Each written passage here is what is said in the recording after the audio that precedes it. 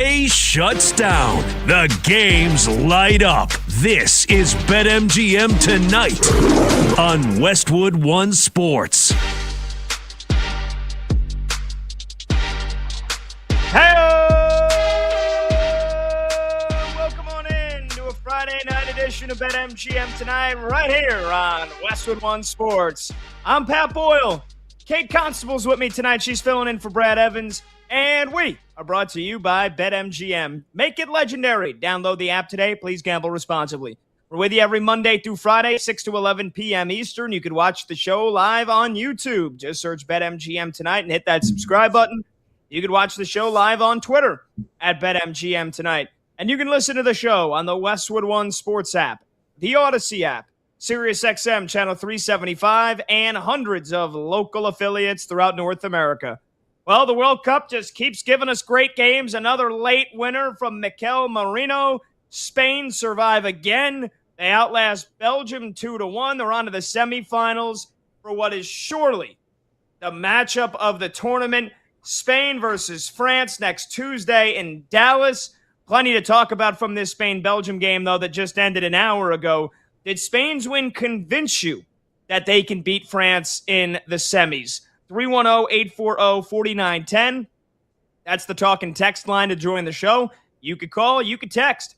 310-840-4910. Kate, welcome on in. Great to have you with me. And, before the tournament and before the knockout stage began, me and our guy PJ, who was, hosting with me that particular day, we decided to, do our entire bracket. And we both had France versus Spain in the semis. I have Spain winning it. I have Spain winning the whole tournament. But I know France is a very popular pick. They are still the favorites with our friends at BetMGM. We'll get you those odds in just a second. But I feel like Spain's got the best defense in the tournament. I got to be honest. I was expecting a more convincing win from them today, where they get 2 rebound goals, and the second comes against Belgium's backup goalie after one of the best goalies in the world, Thibaut Courtois, has to come out of the game with an injury, and immediately the backup Lamens spills one that Marino just taps in. I thought this was going to be a 2-0, 2-0 convincing, easy kind of coast-like win for Spain. They had to work for this one, and they needed some good luck right in the last couple of minutes here. So I'm sticking to my prediction that Spain's going to beat France and that Spain's going to win this whole World Cup. But in what, in my opinion, has been the greatest World Cup ever, we get 2 titanic powerhouses squaring off with one another. And I got to be honest, I'm not feeling too great about my prediction. I don't think Spain did enough in their win today to convince me that they could beat France. What do you think? Well, Pat, good to be with you. Before I go any further, I have a question for you. Did you have the U.S. beating Belgium and then Spain beating the U.S.? What was your bracket like in that manner? Okay. Spain, you mentioned Spain's defense. Like, that's the first goal they've given up in this entire World Cup. And I mean, even dating to previous international matches. So, like, their defense is among the best in the tournament. It's just that France has one of the best attacks in the tournament too. So it's strength on strength.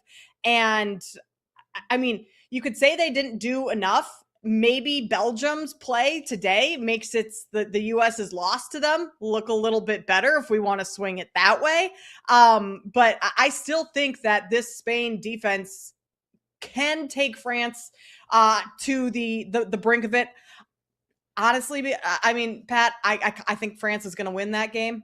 Your bracket may be busted there just because of how good France's attack has been there. But I mean, I don't think just because they allowed a goal today doesn't mean that they are not quite toe-to-toe with France in terms of talent and in terms of what the outcome could be on, July 14th next week. Yeah, 310-840-4910. What do you think? Did Spain convince you that they can beat France in the semis when they play each other next Tuesday in Dallas? We want to hear your calls. We want to see your texts. 310-840-4910. Because the World Cup has been fantastic. We've gotten a ton of interaction the last 2 nights, the last 2-3 weeks, on this tournament. And so I feel like everybody's all in on it. The attention, it's grabbed its center stage with most people's attention, unless you're a diehard baseball fan of your specific team.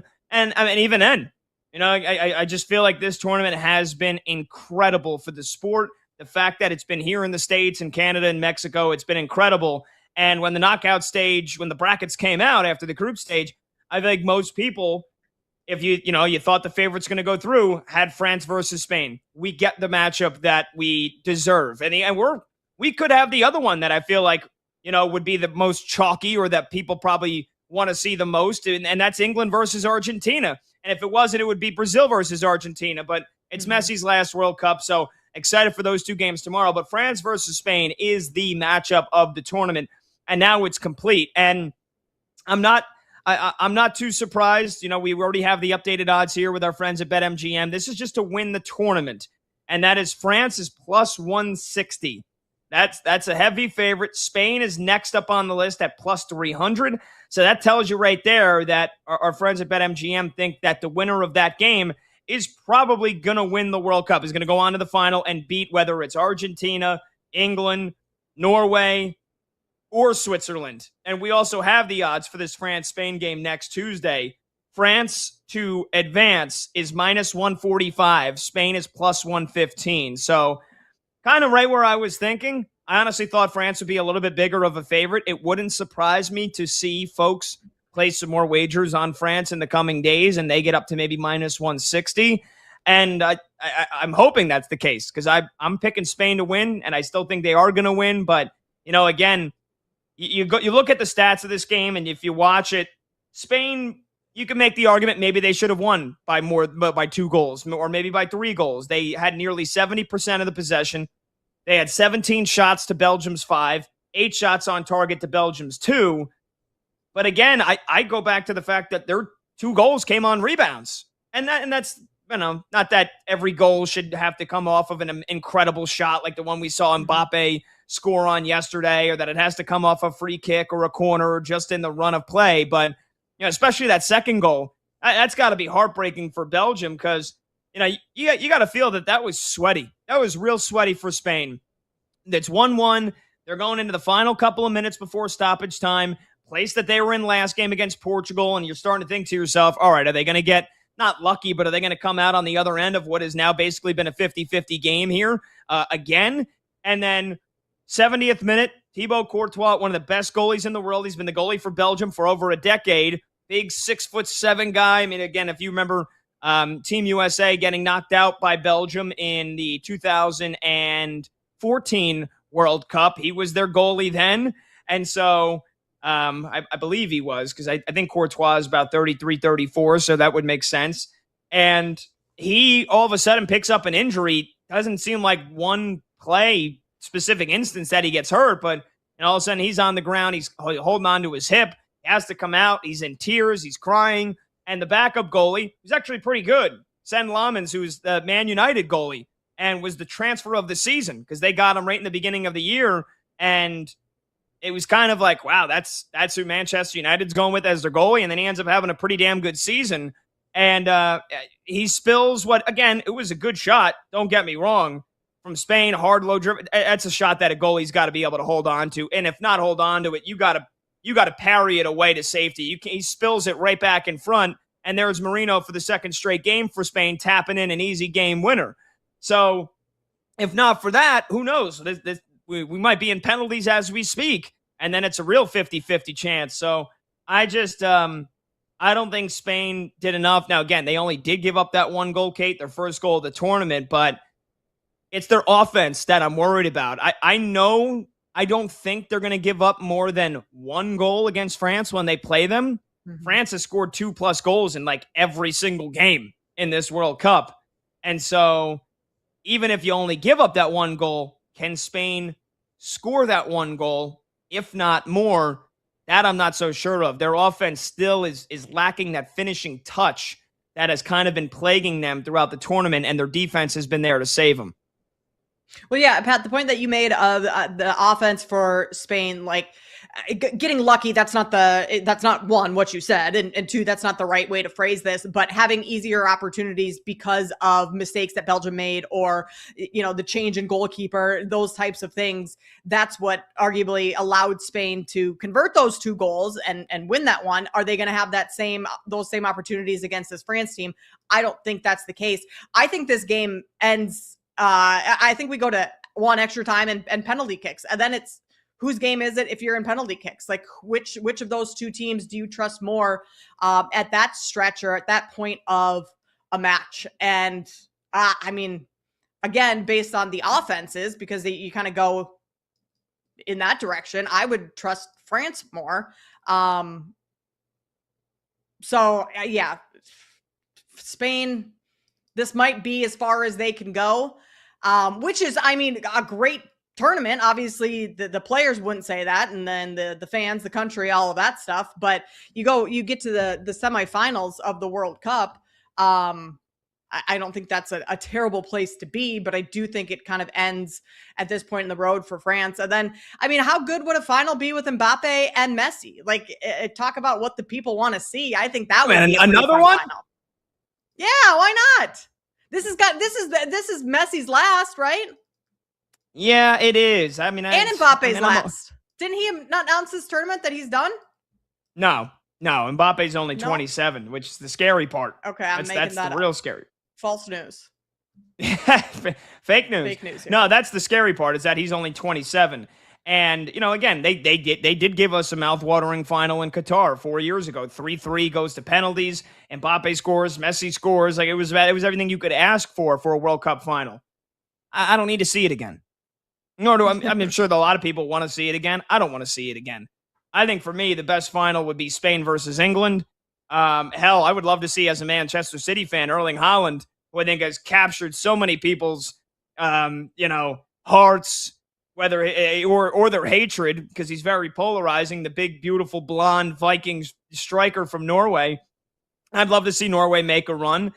Switzerland is kind of the odd team out. Don't get me wrong. I got a lot of respect for the Swiss, but nobody's expecting them to beat Argentina and then win another game on top of that. So, look, if it is Mbappe and France, they're the best team in the world. They've looked like the best team in the world. Mbappe's the best player in the world. We got him in the final 2022, and they won the World Cup in 2018 when he was 19 years old.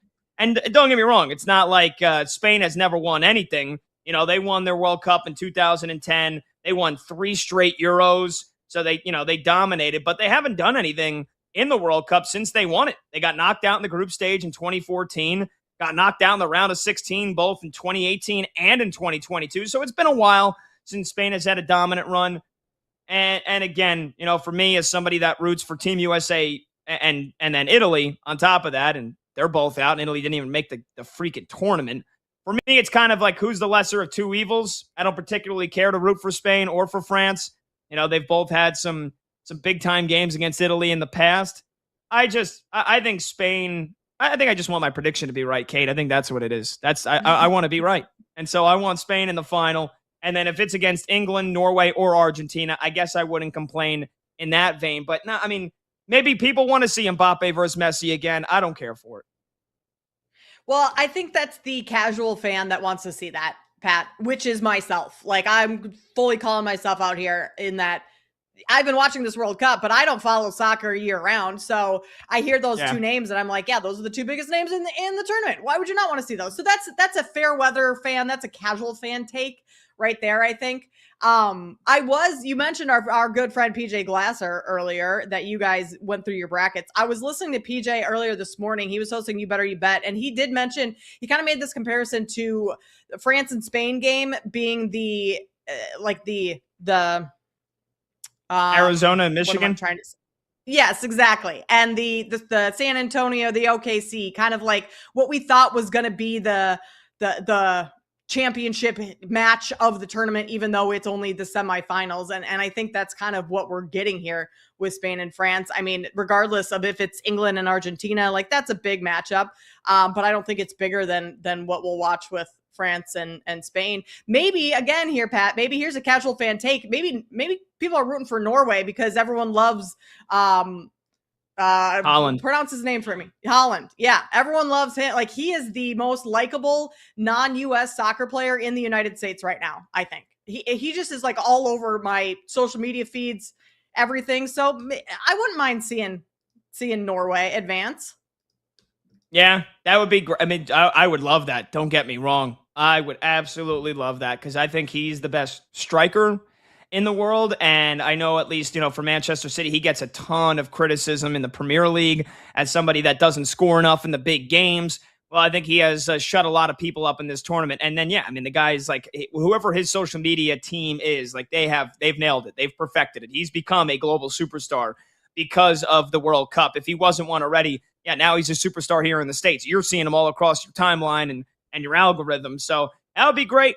But yeah, and look, maybe I can't hate on the casual fans.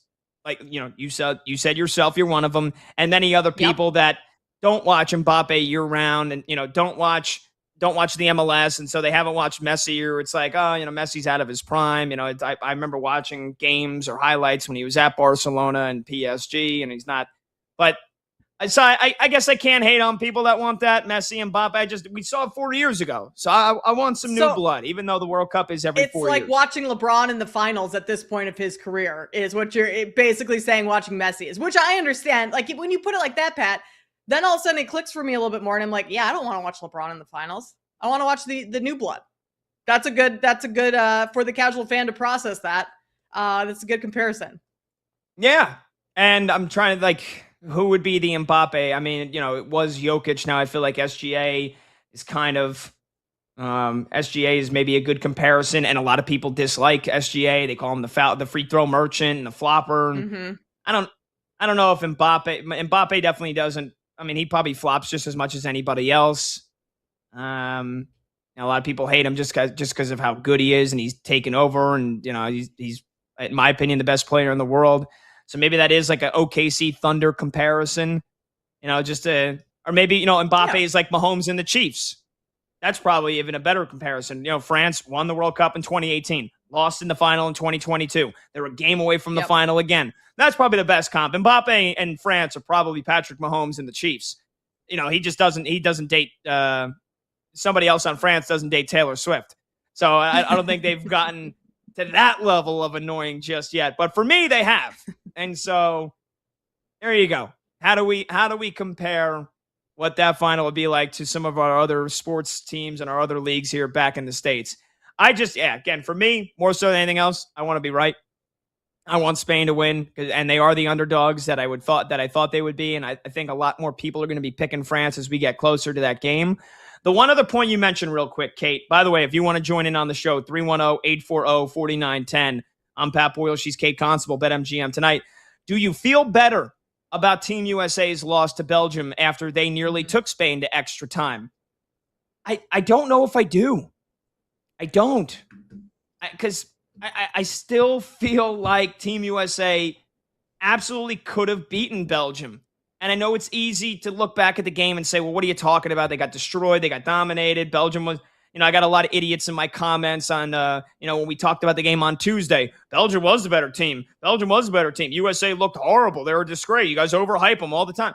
No, they really were playing incredible soccer going into that match. And then it was the worst possible opportune time for them to play their F game, which is what they did. And so I thought the USA could have beaten Belgium. It doesn't make me feel better that Belgium was 1-1 with Spain in the 89th minute before they gave up the goal. And it was kind of a cheap goal at that, because I still kind of felt like if USA was playing Spain, they wouldn't have gotten embarrassed. They would have kept it somewhat close. And so it frustrates me, actually, I think, more than anything. I don't think it makes me feel better. I don't think I don't think it makes me feel better either. I mean, the U.S. played that game not to lose, and they lost it immediately because of how they played that game. So, it's still just squarely on the U.S. in how they approach that and the performance they put out in that game versus it being Belgium that was the far superior team. They were far superior that day, but they haven't been all tournament. So no, I also don't think it makes me feel any better about the US or about Christian Pulisic and all the talk about him over the last 24, 48 hours and that. Like, it's still, you're right. If anything, it does kind of make you feel worse that they had the opportunity to potentially even get past to Spain if they had played like they did earlier on in the tournament. So yeah, answer to that for me, also no. You're listening to BetMGM tonight. We're sponsored by Progressive Commercial Insurance, protecting your business vehicles 24/7. See if you could save at progressivecommercial.com. So 2 questions for you, the listener and the viewer, if you want to join the show. Just watching this Spain-Belgium game today and looking ahead to what is the matchup of the tournament, did Spain do enough to convince you that they can beat France? Or do you feel like France is going to justify their position as the tournament favorite and go on to the final? Also, giving you a Team USA side of things here. Did the fact that Belgium had Spain tied game, final couple of minutes before they gave up a cheap goal, does that make you feel better about Team USA's loss to Belgium back on Monday? 310-840-4910. Just getting rolling here on a Friday. We're going to talk some Shohei Ohtani. Scratch from his start tonight. Scratch from the All-Star game. When we come back, is that a big sign of concern, or is it just load management? I'm Pat Boyle. She's Kate Constable. This is BetMGM tonight here on Westwood One Sports.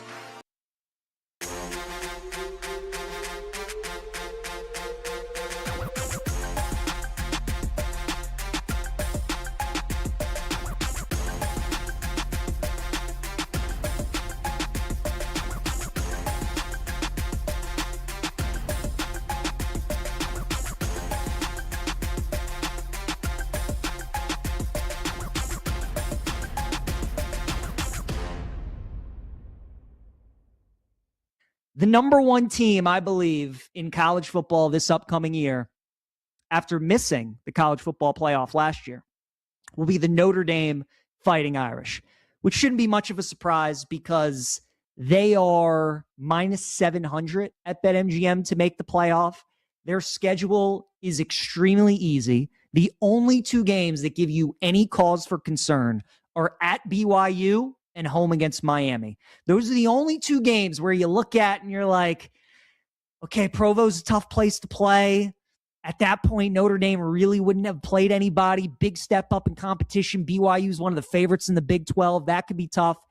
And then Miami, runner-up in the national title game last year, beat Notre Dame last year in week 1. And now, they got one of the best offenses in the country. That could be a tricky game. What I think benefits Notre Dame, though, is last year their schedule was very similar. They really only had 2 games that made you worry, and the rest of their schedule was absolute cake. Those 2 games were Miami and Texas A&M to begin the year.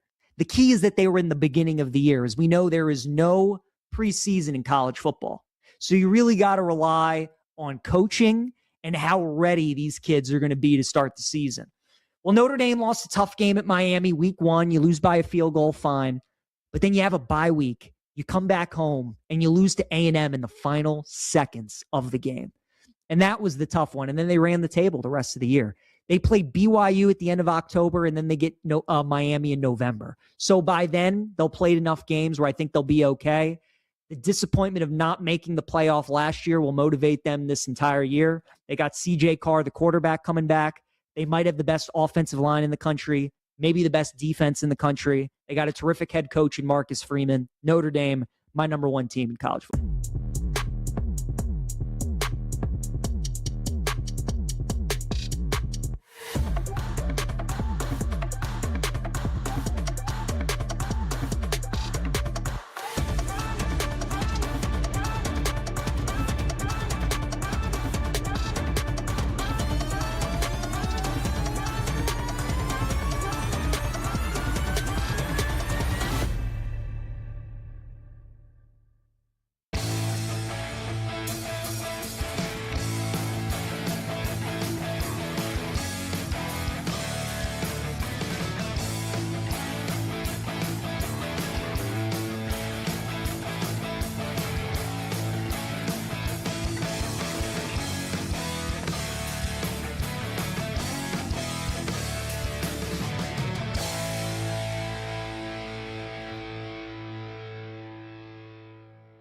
But if England's able to survive that game against Norway, they're dangerous. They definitely could end up winning the World Cup. I think Spain is the toughest matchup for France. If I were to want any team to knock out France of this tournament, it is Spain.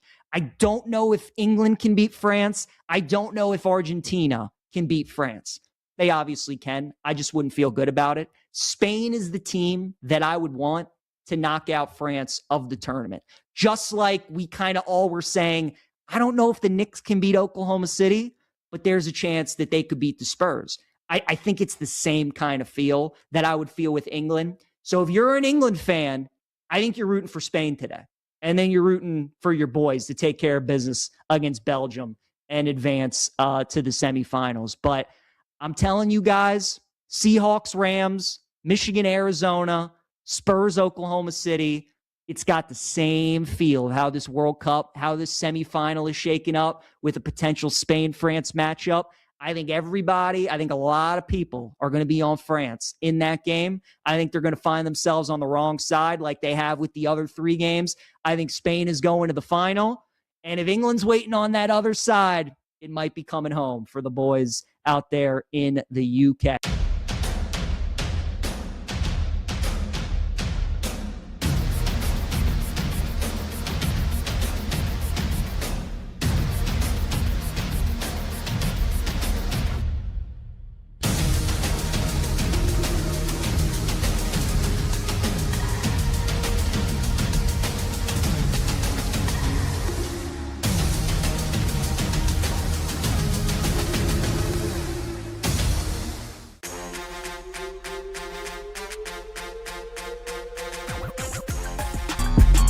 Late games, loud opinions, and money time moments. BetMGM Tonight rolls on.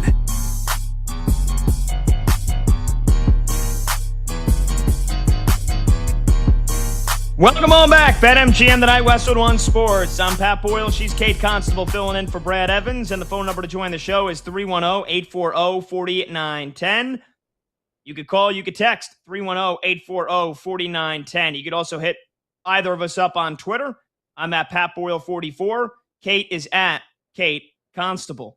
Talking Spain, Belgium in the opening segment. Another great game. Another last grasp. Yeah. I think either would work, honestly. Last gasp. Hey, it's the last grasp, but it's also the last gasp. Last gasp winner for Spain, Mikel Merino. Again, the super sub off the bench, although an unfortunate goal, a cheap goal. Thibaut Courtois, Belgium's goalie, one of the best in the world, had to exit the game in the 70th minute with an injury. The backup 15 minutes later, Laman spills an easy save into a rebound that Merino taps in. Spain wins. Did they do enough to convince you that they can beat France, though, on Tuesday? That's going to be the matchup of the tournament. France is the slight favorite at BetMGM, minus 145 to advance to the final. And so taking your calls and texts on that. And also from a USA spin, did Belgium's performance today, again, 1-1 with Spain, if not for the injury to their goalie, this game probably goes to extra time. Does that make you feel better about Team USA's loss back on Monday night? And Kate and I both said, no, it does not. It actually probably makes it worse. But you can call in, you can text in 310-840-4910. Another one that I put on the docket, Kate, and we didn't get to, and we don't have to expand too much on it right now, is Lamine Yamal overrated? And Lamine Yamal, you would think, I bought too much into the marketing, or I saw too much marketing. Again, I was in Spain for a wedding for 9 days. He was everywhere. And I get it, and that's Spain. Like, they got to pick probably one player. But for somebody that's 18 years old and had never played in a World Cup, obviously, you would think he was already one of the best 5 players in the world. And he had a great season with Barcelona, but he had a decent game. He basically had the hockey assist on the first goal. He had the pass that led to the goal on the first one. And, he had another shot on target in this game. But I think overall, he hasn't produced like Mbappe has, 8 goals. He hasn't produced like Messi has, 8 goals. He hasn't produced like Haaland or Harry Kane.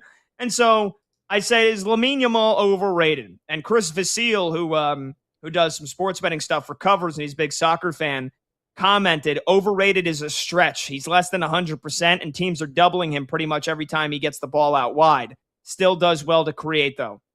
And I think that's fair, and I kind of agree. I just, again, maybe overhyped is the better description for Lamine Yamal. He's had a decent tournament, but again, he has not produced anywhere to the likes of the best players in the world right now: Mbappe, Haaland, Harry Kane, Messi. And so I think he's young. He's got an incredibly bright future, but let's not forget Mbappe won a World Cup at 19. It was the best player already on France. Messi took him a while to win his World Cup, but when Messi was 19, 20 years old, we already knew he was going to be one of the great players in the world. I'm not sure I'm there yet with Lamine Yamal. And Kate, I know you mentioned you're more of a casual soccer fan, but I'm sure you've heard of this kid by this point, if not a couple of weeks ago. And when you watch him play, like, do you the same gravitas that Mbappe has, Messi has? When you get the ball, you don't want to look away because you know something incredible might happen. Do you get that same kind of sense with Lamine Yamal? No, I don't think so. It's a different pull for Mbappe and Messi and those types, and even when Mbappe was a teenager playing. And I think Yamal, like, there are some inconsistencies in his game, right? Like, he'll show up huge in some moments, and then is quieter in other high pressure moments. So there are some negatives. I mean, those are small negatives compared to a lot of the good stuff that he does. But I mean, there is like an oversaturation of him right now, which I think is what kind of leads into that hype. And so the expectations are heightened for him. But I don't think he's necessarily lived fully up to those heightened expectations. And I don't even think that those expectations are necessarily like, necessarily like fair, reasonable at this point in his career. Yeah, fair. So, I mean, there are he's a great player. He's going to continue to have a really good long career, but I don't think he has that same wow factor that you get from watching an Mbappe or Messi. Watch him score the game winner on Tuesday now. I mean, look, I would love that. As somebody that is picking Spain to win the World Cup. All right, let's pivot here. Let's talk some baseball. So again, you want to call in Spain versus France. Spain's win today. Do you feel better about Team USA's loss against Belgium with how they played? 310-840-4910. Let's pivot, talk some baseball, because we got some big news today. Shohei Ohtani is not only getting scratched from his start tonight, but he's also going to miss the All-Star game. And that's pretty big news. Let me add in an important piece of info. Ohtani is going to still be in the lineup tonight, and he's expected to play every game this weekend against the Diamondbacks as the DH, but he will not go to the All-Star game in Philadelphia. He will not travel there this weekend and be in the All-Star game and the festivities. You're not going to be in the Home Run Derby. You're not going to be in the All-Star game. And this is kind of some lingering left knee irritation that I'm wondering here, Kate, is this just load management and the Dodgers saying, look, this guy is our everything. Without him, I know the Dodgers are still the Dodgers, but let's be honest. Do you feel like they're as invincible nearly without Ohtani? So is this just load management here? Or is this a sign of concern for the second half of the season? Because the Dodgers said that Ohtani's going to, quote, have some interventions on his knee to put him in the best position for the second half of the season, end quote. He's expected to have the knee drained and then is likely going to receive an injection. I don't know if this is load management. I think this might be something to be a big sign of concern and definitely something to keep an eye out here for in the second half of the season. And I don't know what I would put the percentage chances at, but for a lot of people that see this and think, they're just, they picked a good time to give him a rest. He doesn't maybe want to be in the All-Star game. They have a reason now. No, I think this could be a big yellow flag, big red flag, honestly, for Shohei Ohtani, and something that, again, we look down the road. I don't think the Dodgers are guaranteed to get back to the World Series. And even if they don't have Shohei Ohtani, if this becomes worse in the second half of the season, I don't think the Dodgers get to the World Series without Ohtani. I will agree with you on that. They certainly need Ohtani in the lineup on both sides of pitching and hitting in order to get to the World Series, or to win it. But I do think this could be a little bit of load management, Pat. Like, it's coming out right before the All-Star break. Very convenient timing. He gets a couple extra days off. I feel like also, didn't he just have a second kid? Like, maybe he's like, yeah, you know what? I'm going to take some time off. I don't really care about the All-Star game. I'm already going to win MVP as long as I'm back in the lineup in the second half of the season. I've got all my awards. I don't need any more fanfare. I'm going to go hang out with the fam. And I think like the fact that he's DHing tonight and is still in the lineup despite not pitching, like, that's a good sign. That doesn't tell me that there's serious knee inflammation or there's a serious issue there where he's going to miss significant time in the second half, because if it were that big of a concern, wouldn't they just sit him tonight completely and not even worry about him at the plate batting? So I think this is a little bit more of, plus what is knee intervention? I know you said he's going to get his knee drained and injection, but like, come on, knee intervention. Like, are we just making things up right now? If he was having an actual procedure where like there was a medical term for the procedure, then I would think this is a little bit more serious than knee intervention. The guy's going to go put his feet up somewhere warm outside of LA, have some family time, rest, recharge his batteries, and then he's going to come back after the All-Star break and he's going to have a phenomenal second half of the season. He's going to take the Dodgers back to the World Series. He's going to win MVP. Pete Crow Armstrong, they talk about him being, putting pressure on Ohtani right now. That's garbage. PCA is playing great right now, but like Ohtani is so far ahead that as long as he's playing in the second half, I think that is his to, it's not even his to lose, it's just his. But I think this is, Pat, very much so a little bit of load management for Ohtani and the Dodgers. You make a fair point about pointing out that he is going to DH. He's expected to DH tonight and this whole weekend, and they didn't say that he's not going to play this whole weekend. Then I think it's like, you're talking about what the panic level is. I think it's like a 7 out of 10 versus what it might be right now, which is maybe a 3 out of 10 or a 4 out of 10. But I mean, I don't know. This is the same knee that's been giving him issues. Remember, he left the game a month ago, June 11th, against the Pirates early because of irritation in the same left knee. And it's the same knee that he had surgery back in September of 2019 to address a condition, what they call bipartite patella. So knee intervention, bipartite patella. I've never heard of either of those things. I like that, by the way. Some knee intervention on Ohtani's knee. Like, yeah, your knee's got some drinking problems, Ohtani. We're going to intervene on it. 310-840-4910. But again, it's not like this is a new thing. Something that caused him to leave a game early a month ago. Something that he had surgery for 7 years ago. So he's 30. As much as we think Ohtani's invincible, he is 32. Not like he's a spring chicken, right? The fact that he spent the first couple of years in Japan, he's not 28, he's not 29, he's already near his mid-30s. So I think this is something that, remember, 2 years, it was last year, right? He didn't start pitching until midway through the season. And so now, for the first time in over 2 years, first time since he joined the Dodgers, he's in the lineup every night, and he's pitching just about every 5 days. That stress is going to add up. And, well, modern medicine's a hell of a thing, but like it kind of feels like to me there is a good chance that the Dodgers are trying to delay the inevitable, which could be more surgery on that knee. And I think at this point they're racing against the clock and they're hoping that this thing doesn't get worse to the point where it now seriously affects his performance before October. Well, also, are they trying to avoid the inevitable of potentially Ohtani having to be a one-way player, just a normal baseball player at some point? Like, is the workload finally getting to be a little bit too much?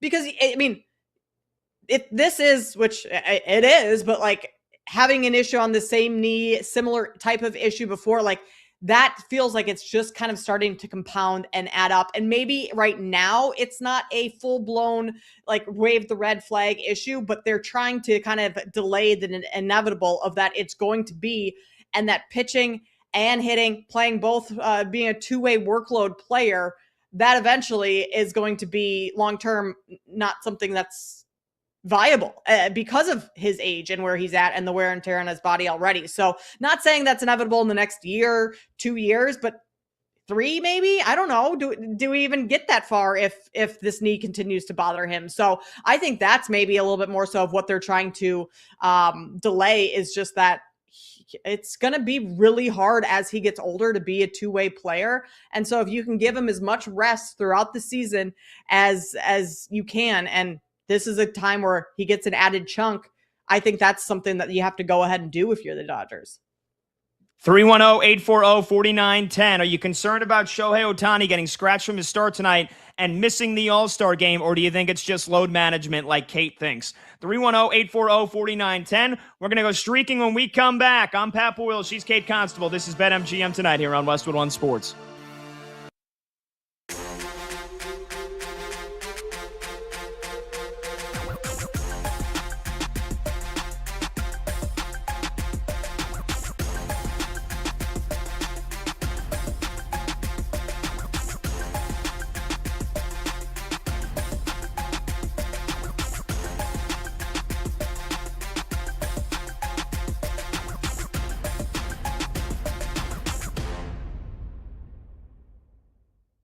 Team. And as a Wizards fan, I was very pleased out of what I saw Debanza, much like Peterson, just an easy 27 points last night. So tough to deal with around the rim, can get his shot whenever he wants in the mid-range.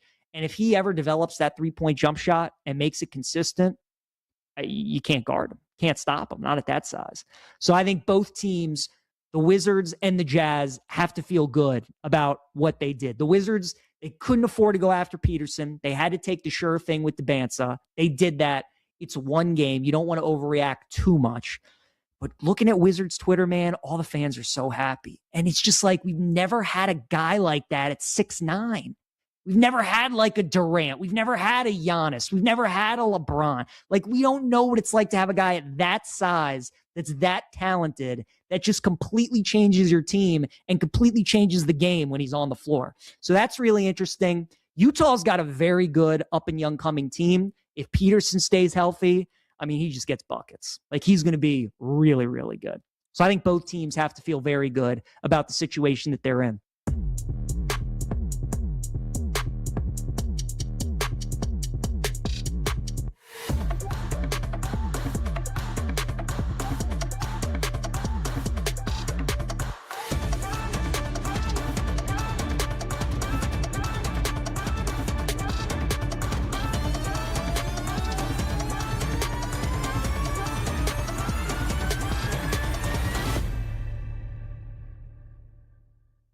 My play today, I parlayed three distinct things that really amount to a specific outcome. I parlayed Spain win in 90, both teams to score no, and under 2.5. So what that insinuates is a 1-0 or 2-0 Spain win in 90 minutes. I forgot what the number came out to. I should have checked that before I came on, and obviously it's changed now because I placed that last night. But that's what I'm looking at, 1 or 2-0 Spain.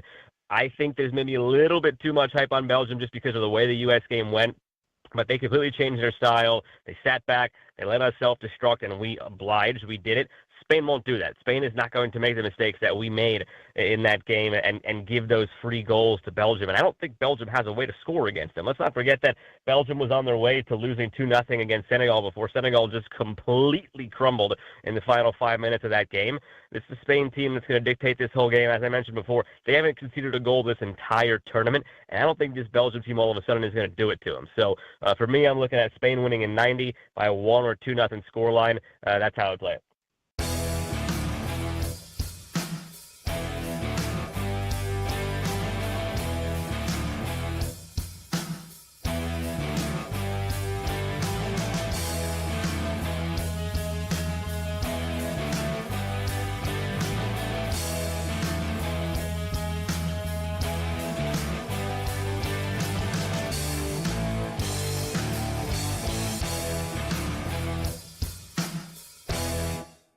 I got to give Kellen Moore props too. Again, it's early. It's only one season. I thought he was going to stink as a coach. The Saints were the betting favorite last year to finish with the worst record in the NFL. And they had the 7th, 8th worst record in the NFL. And Kellen Moore looked like he coached some ball a little bit. So I think the Saints are going to be improved. I think they're going to compete for that division. But more than anything, the reason why they are atop this list is because of how pathetic the NFC South is. And much like the NFC North, you can make a case for all four teams, but I think the Saints probably have as high an upside, maybe outside of Atlanta, as any team in that division, certainly with the quarterback in Tyler Shuck. So those will be my 8, the way I rank the 8 teams, worst to first in the NFL. Cardinals at 8, 7 Browns, 6 Raiders, 5 Jets, 4 Giants, 3 Titans, 2 Lions, and number 1, the New Orleans Saints.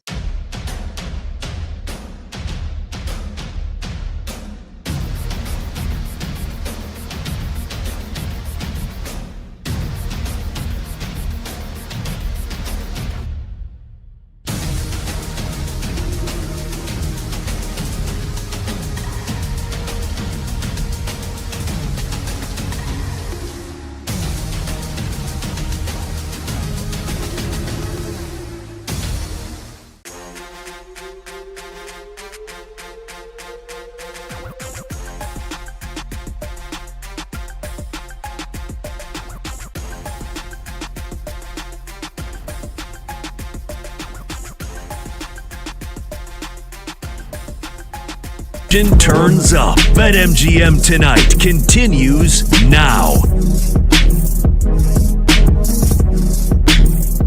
Welcome on back. BetMGM Tonight, Westwood One Sports. I'm Pat Boyle. She's Kate Constable filling in for Brad Evans. And the phone number to join the show is 310-840-4910. Again, that's 310-840-4910. Looking to take your MLB action to the next level this season? Boosted odds are here to crank up every pitch, swing, and home run. BetMGM is hooking you up with your very own MLB odds boost token. Just add any MLB bet to your bet slip, activate your odds boost token, and lock it in. If your bet hits, you're cashing out with an even bigger payout. All right, it's just past 6:45 p.m. Eastern here. You know what that means? Let's try to get some hits for you here. Let's see if we can go a little 4 for 4, baby. Let's go streaking. We won a game yesterday. We win one today, that's 2 in a row. We win one tomorrow, that's called a winning streak. It has happened before. We're going streaking!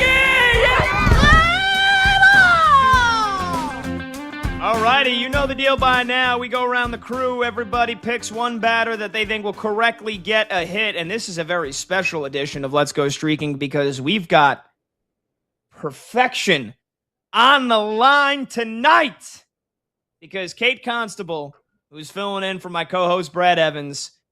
Kate, you're a perfect 6 for 6 when you've been on the show and when you've done Let's Go Streaking. So perfecto on the line for you tonight. The good thing is, we don't have Don Kelly, the Pirates manager. We don't have the Marlins manager to pull you from a game when you got a perfecto going here. So are you nervous? We're going to let you go last, but are you nervous or do you feel like you're ready to go 7 for 7? I am nervous because the person that I wanted to take was already taken by the time I was entering it into the rundown. So I'm on my backup plan, and that's never a good thing. So, I'm a little nervous, Pat, but we'll see how it works out. Oh no! Let me just ask. Yep. You don't have to name the player. Which person on the show took your player? Our producer, Zach. Oh, yep. Zach Kroll took him. Kate. Yep. Perfection's no laughing matter. Do you want to steal Zach's player away from him, or do you feel like maybe it's just fate that your backup's going to end up getting a hit? I think it's fate. I think if I stole him away from Zach, that would just be bad juju, bad karma for me. So I'm good with my backup pick. And there's a connection between Zach's pick and my pick. So I'm going to stick with who I have for tonight and not steal from Zach. We'll give Zach that player. All right, Kate's a perfect 6 for 6. I am 41 out of 55 lifetime here on Let's Go Streaking, although I've gone 0 for 2 nights in a row. And so I'm falling in the season-long race to see who has the best record on Let's Go Streaking because our guy Monty, our video producer Michael Montgomery, 43 out of 54, although he had his streak ended last night by Bryce Harper. We both had a couple of Phillies. Trey Turner 0 for, Bryce Harper 0 for. Couldn't touch Brady Singer. And then, as we mentioned, Zach Kroll filling in tonight, for Brandon Combs. Zach has done this a handful of times. So without further ado, I'll get us rolling here. I'm going to go against one of your Cubbies here, Kate, Monty, and any other Cubs fans. I'm going to go Spencer Steer for the Cincinnati Reds going up against Shota Imanaga tonight. Imanaga, lefty, does not do well against righties. Spencer Steer mashes lefties this year. He's hitting 240 on the season, but against left-handed pitching, that batting average goes up to 324. That's one of the biggest splits that you'll see in all of Major League Baseball, more than a 100-point difference against left-handed pitching. So hopefully he gets at least 3 at-bats off of Shota and career lifetime off of him. He's 4 for 8 with a home run. So I feel pretty good about Spencer Steer getting at least a hit tonight against the Cubbies and against Shota Imanaga. So I'm going with the man in the heart of the order for Cincinnati. Give me Spencer Steer. All right, let's go to our guy Monty. Michael Montgomery, owner and operator of batters-box.com. Monty looking to start a fresh streak. Who are you going with tonight, brother? Yeah, I'm going with Fernando Tatis Jr. I don't think I've picked him during the challenge yet, but I really love the matchup tonight against Shane Bieber. Bieber's not the guy he used to be, so Tatis is the 3rd highest rated hitter on my board tonight at batters-box.com. Batters are destroying Bieber, 351 batting average, OPS over 1,100. He's been hurt this year, so it's not a ton of innings, but the innings he's pitched have gone horribly. Tatis dominating at home, hitting over 300, over 50% hard hit rate. One trend I like, over 130 games with an elite rating for Tatis, getting a hit 71% of the time. And then I have a 5-star pitch mix rating for him too, but I had that with Bryce Harper last night, and that didn't seem to matter, so we'll see what happens tonight, but I really like Tatis. Bieber, not what he used to be. Hopefully Tatis is singing I'm the One tonight. Get it? It's a Justin Bieber. How dare you? That's a Justin Bieber song. Oh, that's good. Yeah. Any of my believers out there, they catch that reference? I thought that was a good one. That all was right. a good reference. I am Thank a you, believer, so I appreciate that, Pat. Thank you. All right, let's go to Zach Crows filling in for Brandon Combs tonight, producing the program. Zach, who were you rocking with? Before I reveal my pick, I just wanted to say 2 things. Number 1, on Justin Bieber, he just got announced as the halftime show for the FIFA World Cup title game, so I'm excited about that. Wow. That should be good. You're a believer too, Zach? I am, and I'm the one, especially with DJ Khaled. That's a banger. I kind of forgot. It's an old one, oldie but a goodie. It is. And then also, Kate, I'm sorry I stole your pick, but it's not even my fault. I'm blaming Monty because he stole my pick. I was going to go with Tatis. Ooh, No way. Let's go. That's crazy. We got a steel fest going makes on. Yeah, I don't know if I like that. That makes me even more nervous. Hey, you said it. It's fate. But I'm going to go with Rafael Devers against the Colorado Rockies. Their pitcher has an ERA over 6. I'm just keeping it simple. We're riding with the Giants' best hitter. Give me Devers. I could add one note on that since I took your guy. Devers is the highest rated hitter on my site tonight with an extremely high rating. I think it's a good man. pick. That is just brutal. Don't tell me that, So Monty. maybe this just all comes back to bad karma on Monty. Monty will go over again, and Zach will both hit, and Kate will both hit. But Kate, your perfect streak, your perfect record, 6 out of 6 is on the line tonight. So who are you going with to keep it rolling? All right, well, I'm going to go with a teammate of Devers. I'm going to go Bryce Eldridge, and I am going to take him going up against Tanner Gordon. Like Zach said, not a great ERA for Gordon. And Eldridge against him is hitting 667. I mean, he's only had 3 at-bats, but he has 2 hits and 2 doubles in those at-bats. So he's seeing the ball well against Gordon. I will try and get Eldridge to keep my streak alive and advance to 7 straight tonight. Oh, yeah. All right, and that's a bold pick there. Not a household name, Mr. Bryce Eldridge, although, again, 275 batting average on the season. You mentioned the numbers against the Rockies pitcher, and we'll see. That game, by the way, Kate, you're going to make us you could make us really sweat this thing out because that Rockies-Giants game is not until, 10:15 p.m. Eastern. So unless he gets a hit in his first at bat, we'll be hanging on pins and needles until Monday to find out if you continue the perfecto to 7 in a row. But there you go. I'm going Spencer Steer. Monty's going Tatis. Zach is going Rafi Devers. And Kate, 6 for 6, going Bryce Eldridge. All right, when we come back, we're going to talk some basketball. Bam Adebayo and Tyler Hero got into a fight. You got to hear this when you return. BetMGM tonight, Westwood One Sports. This is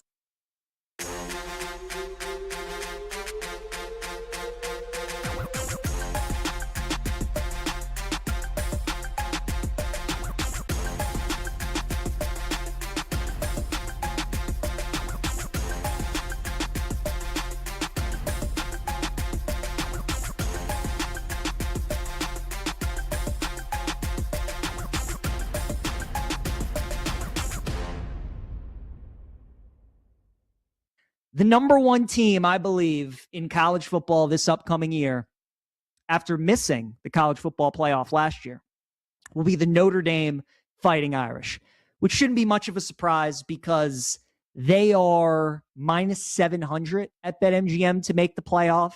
Their schedule is extremely easy. The only two games that give you any cause for concern are at BYU and home against Miami. Those are the only two games where you look at and you're like, okay, Provo's a tough place to play. At that point, Notre Dame really wouldn't have played anybody. Big step up in competition. BYU is one of the favorites in the Big 12. That could be tough. And then Miami, runner-up in the national title game last year, beat Notre Dame last year in week 1. And now, they got one of the best offenses in the country. That could be a tricky game. What I think benefits Notre Dame, though, is last year their schedule was very similar. They really only had 2 games that made you worry, and the rest of their schedule was absolute cake. Those 2 games were Miami and Texas A&M to begin the year. The key is that they were in the beginning of the year. As we know, there is no preseason in college football. So you really got to rely on coaching and how ready these kids are going to be to start the season. Well, Notre Dame lost a tough game at Miami week 1. You lose by a field goal, fine. But then you have a bye week. You come back home and you lose to A&M in the final seconds of the game. And that was the tough one. And then they ran the table the rest of the year. They played BYU at the end of October, and then they get Miami in November. So by then, they'll play enough games where I think they'll be okay. The disappointment of not making the playoff last year will motivate them this entire year. They got C.J. Carr, the quarterback, coming back. They might have the best offensive line in the country, maybe the best defense in the country. They got a terrific head coach in Marcus Freeman. Notre Dame, my number one team in college football.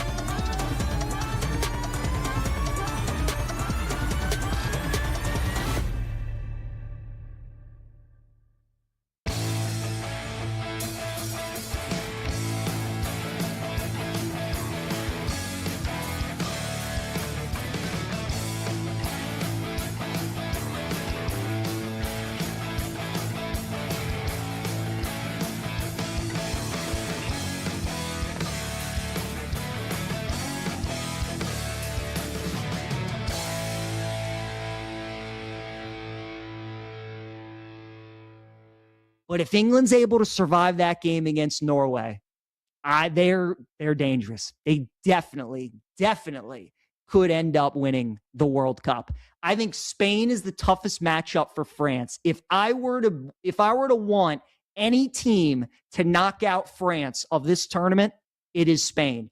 I don't know if England can beat France. I don't know if Argentina can beat France.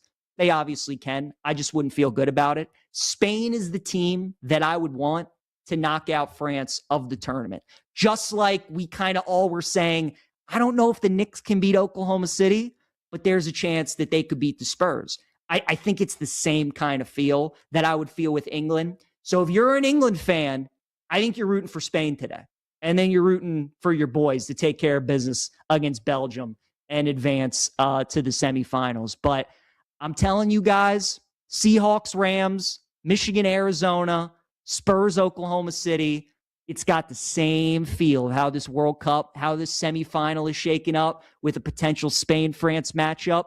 I think a lot of people are going to be on France in that game. I think they're going to find themselves on the wrong side like they have with the other 3 games. I think Spain is going to the final. And if England's waiting on that other side, it might be coming home for the boys out there in the UK.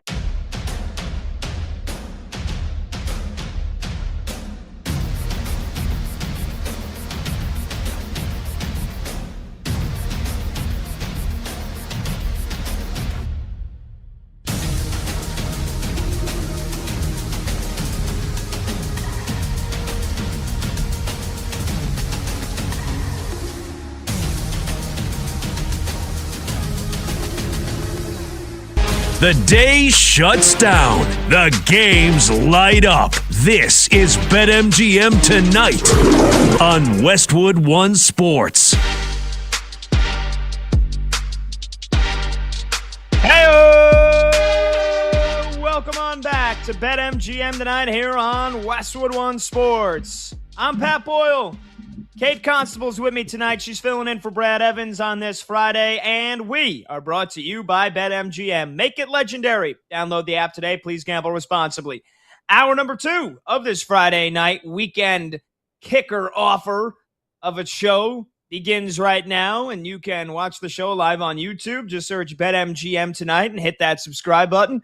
You could watch the show live on Twitter at BetMGM Tonight, and you can listen to the program on the Westwood One Sports app, the Odyssey app, Sirius XM Channel 375, and hundreds of local affiliates throughout North America. Fun first hour talking World Cup. Spain's last second winner yet again for the second straight game sees them pass Belgium 2-1. They're on to the semifinals to play France. Couple of questions for you to call or text in on. Did Spain convince you in this win today against Belgium that they can beat France in the semifinals? I picked them. I picked Spain to win the title, but they are the underdog as expected against France, who on BetMGM is minus 145 odds to get to the finals. So do you think Spain can beat France, as we're already previewing that game? And then also from a Team USA spin, do you feel better about Team USA's loss to Belgium now that we just saw Belgium take Spain to the brink? And if not for Belgium's goalie, Courtois, who's one of the best in the world, getting hurt, and then the backup goalie spills the rebound that leads to Spain's second goal, who knows? Maybe Belgium would have pulled off the upset. So do you feel better about Team USA's loss? 310-840-4910 is the number to join. You could call, you could text 310-840-4910. We also talked about Shohei Ohtani's injury. Left knee irritation, same one that caused him to leave a game early last month against the Pirates. He's scratched from his start on the mound tonight, and he's going to miss the All-Star game as well. The Dodgers are going to have some interventions on his knee. He is still going to DH this weekend. So is this a big concern for you when we talk about maybe the greatest player of all time already, or do you think this is just load management? 310-840-4910. Okay, we got plenty of basketball headlines here that have just come out in the last hour, if not the last 10 minutes, that we got to get to. Let's start with the one that's been percolating, sitting for just a bit here. Just over an hour ago, Shams Charania tweeted, Bam Adebayo and Tyler Hero. Now, former teammates. Remember, Hero just involved in that big Giannis trade. He's now a Milwaukee Buck. Bam obviously knew his teammates with Giannis in Miami. Bam Adebayo and Tyler Hero got into a physical altercation in Las Vegas in which Adebayo struck Hero. Shams went on to tweet, the altercation occurred at a practice court in a Las Vegas hotel this morning, sources said, starting when Adebayo approached Hero about comments the guard made critiquing the center on social media after their 7-year run in Miami ended. Let's not forget, a lot of NBA players in Vegas right now watching the Summer League, watching some of the rookies on their teams get acclimated. And so it kind of seems like Tyler Hero, who was talking a little bit of smack about Bam, and Bam Adebayo approached him, said, where are you at? We need to talk. So I heard you were I heard you were talking down on my name. Keep my name out your bleeping mouth. Either smacked him or he punched him. Bam Adebayo, not the dude to mess with. And Kate, it seems like Tyler Hero learned that the hard way today. Now, this brings me back to Draymond Green punching Jordan Poole in the face. And we all saw how brutal that was. They were still teammates. Maybe that made it a little bit more awkward. These guys were former teammates. Kind of tells you about maybe what relationship they had at the time in Miami the last 7 years. And now that they're not teammates, Bam Adebayo said, you ain't going to talk bad about me. This has some big-time repercussions, obviously, some punishment that could be doled out to Bam Adebayo. But, oh, boy, what happens in Vegas stays in Vegas. Not if you're Bam Adebayo and Tyler Hero, Kate. This thing apparently got messy today in Vegas. Yeah, and Bam's got a little bit more size on Tyler Hero, right? So I'm sure that punch probably didn't feel very good at all to Tyler Hero. And I've been going back on his Twitter over the last since this news came out and trying to figure out what he said about him. And it looks like there was some WhatsApp conversation that was leaked, and Tyler Hero was questioning whether or not Bam should be paid as much as he was. Is he a 60 mil player for just being, a defensive stopper, that type of a deal? And Tyler Hero was saying, when I'm healthy, I'm the one that teams are prioritizing taking away. And so you wonder, which part of that, I guess it's, maybe you don't wonder, maybe it's just blatantly obvious that Bam didn't exactly like that what Tyler Hero was saying to him. But what you do wonder is what their relationship was like throughout the last however many seasons they played together, that Tyler Hero's entire career. And so I can imagine that there was some dismay within the locker room, some headbutting between them. And this was just kind of like what boiled up. And now that they're no longer teammates, they no longer have to pretend to like each other or have to get along.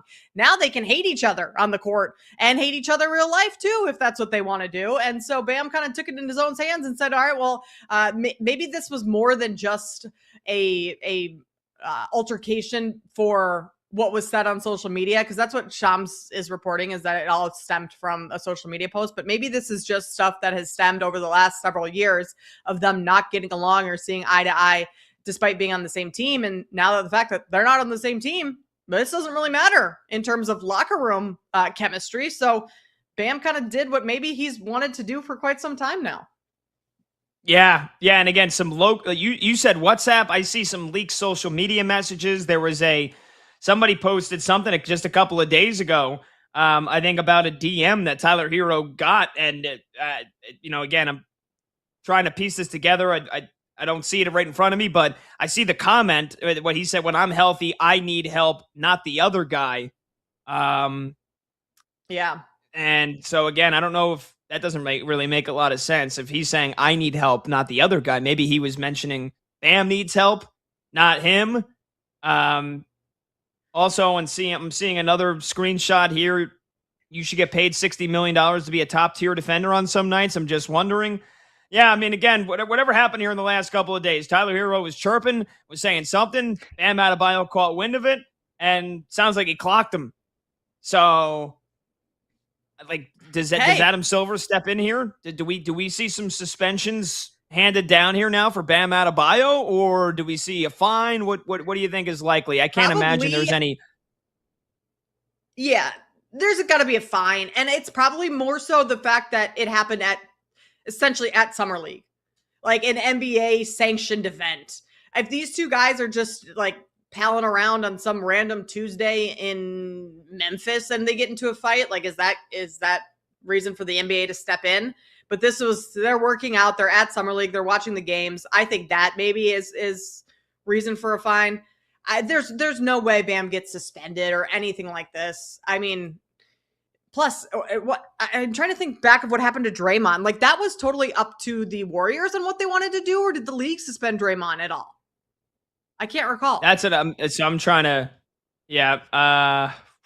So you want me to keep talking so you can try and figure that out as we go? Yeah, I'm trying to remember. All right, so here we go. I got to hear. Well, hold on. I think I got quick Google search says Draymond Green, and I don't remember off the top of my head. So I'm glad you mentioned that. Draymond Green was not officially suspended by the Golden State Warriors for punching Jordan Poole during a practice in 2022. Instead of a suspension, the team handed him a maximum undisclosed fine and required him to take about a week away from the team. Which I think Steve Kerr, I see an interview then, Steve Kerr confirms Draymond Green's punishment for punching Jordan Poole. So yeah, no suspension, undisclosed fine, and made him take a week away. So Intervention. Yeah, Intervention for we got Draymond knee Green. interventions on Ohtani. We need to have an intervention on Bam Adebayo's fist, maybe. I mean, I don't really care about this. Like, it's almost just like a fun story to have right now. So what? Guys talk smack to each other all the time. Like, maybe this is how they solve their problem. Bam gives them a nice fist to the face. They dap each other up after, and they'll be competitors on the court going forward when the Bucks and the Heat play. Like, it's more of a fun story than an actual story to me. And it's not fun when people get hurt or hit. I'm not saying that, but like entertaining versus something that I think the league needs to step in on. I don't think the league needs to do anything about this. Well, I was going to say, Kate, you think they dap each other up? Is that what happens when you punch somebody else in the face? That probably I wasn't... punched you in the face, but hey, dap me up now. We're all good. I'm saying like down the road. Let them go each their separate ways. Each hit different nightclubs in Vegas for the evening. And then, maybe things calm down because of that. I don't know. Sometimes you just need to get some stuff off your chest, and guys just more so than girls here, Pat, use physical altercations to solve problems sometimes. And sometimes that's all what needs to be done, Yeah, I mean, don't get me wrong. I wish I could punch anybody in the face that I feel like has talked smack about me or has done any wrong to me. But unfortunately, there's a chance that I then might get sued and or get arrested. So that's usually true. why I don't tend to go around punching people in the face. But, again, like you said, smart. this is an NBA sanctioned. I think it was at a team hotel, right? That's what Shams mentioned, that's where it occurred. Mm-hmm. At a practice court in a Las Vegas hotel. Can the NBA, if they really don't want this thing to get messier than it already seems like it is, can Adam Silver say, well, it was within the realm of an NBA, like you mentioned, sanctioned event or location, so we can handle the fine as however we want to? I don't know. I mean, I got to feel like if you're Tyler Hero, no matter if you talk smack about somebody or not, I don't know if that entitles you to get punched in the face. Then again, Tyler Hero, maybe he deserved to get punched in the face. So... yeah, I don't know. Did Jordan Poole necessarily deserve to get punched in the face? Maybe, but definitely not by Draymond Green, who I think a lot of people want to punch in the face, not see him punch people in the face, which I feel like he's made a living out of doing on the court and now off the court as well.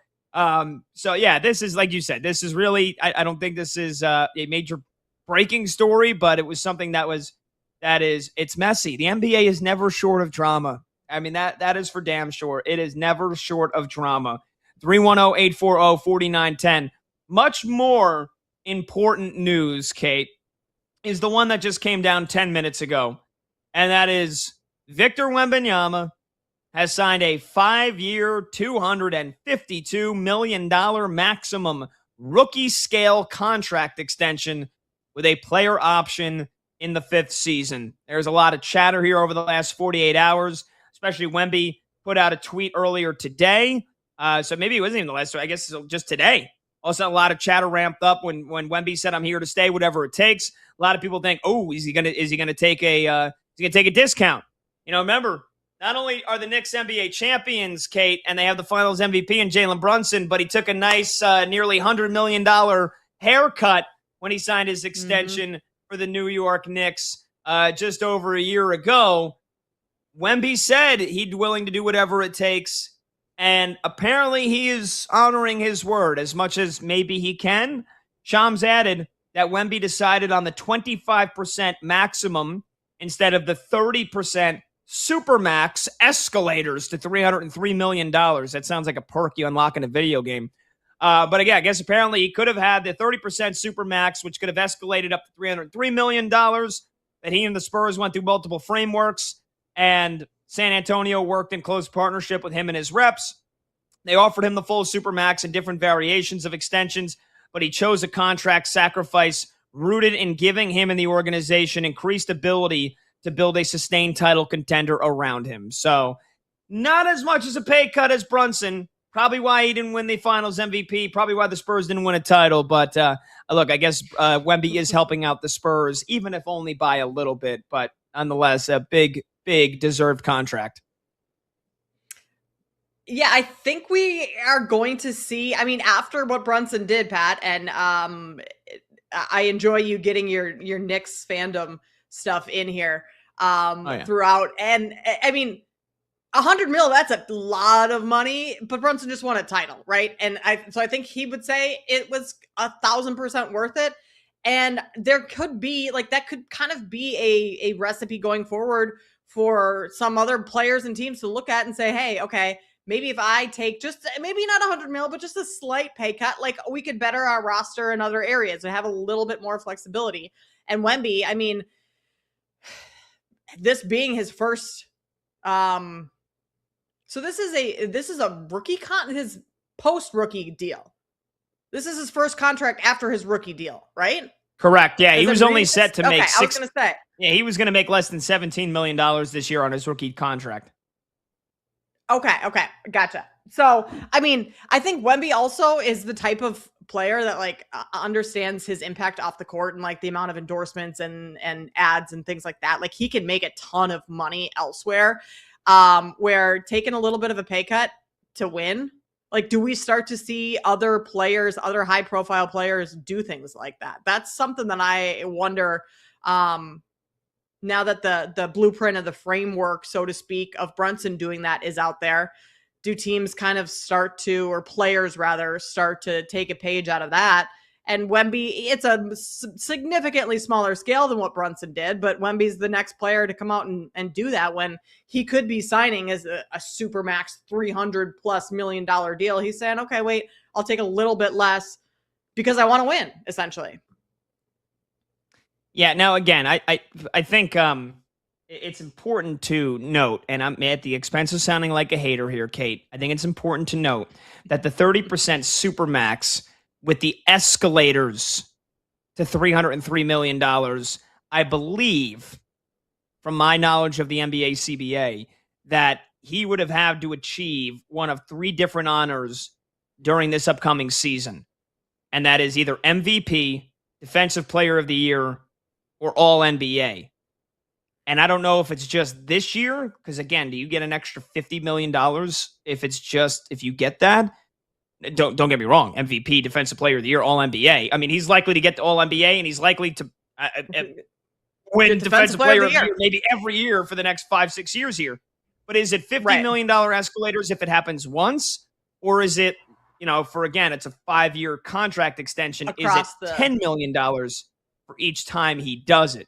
That's what I want to know. I want to know the real language here, because how much of a pay cut did he actually really take?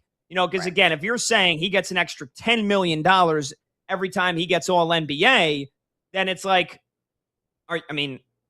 you really taking a pay cut? Because I feel like you should be actually betting on yourself and getting an extra $10 million each time you do that. So does he not get a bonus? Does he not get an extra $10 million? Or does he not get over the length of a contract an extra $50 million if he does get those honors now? So I really would like to know the extra wording. It's easy when Shams puts it out there and says decided on the 25% maximum instead of the 30% supermax escalators. How much money did he really actually save the Spurs here? Because he's going to get an average of now, $52 million per season? Right.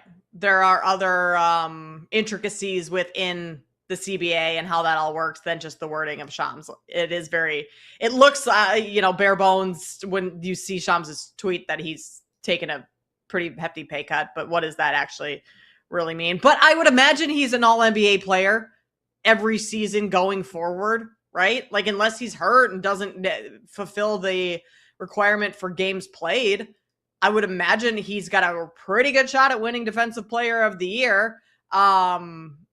He was the first unanimous Defensive Player of the Year this year. So that money would be essentially coming to him winning those awards, because I don't see a world in which if Wemby's not winning those type of awards, the Spurs aren't anywhere close to winning a title. No, he's not. And here, so Shams has added in another thing. Let's just, he's the one with the news. So I guess we got to, let's read what the next tweet is. He adds that the Spurs chairman, Peter J. Holt, and yada, yada, yada. They traveled to Paris to meet and spend time with him. So here, Shams says in a tweet, Wembanyama was essentially a lock to earn a $303 million supermax if he played 65 games next season. But he opted for a significant sacrifice at a flashpoint for the Spurs' rise. So I guess if he waited one more year, he could have got the $303 million supermax.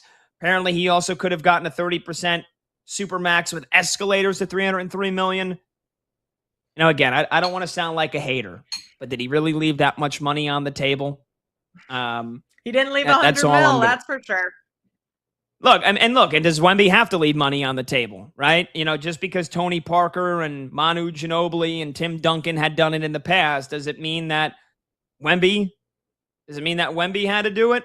That's a fair question to ask. And like you said, that maybe the bigger overall point is here now is all the young star players with teams that drafted them and they signed that first big deal. Are they now, is it kind of like, are they going to be looked upon?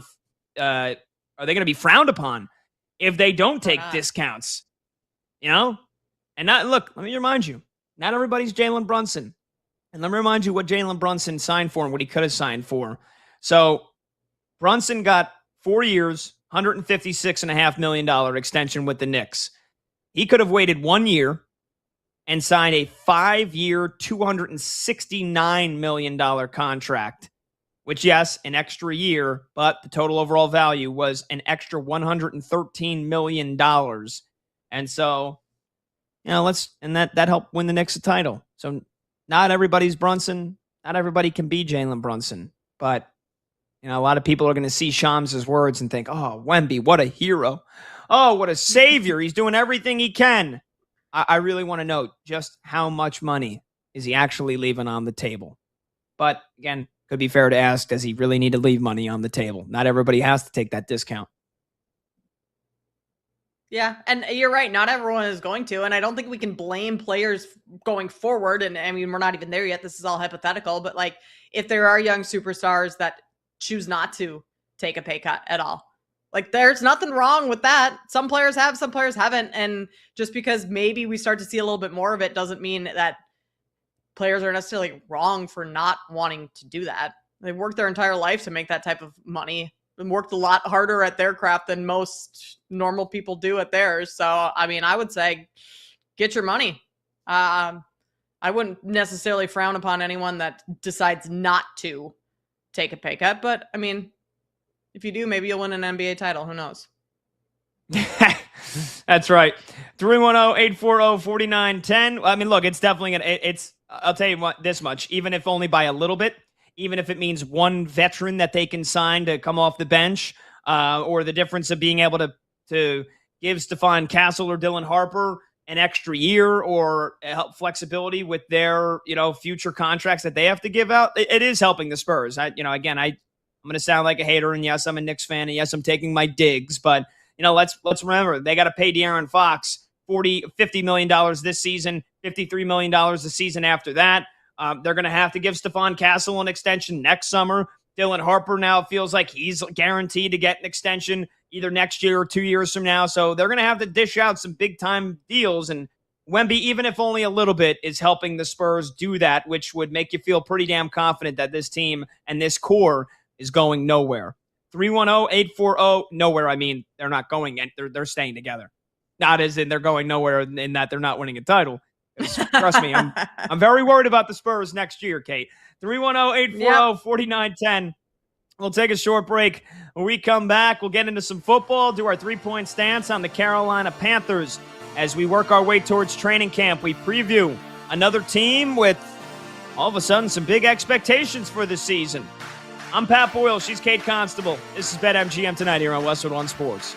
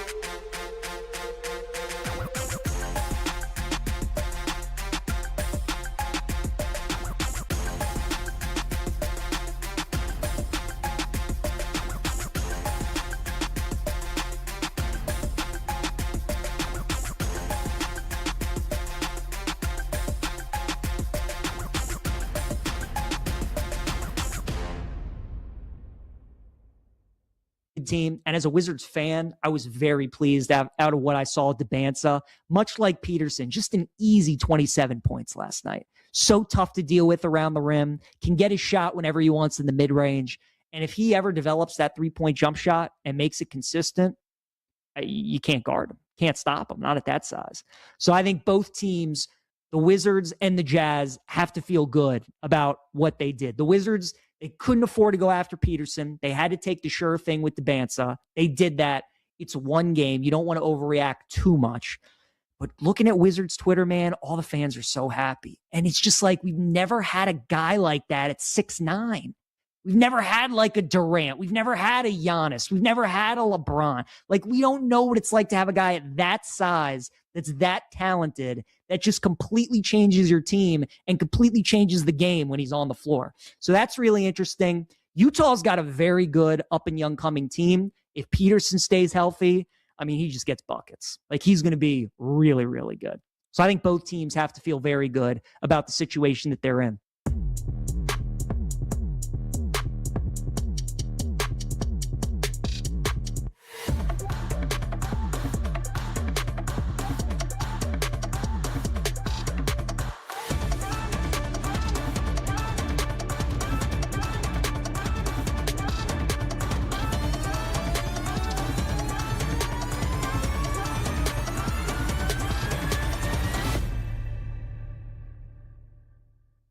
My play today, I parlayed three distinct things that really amount to a specific outcome. I parlayed Spain win in 90, both teams to score no, and under 2.5. So what that insinuates is a 1-0 or 2-0 Spain win in 90 minutes. I forgot what the number came out to. I should have checked that before I came on, and obviously it's changed now because I placed that last night. But that's what I'm looking at, 1 or 2-0 Spain. I think there's maybe a little bit too much hype on Belgium just because of the way the U.S. game went. But they completely changed their style. They sat back. They let us self-destruct, and we obliged. We did it.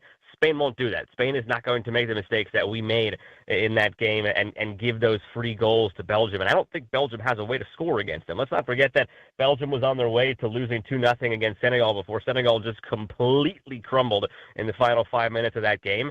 This is the Spain team that's going to dictate this whole game. As I mentioned before, they haven't conceded a goal this entire tournament, and I don't think this Belgium team all of a sudden is going to do it to them. So for me, I'm looking at Spain winning in 90 by a 1 or 2-0 scoreline. That's how I play it.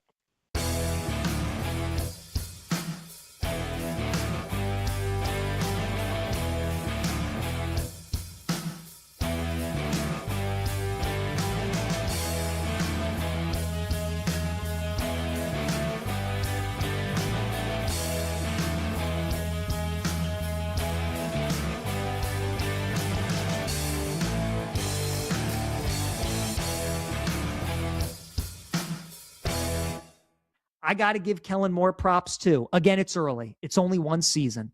I thought he was going to stink as a coach. The Saints were the betting favorite last year to finish with the worst record in the NFL. And they had the 7th, 8th worst record in the NFL. And Kellen Moore looked like he coached some ball a little bit. So I think the Saints are going to be improved. I think they're going to compete for that division. But more than anything, the reason why they are atop this list is because of how pathetic the NFC South is. And much like the NFC North, you can make a case for all 4 teams, but I think the Saints probably have as high an upside, maybe outside of Atlanta, as any team in that division, certainly with the quarterback in Tyler Shuck. So those will be my 8, the way I rank the 8 teams, worst to first in the NFL. Cardinals at 8, 7 Browns, 6 Raiders, 5 Jets, 4 Giants, 3 Titans, 2 Lions, and number 1, the New Orleans Saints.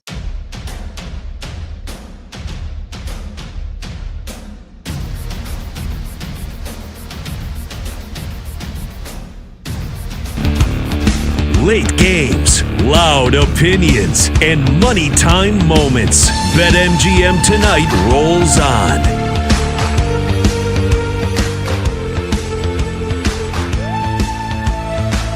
Welcome on back, BetMGM Tonight, Westwood One Sports. I'm Pat Boyle. She's Kate Constable filling in for Brad Evans, and the phone number to join the show is 310-840-4910. This segment is sponsored by Progressive Insurance. Save on commercial auto insurance from Progressive. Get a fast quote at progressivecommercial.com. It's time to hit our 3-point stance here on the Carolina Panthers, Kate, as we have been working our way through all 32 teams in the NFL. And the way that we cook this segment up here is that we've been doing this in order of the NFL draft as we have started. We started with number 1, and that was the Las Vegas Raiders, working our way all the way to 32, the Seattle Seahawks. We are going to finish right as training camp begins, so giving you guys a preview on every team in the NFL by the time training camp arrives. Yesterday, we did the Vikings. That was pick number 18. We're on number 19 today, and that's the Carolina Panthers. And it's a really interesting season for Carolina here, Kate, coming off of first division championship in several years. Bryce Young took a step forward. Panthers, one of the friskier teams in the NFL in the beginning of the year, and then they kept winning, and they kept winning, and they kept winning, and the Buccaneers kept losing and losing and losing, and then it came what we thought was going to be a showdown in Week 18. The Buccaneers win it, but then the Panthers got that help that they needed a day later from the from the Atlanta Falcons beating the Saints, and that ensured that the Panthers won the division no matter what. And then they nearly beat the Rams in the playoffs. And yet, going into this season, the Buccaneers are favored to win the division. The Saints are second. The Panthers are third. And so, Kate, before we get into, over-under team wins and we get into some of our favorite player prop plays for the season, I guess just what kind of year are you expecting from Carolina? Because they were the hunter. I feel like they should be the hunted, and yet it feels like they got to be the hunter again this year. They're not getting a whole lot of respect. Yeah, they're not. And they earned some respect last year, certainly winning the division. But I don't think this is a team that can make like leaps and bounds from the success that they had last year and like be a cornerstone of this division of someone who continues to win year after year. I think this is a Panthers team that is going to be just about where they were last year, maybe a little bit even. I mean, their schedule this year is even more difficult. So I think that they are going to take a step back. And when you say take a step back for a Panthers team last year, that what was their record here? I mean, being in that division, they don't need a unbelievable record to win it. I think that they are certainly a team that can just be a little bit above 500 and win the division. Yeah, you never do. And they went 8-9 last year. Under 500, won the NFC South. What a surprise.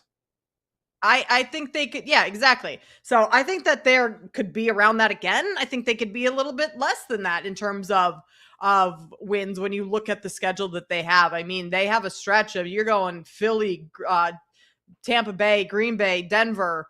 You have Baltimore on there. You have Cincinnati. Like it's a tough schedule for Carolina this year that I think they're going to take a step back. And being they won the division last year, like maybe they get taken a little bit more seriously and teams are the hunted a little bit more.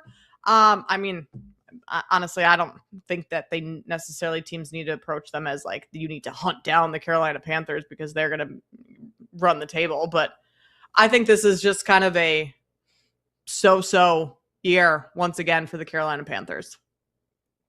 All right, so might be good enough to win you the division. Again, we mentioned it. 8-9 last year. The Buccaneers finished with the same exact record at 8-9, and the New Orleans Saints finished with a record of 4-10. But I think a lot of people expect them to take a big step forward this year with how well we saw Tyler Shuck progress. I don't know if that's necessarily going to be the case, or the Saints, I think finished 6-11. I was looking at the week that they ended up playing them. And then, and again, you got the Atlanta Falcons who started 4-9. Penix gets hurt. Kirk Cousins, they win 4 in a row. They finish 8-9. And again, beating the Saints gave the tiebreaker to the Panthers. So 3 teams at 8-9, all 4 teams under 500. So the margins are thin. And I mean, correct me if I'm wrong here, Kate. The Buccaneers don't look that great to me on paper. The Falcons don't look that great to me on paper. Neither do the Saints. So, hell, 8-9 wins could get you the division title yet again this year. Well, also, I guess I will backtrack and say, in terms of like a value play in this division, the Panthers are probably a pretty good value play because of what you just laid out. Is like, I don't see anyone necessarily running away with this division. When you ask what my expectations are for the Panthers this year, it's sure maybe they make the playoffs, but they lose in the wild card round, or they lose in they're not a deep playoff run team, is what I mean by they could just be so once again. So could certainly be the playoffs for them based on the division. And I mean, you want a value play within it. Sure, take the Panthers 3-1, take the Falcons plus 375. Like, you don't really know what you're getting from any of these teams in this division, other than like they're all kind of feel around the same point, especially with the Saints supposedly having taken a step forward and really liking what they have in Tyler Shuck. Last year, it was like the Saints, they're garbage. There's no way they're going to win the division. But now it's a little bit more, I think, even across the board in terms of talent on all of these teams. It's not like you have a Kansas City in the mix that is just going to run away with it type of deal. I think a lot. I was what I felt like one of the few, and I'll pat myself on the back here. I was one of the few people saying last year that I thought the Panthers were going to win this division, and I nailed it. Now again, they won it at 8-9. I feel like a lot of people this year are treating the Saints like how I and a few others treated the Panthers last year. Like, okay, this is the team on the rise now. They won 4 in a row to end the year. Tyler Shuck looked really, really good. Or they won 4 out of their last 5. Tyler Shuck looked really good. A lot of people love Kellen Moore as a play caller and the head coach. And don't get me wrong, I think he had a decent first season last year, but I just don't think that they have a good enough defense. I don't think that they have a good enough offensive line to really grab this division. And then with Tampa Bay, I mean, their defense is old, it's aging. I know they made some signings. They got Alex Anzalone. Point is, I think the Panthers are getting disrespected. And trust me, as somebody that was piling on Bryce Young in the first year and a half, just like everybody else, and deservedly so because he was brutal. He was pretty damn good last year. And I know that he doesn't have a cannon of an arm, and he's 5'10", and he's not very fast. So you watch Bryce Young play, and it's like he doesn't look great. He doesn't look like he should be manning a team that wins the division. But let's not forget some of the biggest games of the year last year. Bryce Young against the Rams, against Matthew Stafford in the regular season, 15 of 20, 206 yards, 3 touchdowns. Week 18 in the game against Tampa Bay, that they lost, and yes, he threw a costly interception. He still threw for 266 yards, 2 touchdowns, and a pick. And then in the wild card round against the Rams, a game that they nearly won, 21 of 40, 264 yards, a touchdown, and an interception. I mean, he threw for 450 yards and 3 touchdowns against Atlanta, no matter what you want to say about that defense. And so, like, he's capable of having these big game performances, and he showed us. And I think their offensive line took a big step forward last year. I like the moves that they made on the defensive side here. They got Jalen Phillips. That's the biggest addition, $30 million a year. They need to be able to get after the quarterback. I think their secondary is super underrated. I love me some J.C. Horn. So, I don't know. I'm pretty high on the Panthers here going into this season. If I had to pick a winner for the NFC South, hell, I think they repeat. I think it's going to be them and the Falcons. And so, like you said, you're looking at value. I think it's the 2 teams with the longest odds are probably I think I give them the best chances to win this division. So as we get into our 3-point stance, I think the guy that gives you the best fantasy value on the team this year is Jalen Coker. And I think he took a big step forward at the end of last season. And I think now with another year under his belt, and he just signed a 3-year extension, 3-year, $35 million deal. Guy that's 6'3", big body receiver. Remember, he started last season hurt. This is how Jalen Coker finished the year. From week 13 on, 4 catches, 74 yards, and a touchdown. 4 catches, 60 yards, and a touchdown. 3 catches, 47 yards. 2 catches, 16 yards. A couple bad games. And then week 18, 6 for 47 and a touchdown. And in the playoff game against the Rams, 9 for $134 and a touchdown. Jalen Coker is wide receiver number 54. His average draft position is 133. So you're talking about, 12th round in a 12-team league. He's the second best receiver on this team. Everybody knows about Ted McMillan. the reigning rookie of the year. Everybody knows how great this guy is. I think he's going to get double teamed. I think that's going to leave some big opportunities for Jalen Coker to make some big time plays this year for Carolina. Kate, when we look at what a favorite player prop play of the season would be for the Panthers, what would yours be?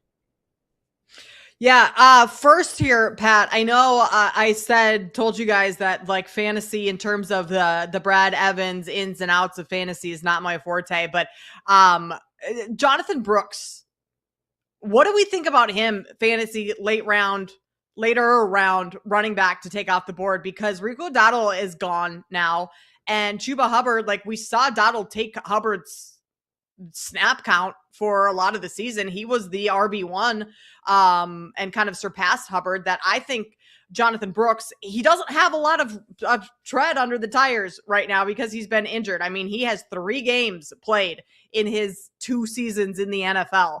So he's a little bit of a unknown in terms of what he can actually do on the field. That I think in terms of fantasy, if you're looking at someone who's a little bit more under the radar for Carolina, your point on Coker and McMillan being double teamed and Coker being under the radar, I think Jonathan Brooks could be someone that is under the radar and a good fantasy pick in later rounds. It's a great point. The thing I worry about, and then trust me, I was looking, I was like, oh, Dowdle's gone. Jonathan Brooks, drafted him in the 4th round a couple of years ago out of Texas. Like he could have a big, like you said, it's only played in 3 games, missed all of last year with an injury. And, latest I saw he's being eased back in during OTAs, but Dave Canales, felt pretty optimistic that he is going to be ready to go by the start of the season. Now, 2 ACL tears.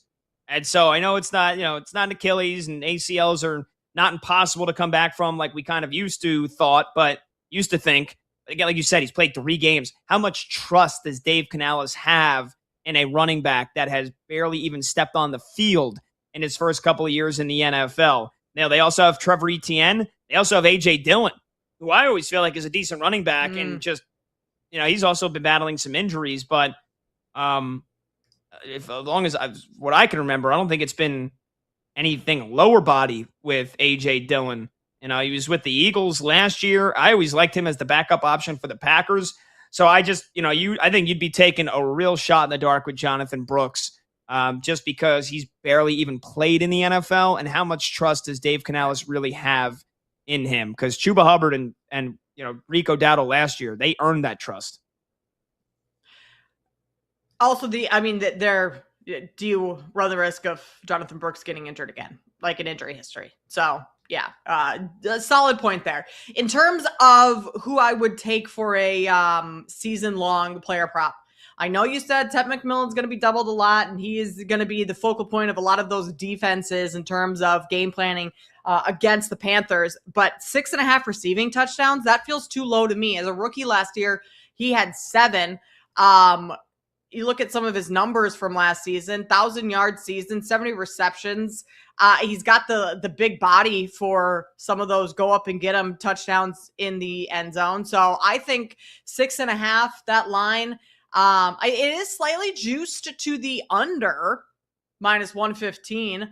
But you also mentioned that the offensive line for the Panthers has gotten better, and Bryce Young took a significant step in terms of his production last year. So if your quarterback's getting better, if your offensive line is getting better, that's going to give obviously your quarterback a little bit more time to make those plays. Is he going to be able to find McMillan a couple more times? I think so. I will take the over 6.5 receiving touchdowns for Ted.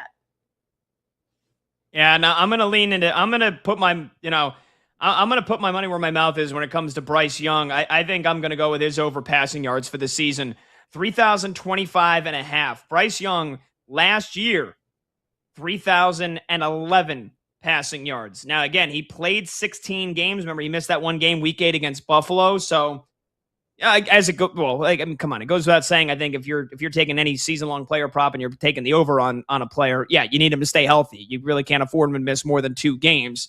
Unless they just blow the expectations out of the water in the other games they do play. So I think Bryce Young basically just throw for the same amount of yards he did last year. Remember how slow of a start he got off to in the first 2 games? They went 0-2, and it looked like this guy's career was going to be over, and then he turned it around.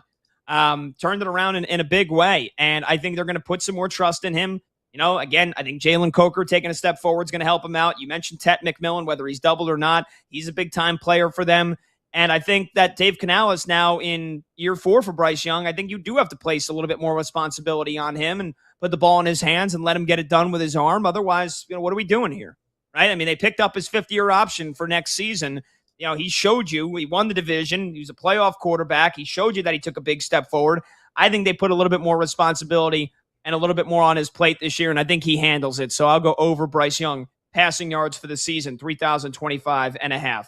Take a short break. We come back. We'll debate over or under 7.5 team wins for the Carolina Panthers.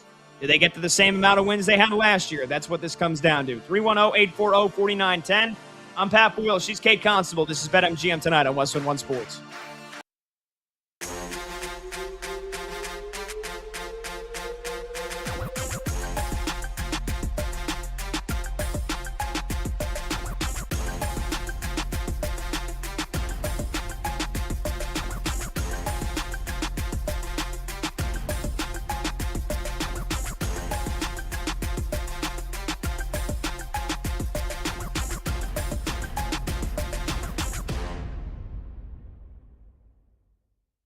The number one team, I believe, in college football this upcoming year, after missing the college football playoff last year, will be the Notre Dame Fighting Irish, which shouldn't be much of a surprise because they are minus 700 at BetMGM to make the playoff.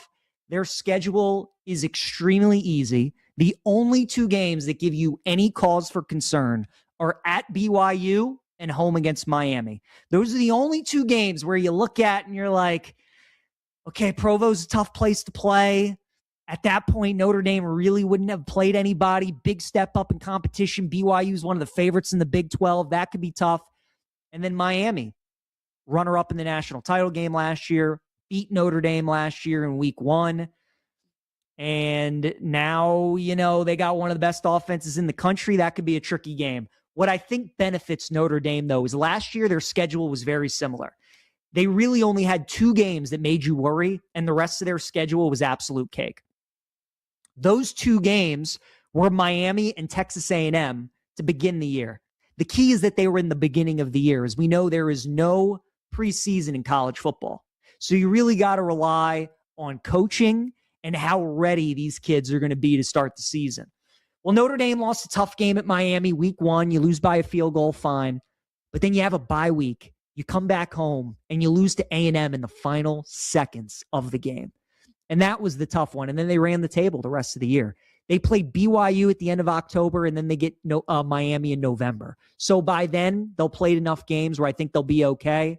The disappointment of not making the playoff last year will motivate them this entire year. They got CJ Carr, the quarterback, coming back. They might have the best offensive line in the country, maybe the best defense in the country. They got a terrific head coach in Marcus Freeman. Notre Dame, my number 1 team in college football.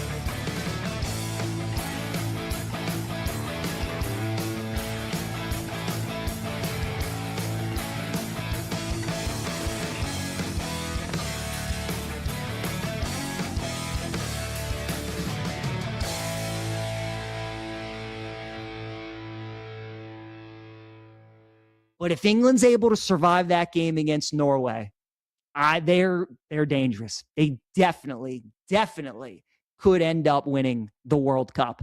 I think Spain is the toughest matchup for France. If I were to want any team to knock out France of this tournament, it is Spain. I don't know if England can beat France. I don't know if Argentina can beat France. They obviously can. I just wouldn't feel good about it. Spain is the team that I would want to knock out France of the tournament. Just like we kind of all were saying, I don't know if the Knicks can beat Oklahoma City, but there's a chance that they could beat the Spurs. I think it's the same kind of feel that I would feel with England. So if you're an England fan, I think you're rooting for Spain today. And then you're rooting for your boys to take care of business against Belgium and advance to the semifinals. But I'm telling you guys, Seahawks, Rams, Michigan, Arizona, Spurs, Oklahoma City, it's got the same feel of how this World Cup, how this semifinal is shaking up with a potential Spain-France matchup. I think a lot of people are going to be on France in that game. I think they're going to find themselves on the wrong side like they have with the other 3 games. I think Spain is going to the final. And if England's waiting on that other side, it might be coming home for the boys out there in the UK.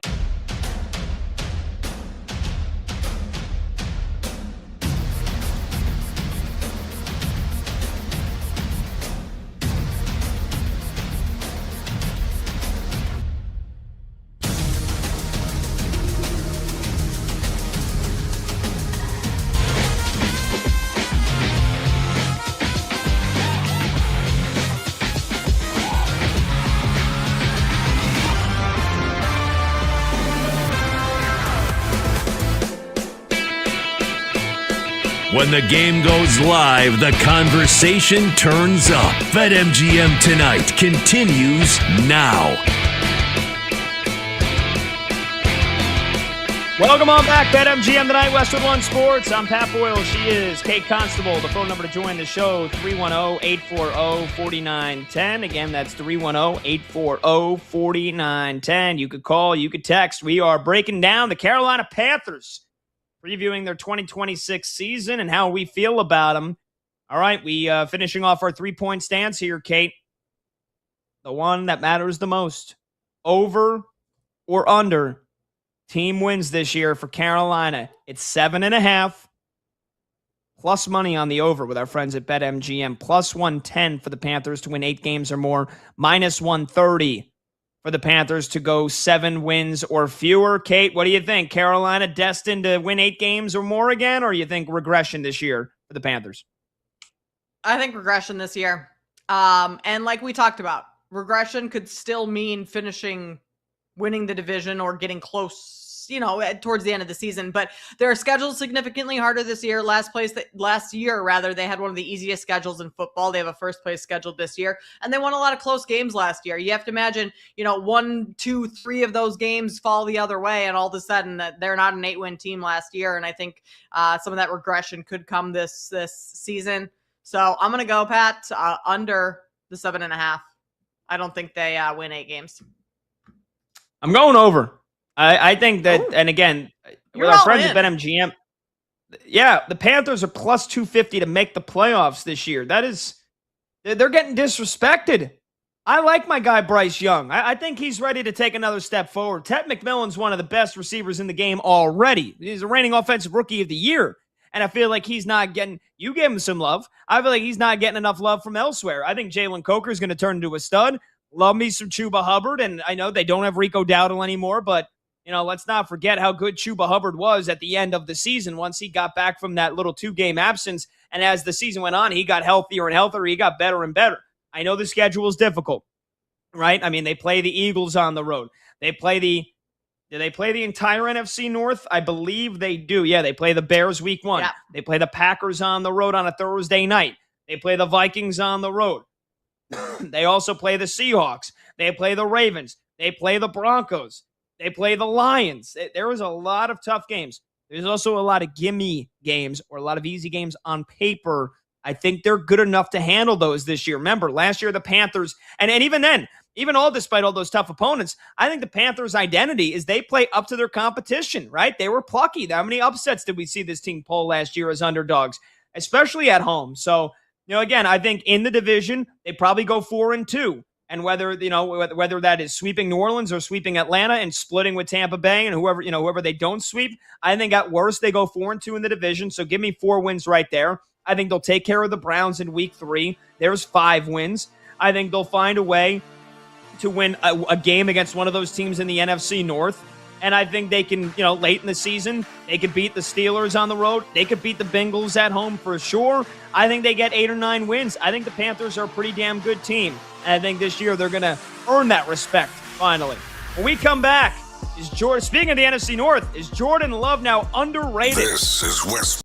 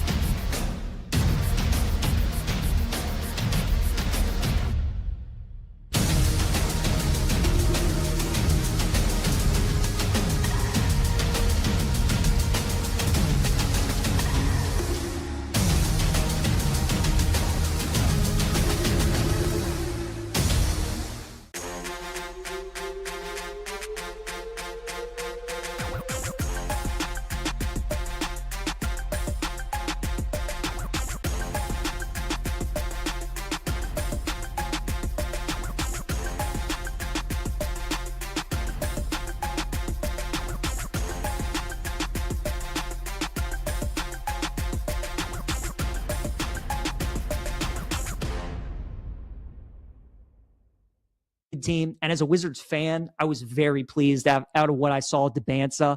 Much like Peterson, just an easy 27 points last night. So tough to deal with around the rim, can get his shot whenever he wants in the mid-range. And if he ever develops that three-point jump shot and makes it consistent, you can't guard him. Can't stop him, not at that size. So I think both teams, the Wizards and the Jazz, have to feel good about what they did. The Wizards, they couldn't afford to go after Peterson. They had to take the sure thing with Debanza. They did that. It's one game. You don't want to overreact too much. But looking at Wizards Twitter, man, all the fans are so happy. And it's just like we've never had a guy like that at 6'9". We've never had like a Durant. We've never had a Giannis. We've never had a LeBron. Like, we don't know what it's like to have a guy at that size that's that talented, that just completely changes your team and completely changes the game when he's on the floor. So that's really interesting. Utah's got a very good up and young coming team. If Peterson stays healthy, I mean, he just gets buckets. Like, he's going to be really, really good. So I think both teams have to feel very good about the situation that they're in.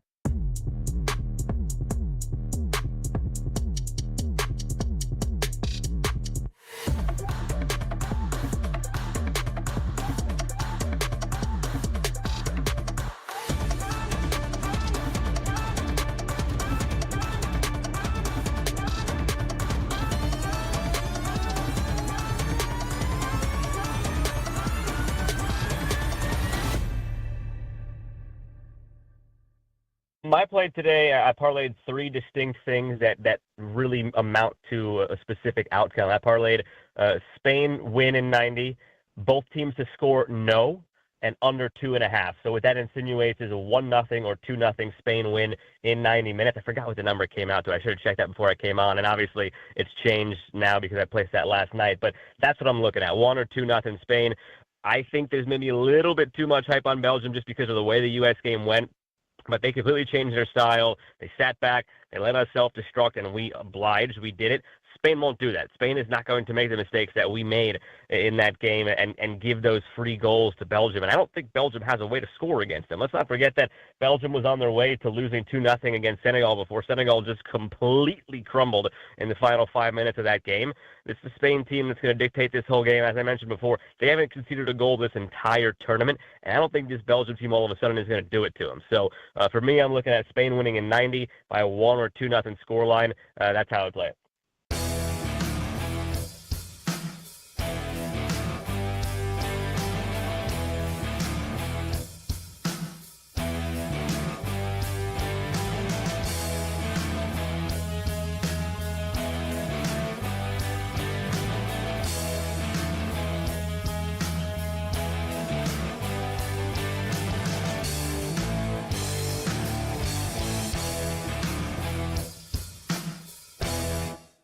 I got to give Kellen Moore props too. Again, it's early. It's only one season.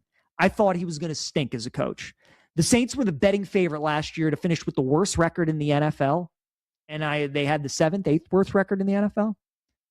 And Kellen Moore looked like he coached some ball a little bit.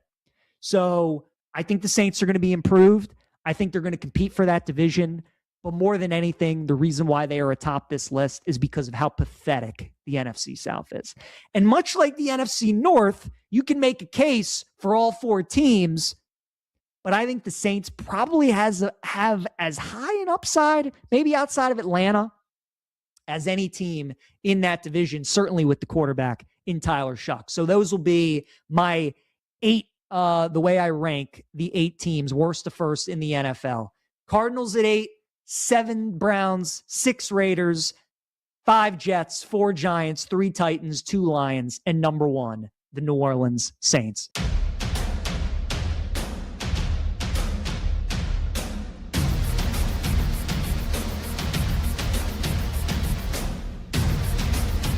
Shuts down. The games light up. This is BetMGM Tonight on Westwood One Sports.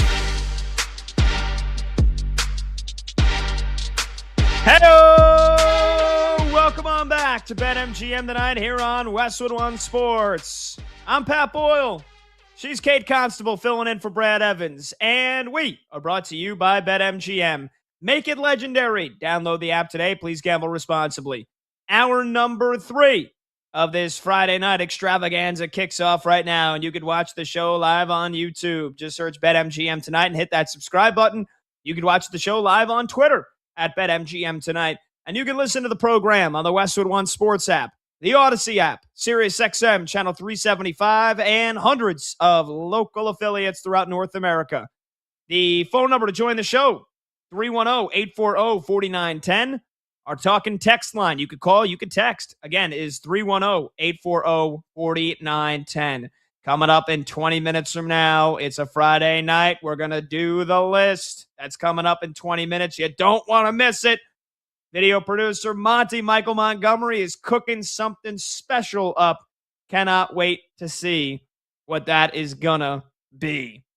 We'll get you some baseball scores coming up. We're going to talk a little Wimbledon, a little tennis in an hour. Djokovic Sinner, not maybe the epic that a lot of people were hoping for. You got the women's championship and the men's championship both set up for this weekend. Still got hot or cold later this show as well. So it's a Friday night. We're getting rolling. We're hanging out. Come hang out with us. You can join the show, 310-840-4910. Kate, I'm going to be honest. I didn't even realize. Did you know that the NFL Top 100 had already begun? Because I didn't know until the guy filling in for Combs, our producer tonight, Zach Kroll, tipped us off to it. Did you have any idea the Top 100 was being rolled out? Yeah, Pat, I'm going to be with you here. Well, let's blame it 4th of July week. We're, everyone's doing a little bit more stuff got going on, all that. No, I had no idea the Top 100 list was out. Me neither. And by the way, we were just speaking about Bryce Young and the Panthers last segment and predicting how they're going to do this year. How about my guy Bryce Young cracking the top 100? He's at number 98. I'm surprised. I'm good. I'm glad he's finally getting some light. He's getting some respect. One of the other ones, before we get to the crux of this segment here, one of the other ones I saw today that is just downright stupid at this point, in my opinion. Travis Kelce, not only still in the top 100, they've got him at 79. Travis Kelce's not a top 100 player in the NFL anymore. There's just no shot. There's not a shot in hell. That he's just getting the Hall of Fame treatment. Like, okay, they dropped him 42 spots, so he checked in last year at 37. He's not in the top 100 anymore. There's no doubt about it in my mind. I would agree with you. Monty made a good point in the break that his experience, his knowledge of the game, all of that, maybe that is more the reason why he's top 100. But in terms of actual production, at this point in his career, which is fair, he's at the tail end of his career. Most players aren't a top 100 player in their finals. We've been talking about, is this Kelce's final season for the last 2 or 3 years, it feels like. So I think that is probably pretty high to have him. Where did you say he was? I know you said in the top 100, but 79. What's 79? Okay. Yeah, I could find other players that I would rank well ahead of Kelce. I think he could easily slip out of the top 100, and you wouldn't get too many other, because this is all based on other players voting on these things, right? This is player This isn't media. This isn't front offices. This is like player driven in terms of the numbers. So maybe it's just the respect of like the veteran player that he is getting Correct. that type of love. Yeah, NFL Films reps and researchers visit all 32 team facilities during the season with paper ballots. Players are asked to write down and rank their personal top 20 players in the entire league. But yeah, I believe NFL.com. The NFL Top 100 list is voted on exclusively by the current NFL players themselves. So yeah, I mean, he's still getting a lot of respect by his fellow peers. But I mean, I'm sorry. Just what we've seen the last 2 years here, the regression, and now to this season. I mean, well, Travis Kelce even a top 10 tight end anymore? And if he's not in the top 10 in his position, he's not in the top 100. So listen anyway. to this. The top 100 this year, this article. The future Hall of Famer has lost a step. Kelce remains one of the elite tight ends in the league, and the 36-year-old still has some spring in his step. Kelce doesn't have a spring in his step anymore. I think that feels,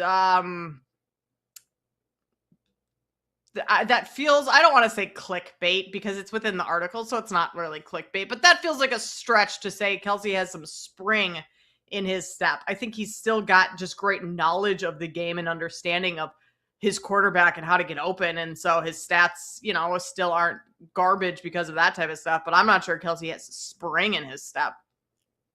Yeah. I mean, he might have some spring in his step for a couple of weeks on that honeymoon with Taylor Swift. That's about it. That might be the only spring. Wait, Pat, a tangent here. How do you feel about them getting married at the Mecca? Like that is the Knicks just playing at Madison Square Garden. That's kind of the Knicks house. And all of a sudden Travis Kelce and Taylor Swift comes on in. I feel like you've had to have some thoughts on that. Am I opening up a can of worms here? I really don't care. I mean, here's the thing. Is it like they had to ask permission from Brunson and OG Anunoby and Josh? No, they had to ask. They probably had to pay. Forget about ask. They probably paid James Dolan a good chunk of money. And he goes, yeah, sure. I'll rent the place out to you guys for the night. Give you a little discount, which again, they don't need a discount. Maybe I'm wrong. Maybe they paid an exorbitant amount of money, but for those two, they probably went to James. She had her people reach out to James Dolan and said, hey, we want to get married at MSG. You think you can rent the place out to us for a night? He goes, yeah, here's what the price is. Here's what we charge for a concert or anybody else. Here you go. Have at it. You think James Dolan is saying no to money? No chance. So, yeah. It's got nothing to do with the Knicks. I know it's price that James Dolan puts out there. Yeah.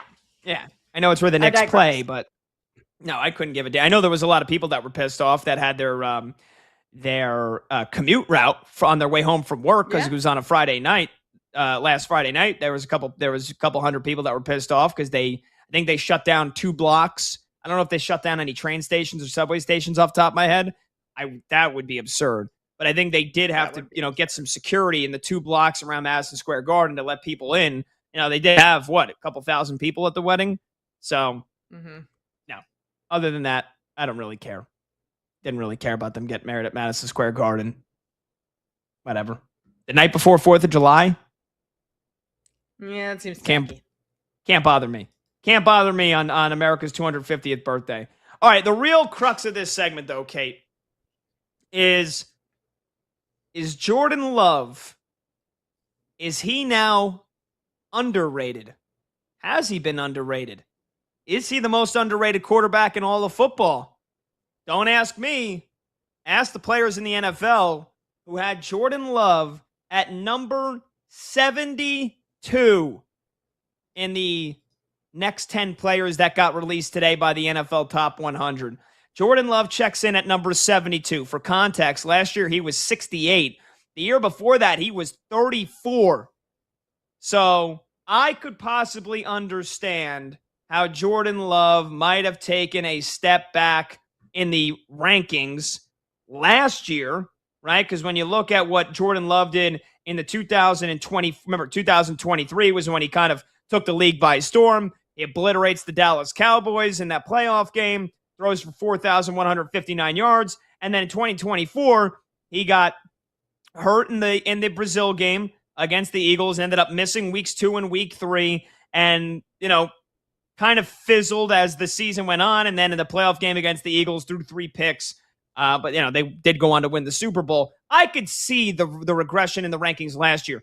This past year, Jordan Love, who you want to knock him because he only threw for 3,381 yards. Again, missed a couple games with a concussion, played 15 games. If he plays an extra 2 games, you're looking at almost 4,000 yards.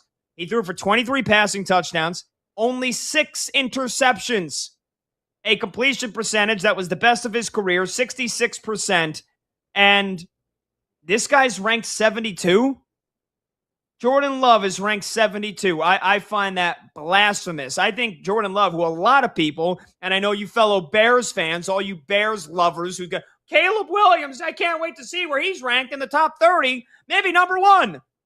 I'm just lashing out here at Combs because I know exactly what Combs would be saying, Kate. But, for a lot of people that think Jordan Love is overrated, I think just going off of this, I think Jordan Love might be underrated now because here are some of the quarterbacks who have not yet been ranked. Trevor Lawrence, Sam Darnold, Jalen Hurts, Jaden Daniels, Drake May, Caleb Williams, Justin Herbert. The other 5 names, obviously they deserve to be above Jordan Love. Stafford, Joe Burrow, Lamar Jackson, Josh Allen, Patrick Mahomes. But those other quarterbacks, I'm going to assume they're ranked higher than Jordan Love. I think that's ridiculous. 72? I think Jordan Love is now the most underrated quarterback in the league. Kate? Well, okay. Sam Darnold just won a Super Bowl. I think you could rank him higher than Jordan Love. Jalen Hurts has won a Super Bowl. The Jaden Daniels, yeah, I think, he had one great rookie season. He's got to prove a little bit more to me. Same with Justin Herbert. I think Jordan Love could be ranked higher than Justin Herbert. I am a jaded Bears fan, so I think Jordan Love stinks. Does he actually stink? No. But I think he's just he had that one good season that you alluded to in 2024 where the back half of the year, his stats were incredible. The Packers were winning.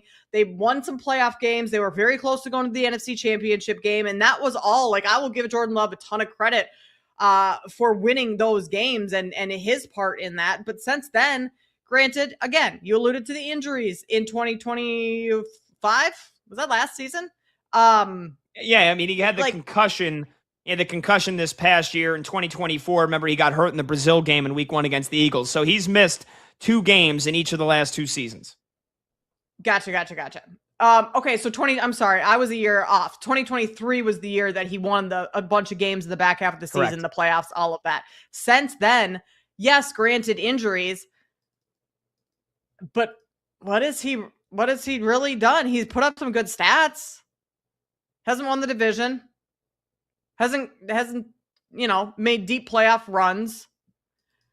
I guess the argument is that against some of the other quarterbacks that haven't been ranked, that's where the question mark comes in. But I don't think Jordan Love is a top tier quarterback in the NFL, Pat. Even if you take out Mahomes, Allen, Jackson, Burrow, Stafford, those guys. So what's that, 5? I don't think he's top 10. There's other quarterbacks I would take over Jordan Love. I think this is ridiculous. I think this is blasphemous. Now, again, I love me some Jordan Love. I think I picked him to win the MVP last. What? You don't know why? No, I was told that prior to on our call this afternoon when your phone died. It was Pat loves Jordan Love. So he's gonna want to talk about this today. And I thought, why in the world does Pat love Jordan Love so much, Pat? Tell me. He's got maybe the greatest arm I've ever seen in my life. And he can make any single throw on the planet. He can make any throw. He's got the complete arm. When we look at the complete package of a quarterback, Stafford is up there. And Jordan Love, for me, is right there next to him as a quarterback that can make any freaking throw in the world. The amount of touch, you could zip it 80 miles an hour, 90 miles an hour. You can fit it in between traffic, throw it sidearm, no look pass. He can make any throw in the freaking world. And I think Stafford is the only quarterback in my mind, maybe Mahomes, that also has those capabilities, that can do that and make it look so effortless. And the guy is a freaking winner, and the guy is a freaking gamer. So, yeah, I do love me some Jordan Love. And I think that he is a top 5 quarterback in football. And I think because Matt LaFleur at times falls so much in love with running the damn football when you've got an incredible weapon under center, and LaFleur at times is a moron, and God forbid we don't run the ball 25 times and throw the ball 25 times. How could we ever win football games if we don't have a perfect 50-50 mix? And, that playoff game that they lost against the Bears is perfect reasoning. LaFleur screwed that freaking game up, as he does so many times. I used to think Matt LaFleur was a good coach because you could say, oh, well, look at his record in December. Oh, look at how good he is against teams above 500. The more and more I think about it, the more and more Matt LaFleur, this is a make or break season for Matt LaFleur. Again, that's a different story. And again, the Packers consistently play one of the slower paces as an offense in football as well. So again, it is very easy for all the Jordan Love haters and all the people that want to have their anti-Jordan Love agenda, all you Bears fans included. Well, look, his touchdowns have regressed every year. His yards have regressed every year.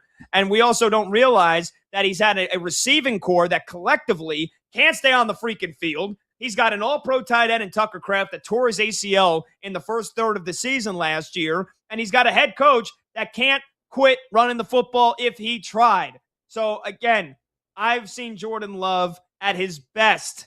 He's the best quarterback in football. Is he a bit inconsistent at times? Yes, he can be. But, Kate, let me just read you some of the percentiles that Jordan Love ranks in compared to some of the other quarterbacks that he's compared against. Caleb Williams, Jared Goff, Trevor Lawrence. In terms of his passer rating, Jordan Love is in the 85th percentile.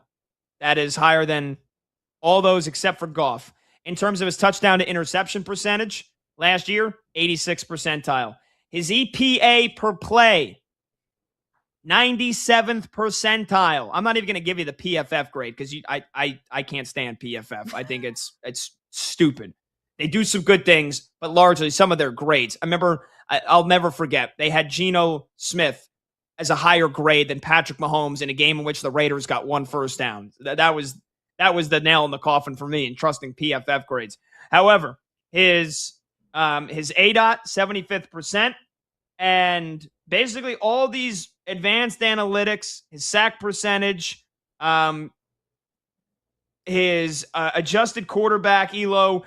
Again, some of these terms, even I don't know what the hell they are, but Jordan Love, for most of the true metrics that you should be measuring a quarterback by, he's in the 80th percentile, 90th percentile. Caleb Williams, a guy that, oh, wow, because Caleb Williams had a Hail Mary pass, and Caleb Williams can make jump throws on the run, but we ignore all the other times where he just misses wide open receivers over the middle. Goff, who we see once he doesn't have full strength of his complements, he's an average quarterback. Trevor Lawrence is the most inconsistent quarterback I've ever seen in football.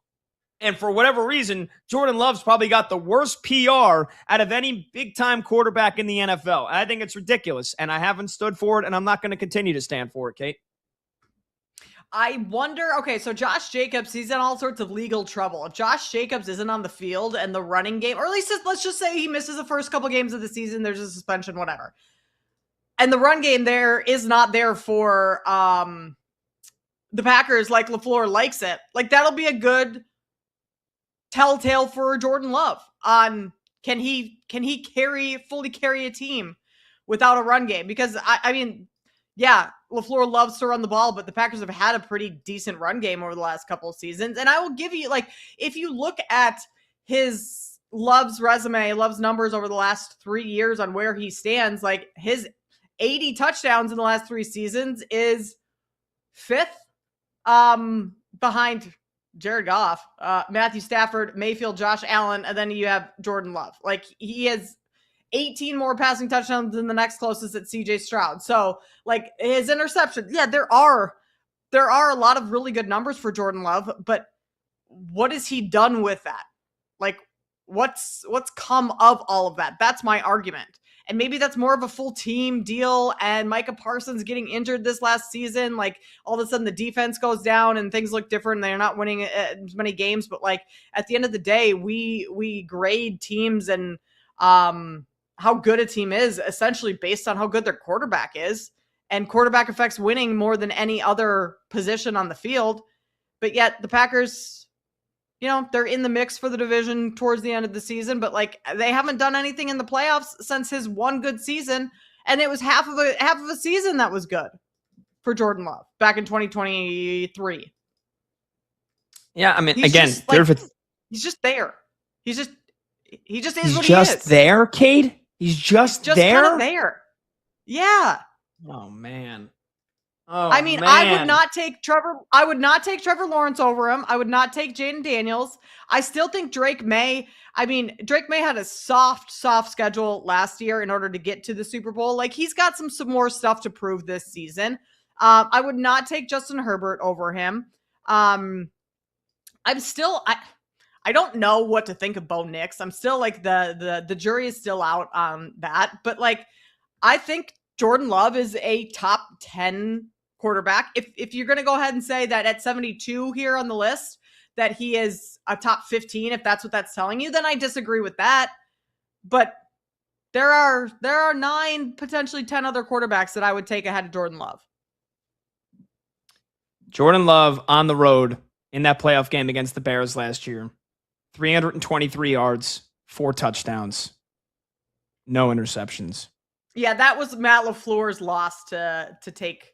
That was a Matt LaFleur loss. I will agree with you on that, Pat. Jordan Love looked great. Jordan Love deserved to win that game. Matt LaFleur lost that game for the Packers in the second half. 1,000%.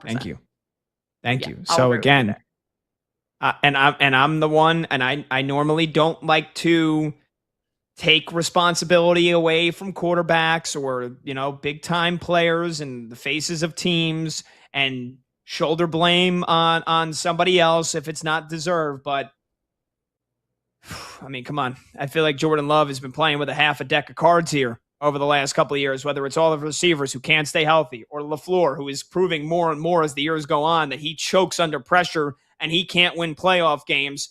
And look, I'm going to say it again. I think Jordan Love's going to win the MVP this year. And I think he was going to win it last year. I thought he had a chance. Now, maybe he wasn't going to win it over Stafford. I will say this. He had the third best odds. It was Stafford, it was Drake May, and then it was Jordan Love going into that game against the Chicago Bears in Week 16 when he suffered the concussion. Didn't play again the rest of the regular season. He missed Week 17. They sat everybody against in Week 18. Comes back on the road in the freezing cold against Chicago, on the road in a playoff game, throws for 323 and 4 touchdowns and no turnovers, and his coach can't manage a freaking 25-point lead in the fourth quarter. So, that's okay. That's how I feel. So, Pat, Jordan Love is 16-1 to win MVP next season. And he is, what does that put him at? 1, 2, 3, 8, 9, 10th best odds, 10th shortest odds on the board. He's above Jaden Daniels. He's above Trevor Lawrence, Darnold, Hurts, Nix, Goff, Mayfield. Like, I agree with where he's at within the MVP odds board, odds race. At 16-1, I think that's a fair price on him. Okay. And being priced above a lot of those, like priced heavily above CJ Stroud and Jackson Dart. Yeah, duh. Jared Goff, Jalen Hurts. So Jalen Hurts is almost 40-1, 35-1. So I think Jordan Love, that's a fair pricing for him. Like, he's being respected in the betting market in terms of, and that just goes to show that the betting market thinks more highly of Jordan Love than the players do, I guess. Good. Well, they don't think highly enough of him. 310-840-4910. Do you think Jordan Love is now underrated now that he's ranked number 72 on the NFL Top 100? I think it's a joke. I cannot wait for him to prove so many people wrong this year. 310-840-4910. When we come back, it's Friday night. We're going to do the list. When we return, I'm Pat Boyle. She's Kate Constable. This is BetMGM tonight on Westwood One Sports.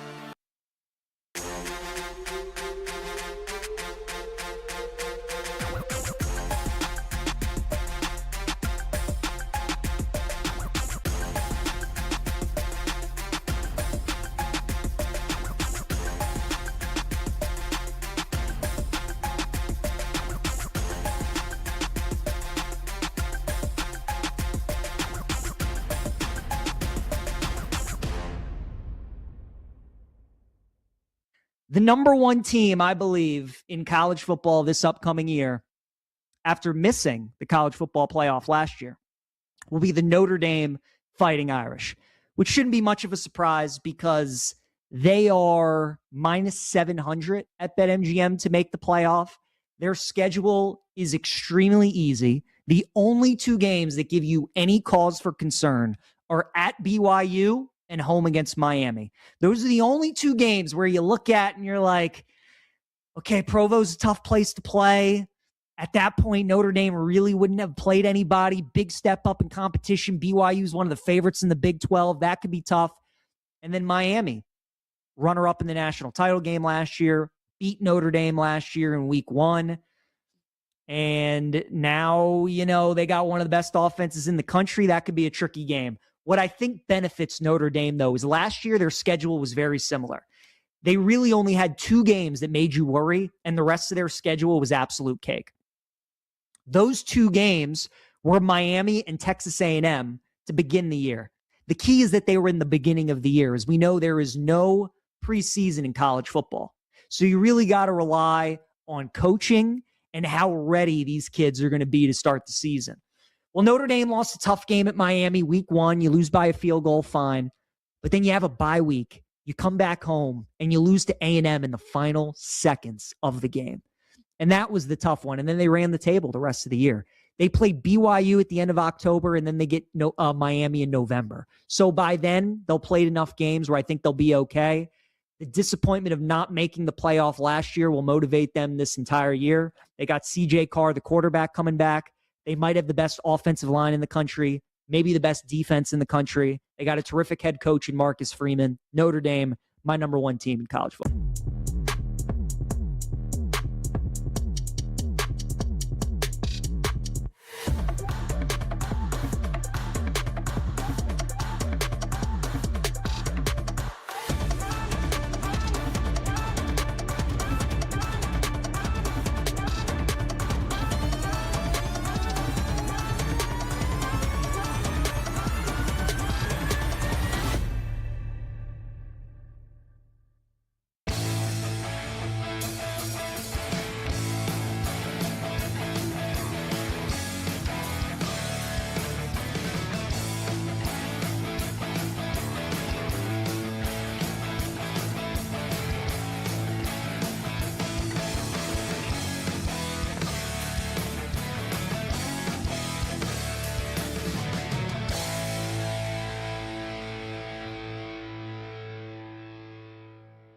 But if England's able to survive that game against Norway, they're dangerous. They definitely could end up winning the World Cup. I think Spain is the toughest matchup for France. If I were to want any team to knock out France of this tournament, it is Spain.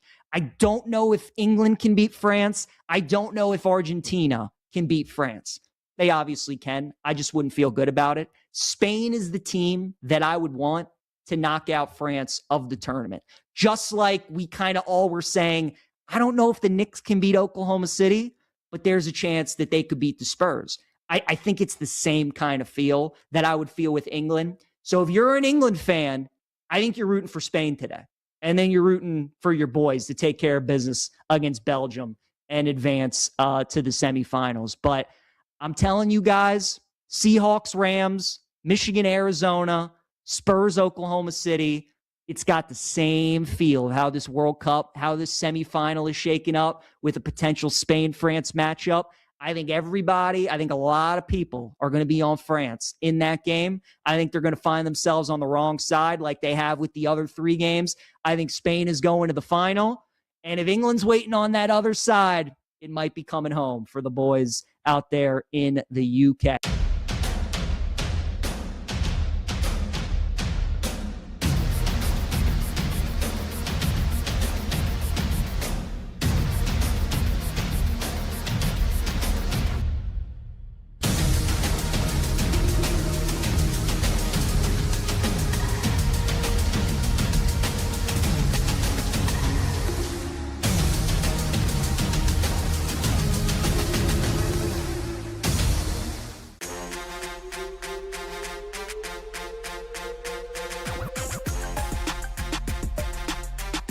and money time moments. BetMGM Tonight rolls on.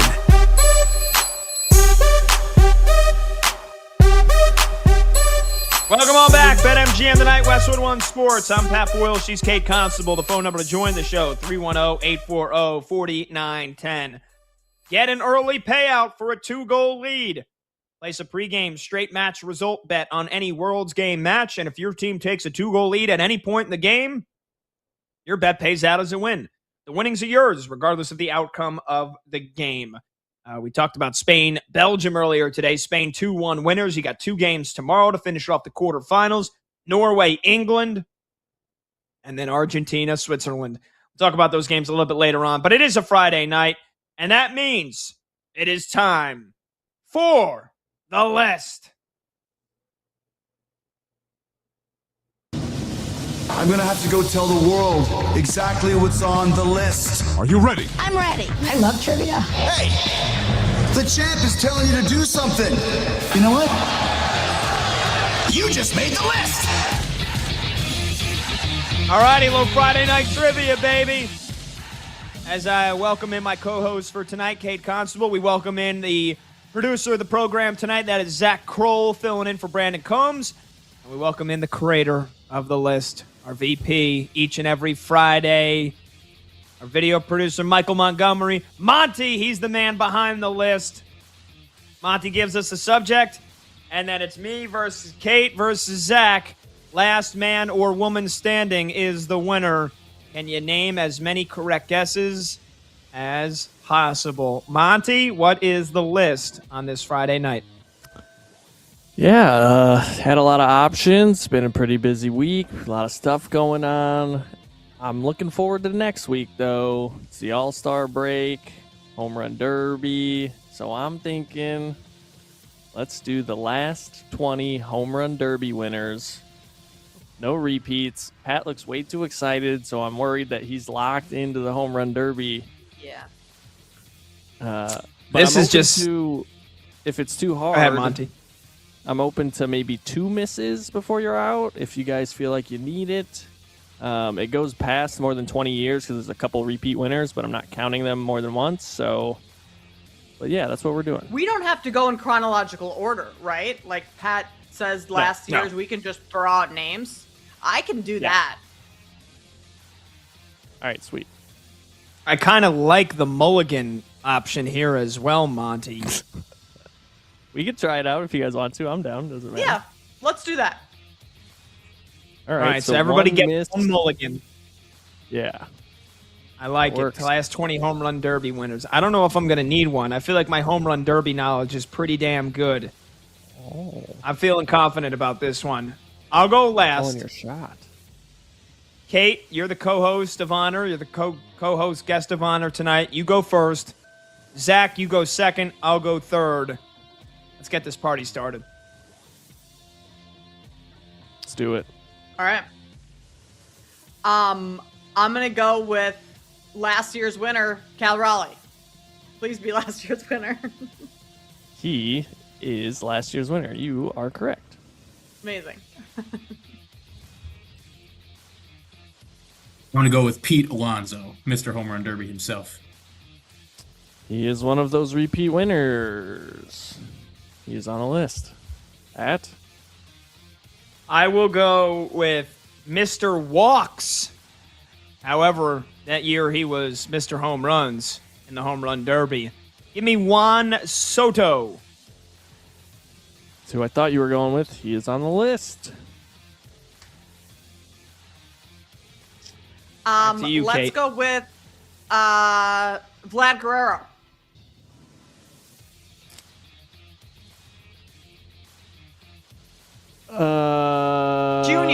Junior? Okay, he is on the list.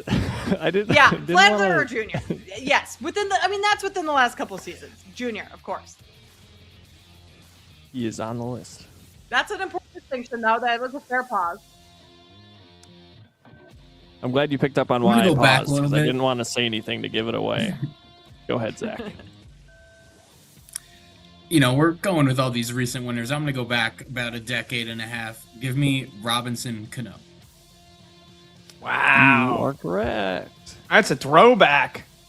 2011 for Mr. And I'll take the layup here, I guess, based off of Monty's reaction, based off of what Kate said, in case she's thinking she might be able to just grab daddy of Vladdy.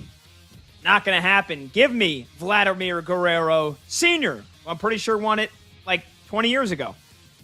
Yep, 2007. They are both on the list. See, I was thinking that Senior never won it, but Junior did. So you were giving me a little option, or you were giving me a little pause for just Junior. Okay, well, that's good to know. Let's go Aaron Judge. You are correct. You guys are on fire.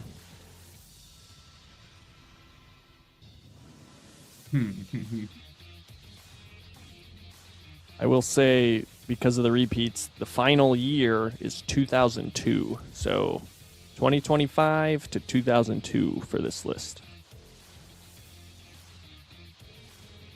Give me Ioannis Cespedes. You are correct. That's a good one. I was thinking he might sneak through the cracks there. Okay. I was going to save him, but Zach, I feel like Zach, Zach and Kate, you guys are rattling them off, so I gotta bring out, not even a secret weapon, just one that I feel like might have slipped through the cracks. Give me Mr. Jersey Shore, the Todd father, Todd Frazier. I was like, who's Mr. Jersey Shore? Yes, Yeah, Todd Frazier is on the list. Not New Jersey get legend, that. man. He's from New Jersey? Yeah, dude. Yes, he's from New Jersey. He's from the beach. He's from Point Pleasant, literally the Jersey Shore, and then he went to Rutgers. All right. Let's go Bryce Harper. He is on the list. Damn it.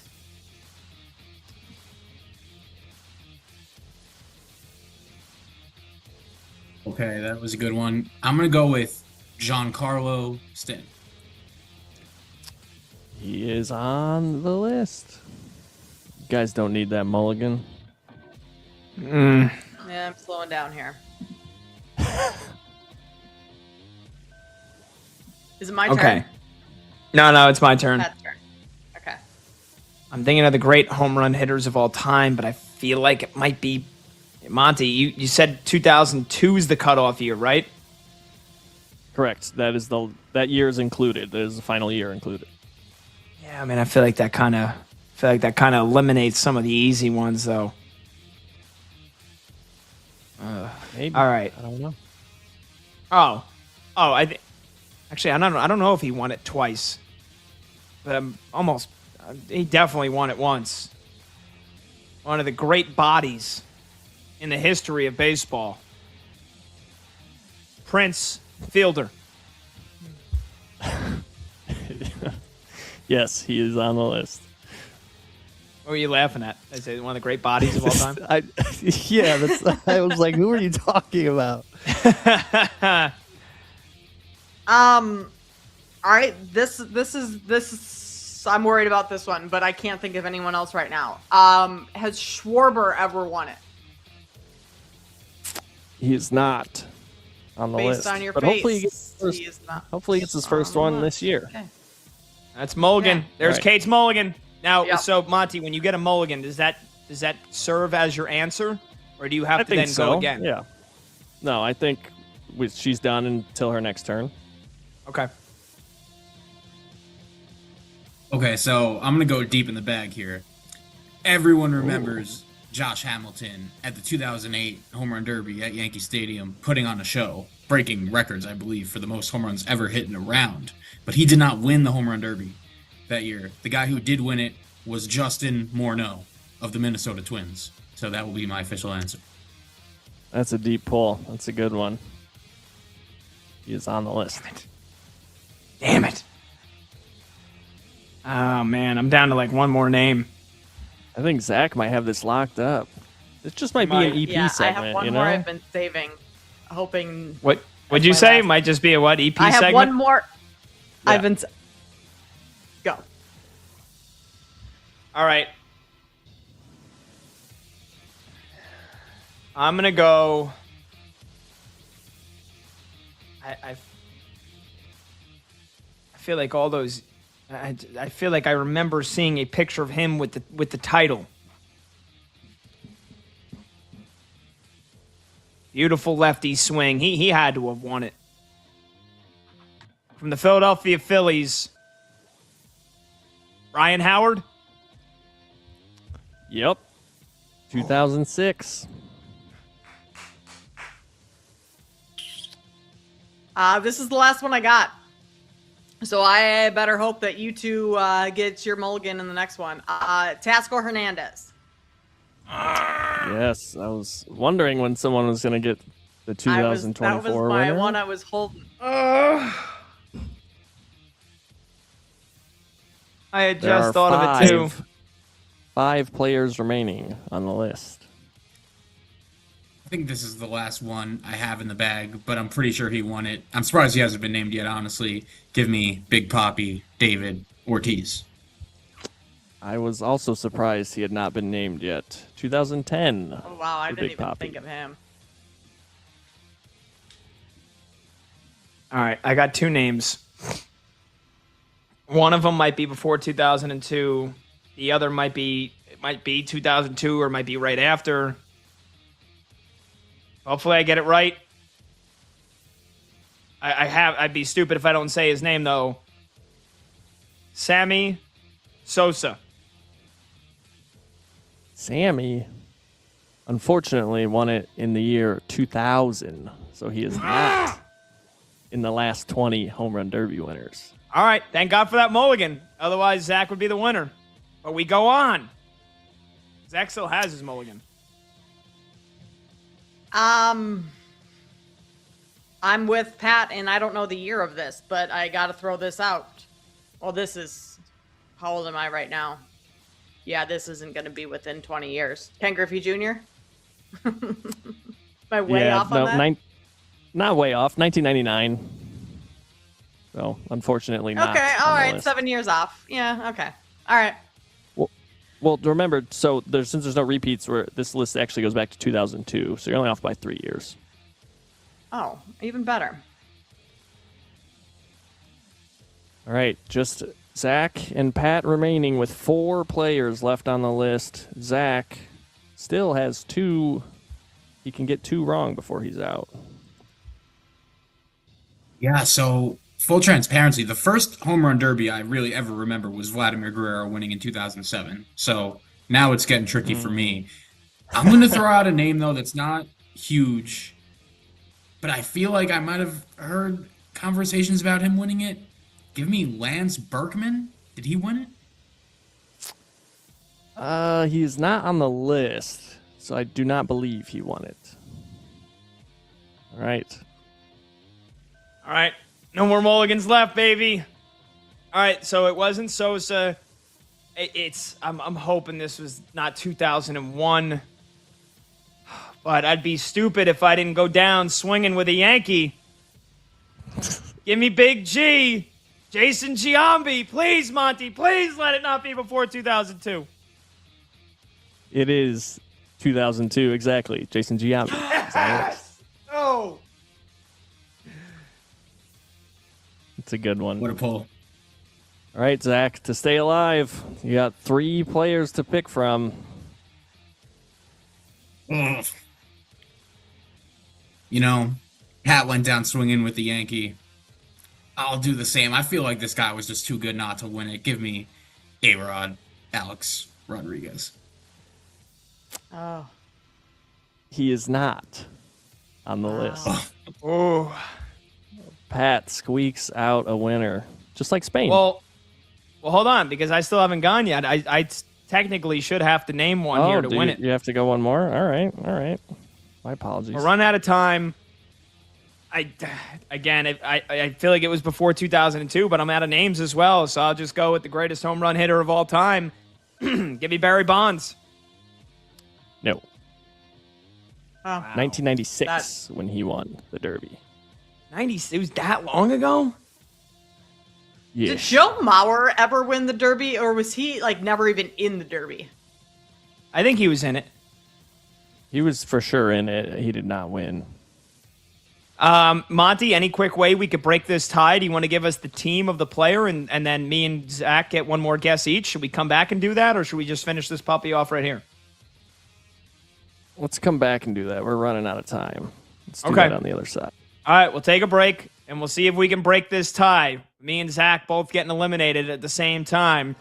310-840-4910. This is BetMGM tonight. Don't go anywhere. We're going to finish the list when we return on Westwood One Sports.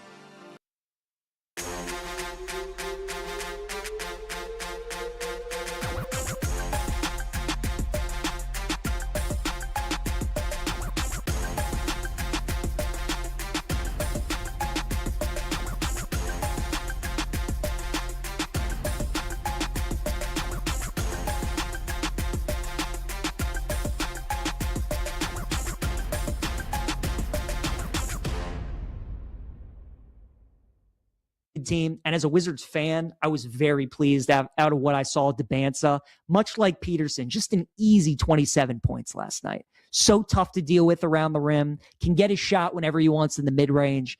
And if he ever develops that three-point jump shot and makes it consistent, you can't guard him. Can't stop him, not at that size. So I think both teams, the Wizards and the Jazz, have to feel good about what they did. The Wizards, they couldn't afford to go after Peterson. They had to take the sure thing with Debanza. They did that. It's one game. You don't want to overreact too much. But looking at Wizards Twitter, man, all the fans are so happy. And it's just like we've never had a guy like that at 6'9".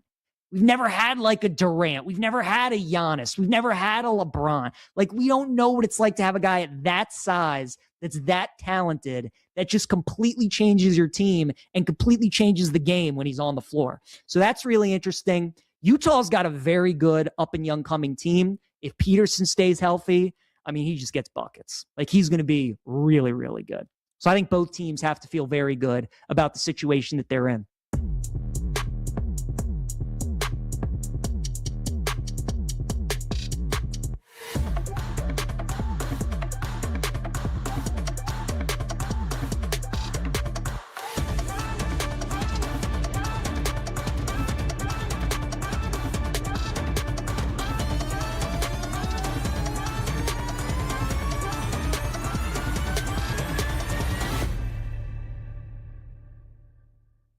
My play today, I parlayed three distinct things that really amount to a specific outcome. I parlayed Spain win in 90, both teams to score no, and under 2.5. So what that insinuates is a 1-0 or 2-0 Spain win in 90 minutes. I forgot what the number came out to. I should have checked that before I came on, and obviously it's changed now because I placed that last night. But that's what I'm looking at, 1 or 2-0 Spain. I think there's maybe a little bit too much hype on Belgium just because of the way the U.S. game went. But they completely changed their style. They sat back. They let us self-destruct, and we obliged. We did it. Spain won't do that. Spain is not going to make the mistakes that we made in that game and give those free goals to Belgium. And I don't think Belgium has a way to score against them. Let's not forget that Belgium was on their way to losing 2-0 against Senegal before Senegal just completely crumbled in the final 5 minutes of that game. This is the Spain team that's going to dictate this whole game. As I mentioned before, they haven't conceded a goal this entire tournament, and I don't think this Belgium team all of a sudden is going to do it to them. So for me, I'm looking at Spain winning in 90 by a 1 or 2-0 scoreline. That's how I play it.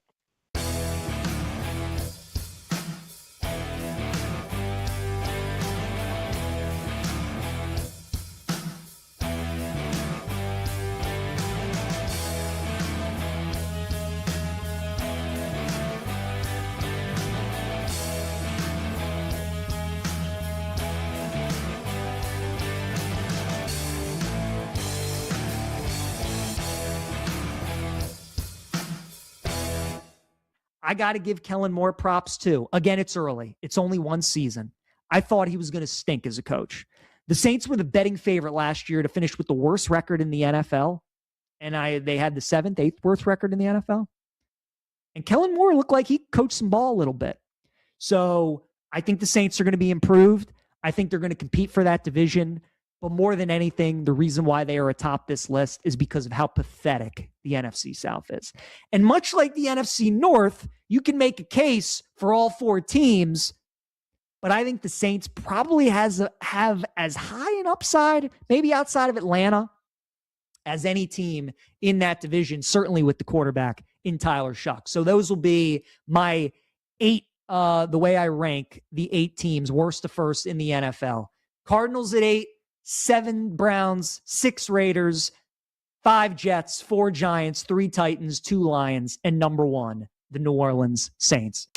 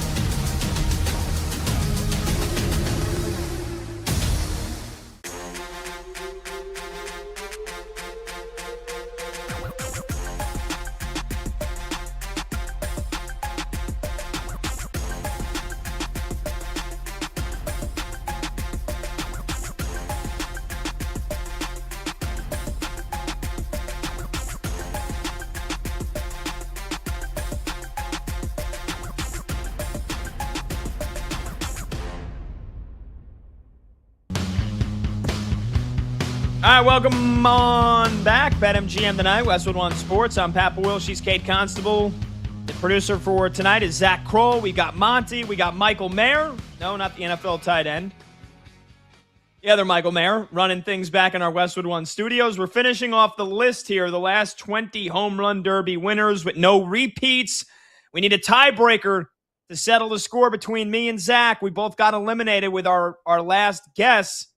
And so we got 3 names still left on the board. Monty's going to give us the tiebreaker. Monty, what, the teams of each of these players?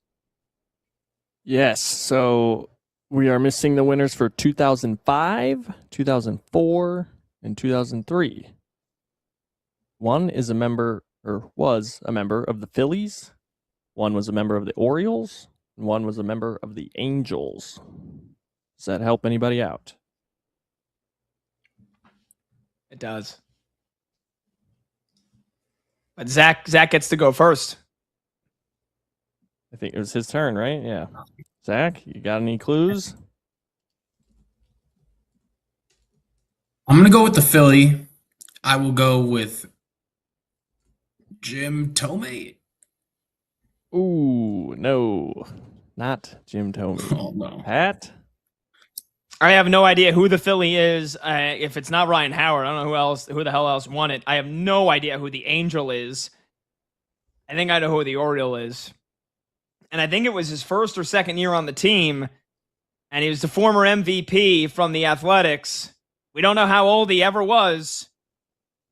Miguel Tejada is definitely the Oriole that won the home run derby. Ding, ding, ding, ding, ding. You are correct. Yeah. Combs isn't here to cheat his way to a win. That's what it takes for you to get a win. Who are the other 2, Monty? Yeah, who are you the Angel, 2003, Garrett Anderson. Kind of a deep pull. Ooh. Yeah. Lost in time.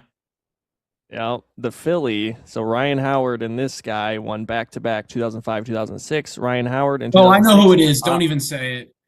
Who Bobby is it? Abreu. That is correct. Bobby Abreu. Oh, that's right. Bobby Abreu. Wow. Wow. That was a good one. Yeah, by the way, if Combs was here, we'd be like, he would need we would exhaust this list, and then he'd be like, I don't know, how about Garrett Anderson? Like, just, nonchalant. Like a J.O. Who the hell would have gotten Garrett Anderson? I completely blanked that from my memory that he won the home run that derby. name didn't even resonate with me. I'm surprised Mike Trout hasn't won a home run derby. Has he done How many times has he even won? How many times has Trout even? Does he not do them? Like, he has to be asked to do them, right? Yeah, but you can turn it down. Trout has never participated in the home run derby. Really? So he just doesn't? Okay. Trout's an interesting There was character. I think a lot of people thought he might do it this year because he's from South Jersey, right near Philly, and he did not. Apparently, he did win a high school home run derby while batting left-handed, so that just goes to show you what kind of an animal Mike Trout is. By the way, new rules on the home run derby again this year. They eliminated the time clock. Everybody gets 20 swings in round 1, 15 swings in rounds 2 and rounds 3. Anyway, when we come back, we're going to talk some tennis. Big day at Wimbledon. We'll break it down when we return. BetMGM tonight. This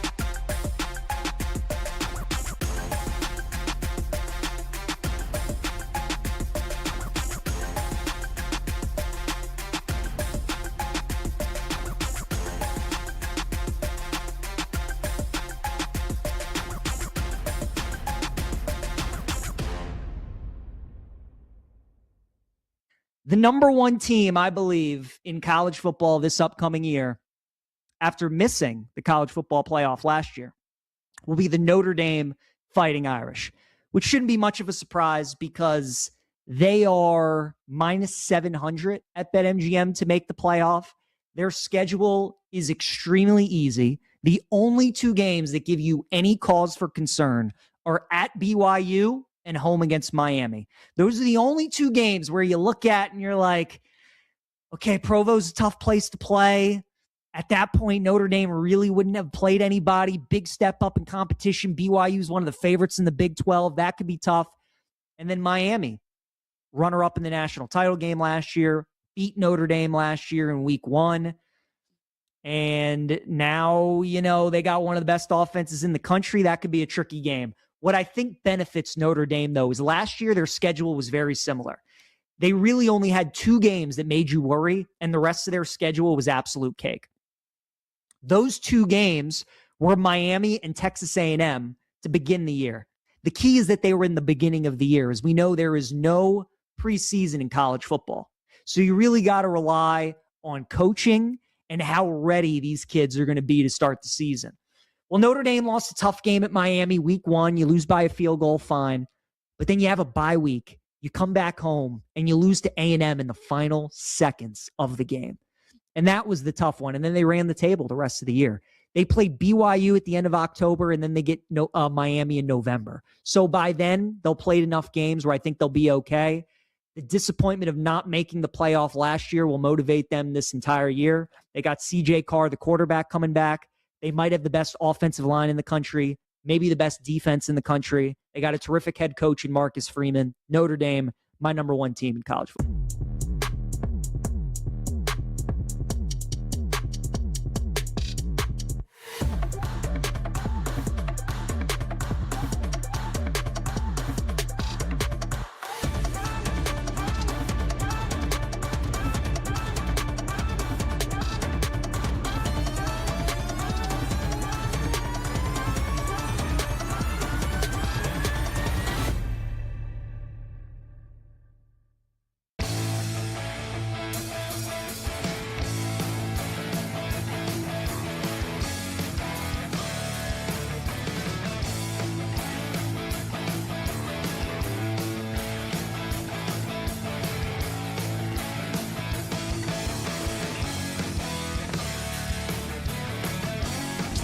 The day shuts down. The games light up. This is BetMGM Tonight on Westwood One Sports.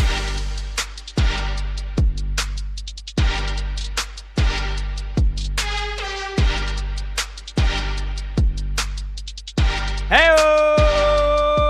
Welcome on back to BetMGM Tonight here on Westwood One Sports. I'm Pat Boyle. Kate Constable's with me tonight. She's filling in for Brad Evans, and we are brought to you by BetMGM. Make it legendary. Download the app today. Please gamble responsibly. Hour number 4 of this Friday night starter to your weekend show kicks off right now. You can watch the show live on YouTube. Just search BetMGM Tonight and hit that subscribe button. You can watch the show live on Twitter at BetMGM Tonight, and you can listen to the program on the Westwood One Sports app, the Odyssey app, Sirius XM Channel 375, and hundreds of local affiliates throughout North America. Fun show so far. We just finished up the list. The last 20 home run derby winners came down to a tiebreaker. Thank you, Miguel Tejada, the winner. The winning answer, as we ended up getting with that tiebreaker, with the help, a little hint from Monty, we ended up getting 18 out of the last 20, which is really like at least 20. It was like 23 because you have a couple of repeat winners that Monty excluded. So we nearly filled out the whole thing. That was a lot of fun, which, by the way, right before the break, new rules for the home run derby. Kate, I feel like we could take a couple minutes here to talk about this. If you want to join the show, 310-840-4910. We're going to talk some Wimbledon here in just a few moments, but what do you think of the new home run derby rules? Home run derby, Citizens Bank Park, Philadelphia on Monday. We have gotten rid of the clock, which I'm pretty sure off the top of my head, I think we've had the time clock in the home run derby for the last 7-8 years, at least, if not longer. I always wanted to return to the old school format. Give me 10 outs. You don't have to. The biggest issue for me with the clock is that you can't even admire the moonshots. And I'm not, not every home run is majestic and deserves to have Chris Berman in the background going back. But some of them do. And when these guys don't have to race against the clock, and we're trying to watch one home run, and then here's the next one coming in, and it's like I feel like my eyes are going all over the place. I'm glad they got rid of the clock, but so I guess this is a step in the positive direction. Just give me the 10 outs. And instead, the new rules is that you get 20 swings in the first round. And here's the big kicker. It's that even if you hit a home run, it counts as a swing. But on that 20th swing, if you hit a home run, you keep going as many swings as possible as long as you keep hitting home runs. After that 20th swing, the first one that's not a home run, the round is over. And then in the second and the third rounds, they cut it down to 15 swings, which why not just keep it the same for every freaking round? But I guess this is a step in the right direction for me. I wish it was just go back to the 10 outs, but what do you think? They've gotten rid of the clock. Are you a fan of these new rules or no? I think that's the biggest thing, is getting rid of the clock. That's the thing that I care about the most, because you're right. It does eliminate the admiring of those moon shots. And even as a fan watching them, the camera can't stay on them quick enough because they have to go back to the batter because he's on the clock.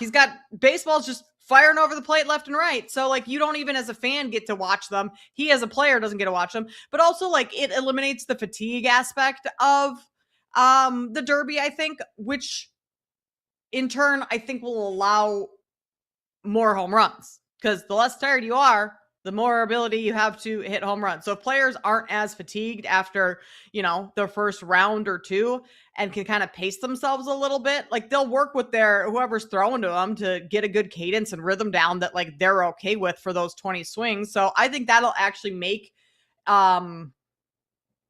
it better this year, more exciting this year. One, you get to watch each ball actually leave the park. And two, hopefully there'll be more balls leaving the park because the clock won't be just rapid fire where players are exhausted after every round.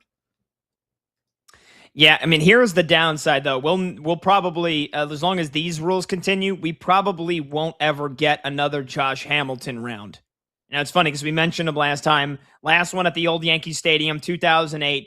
Josh Hamilton hit 28 home runs in the first round of that home run derby. That was when it was 10 outs. You get 20 swings.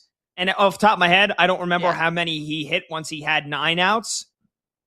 So again, you could hit 28, but you'd have to keep hitting home run after home run on that final swing. So again, like Josh Hamilton, I'm sure he probably had a stretch of like 6 home runs in a row and 7 home runs in a row, like 2 or 3 times, throughout that round. But here's the thing. If you get up, let's say you hit 13 home runs in your first 16 swings, that's pretty incredible. You only have 4 swings left. And you could hit 3 home runs in a row again after that, and you're up to 16 swings out of 19 home runs, or 16 home runs out of 19 swings. But if you don't hit a home run on that 20th swing, the round is over. So the downside for me is we're now potentially robbed of another Josh Hamilton-esque legendary round. But yeah, I mean, again, the fatigue shouldn't be a factor with these guys not having to crank out as many swings as humanly possible in the span of 2 minutes or 3 minutes. But it just go back to the 10 outs. Sometimes if it ain't broke, don't fix it. And that's the thing, right? I feel like a lot of us are sick of the slam dunk contest, even though, again, I mean, we're like, you can only test the limits and the boundaries of human physics so much. The problem with the slam dunk contest is that we never got LeBron to do it, and we don't have all-stars doing it. You got fringe freaking NBA players that make up the slam dunk contest. Slam dunk contest would still work if you had all 4 all-stars, household names competing in it every year. That's the issue with the slam dunk contest, right? For me, the NHL, I don't know if the skills competition or the all-star game was ever really a big draw. What did they do? They went to the 4 nations face-off. Huge home run of an idea.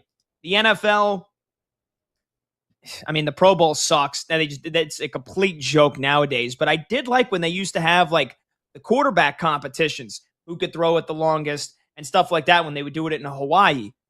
Like with the home run derby, I think a lot of people are sick of the home run derby. I don't get why. I think if like this format could help. I think the 10 outs was perfect though. We never needed to change it. So that's how I feel about it. We're never going to get that Josh Hamilton round again. They tried to get too cute with it. And everything that they did just kind of backfired on them in terms of it, like adding in the clock and all of that. You're right. The 10 outs, that was perfect. Like there was no reason really to change it. And it almost feels like they just don't want to go back to that because they don't want to admit that they were wrong to go away from it in the first place. So they're just going with 20 swings like that. It just feels a little bit like they're trying to make it similar to that without being like, yeah, we messed this up. We should have just kept it the same all along. One big positive one other negative, I should say, for the home run derby before we get to the big positive, which is the field. I'm sure a lot of people don't even know who the field was. And I only knew like a couple that were confirmed. Now that Monty is showing us the field, I think it's pretty damn good. But one other negative, it's on Netflix. I didn't even know it was on Netflix. I just assumed it was going to be on ESPN because they usually have the home run derby and then the All-Star games on Fox. The NFL can go to streaming and they'll still get the same viewership. The NBA can go to streaming for the playoffs and they'll still get good viewership. Can Major League Baseball put the Home Run Derby on Netflix and still expect a decent turnout?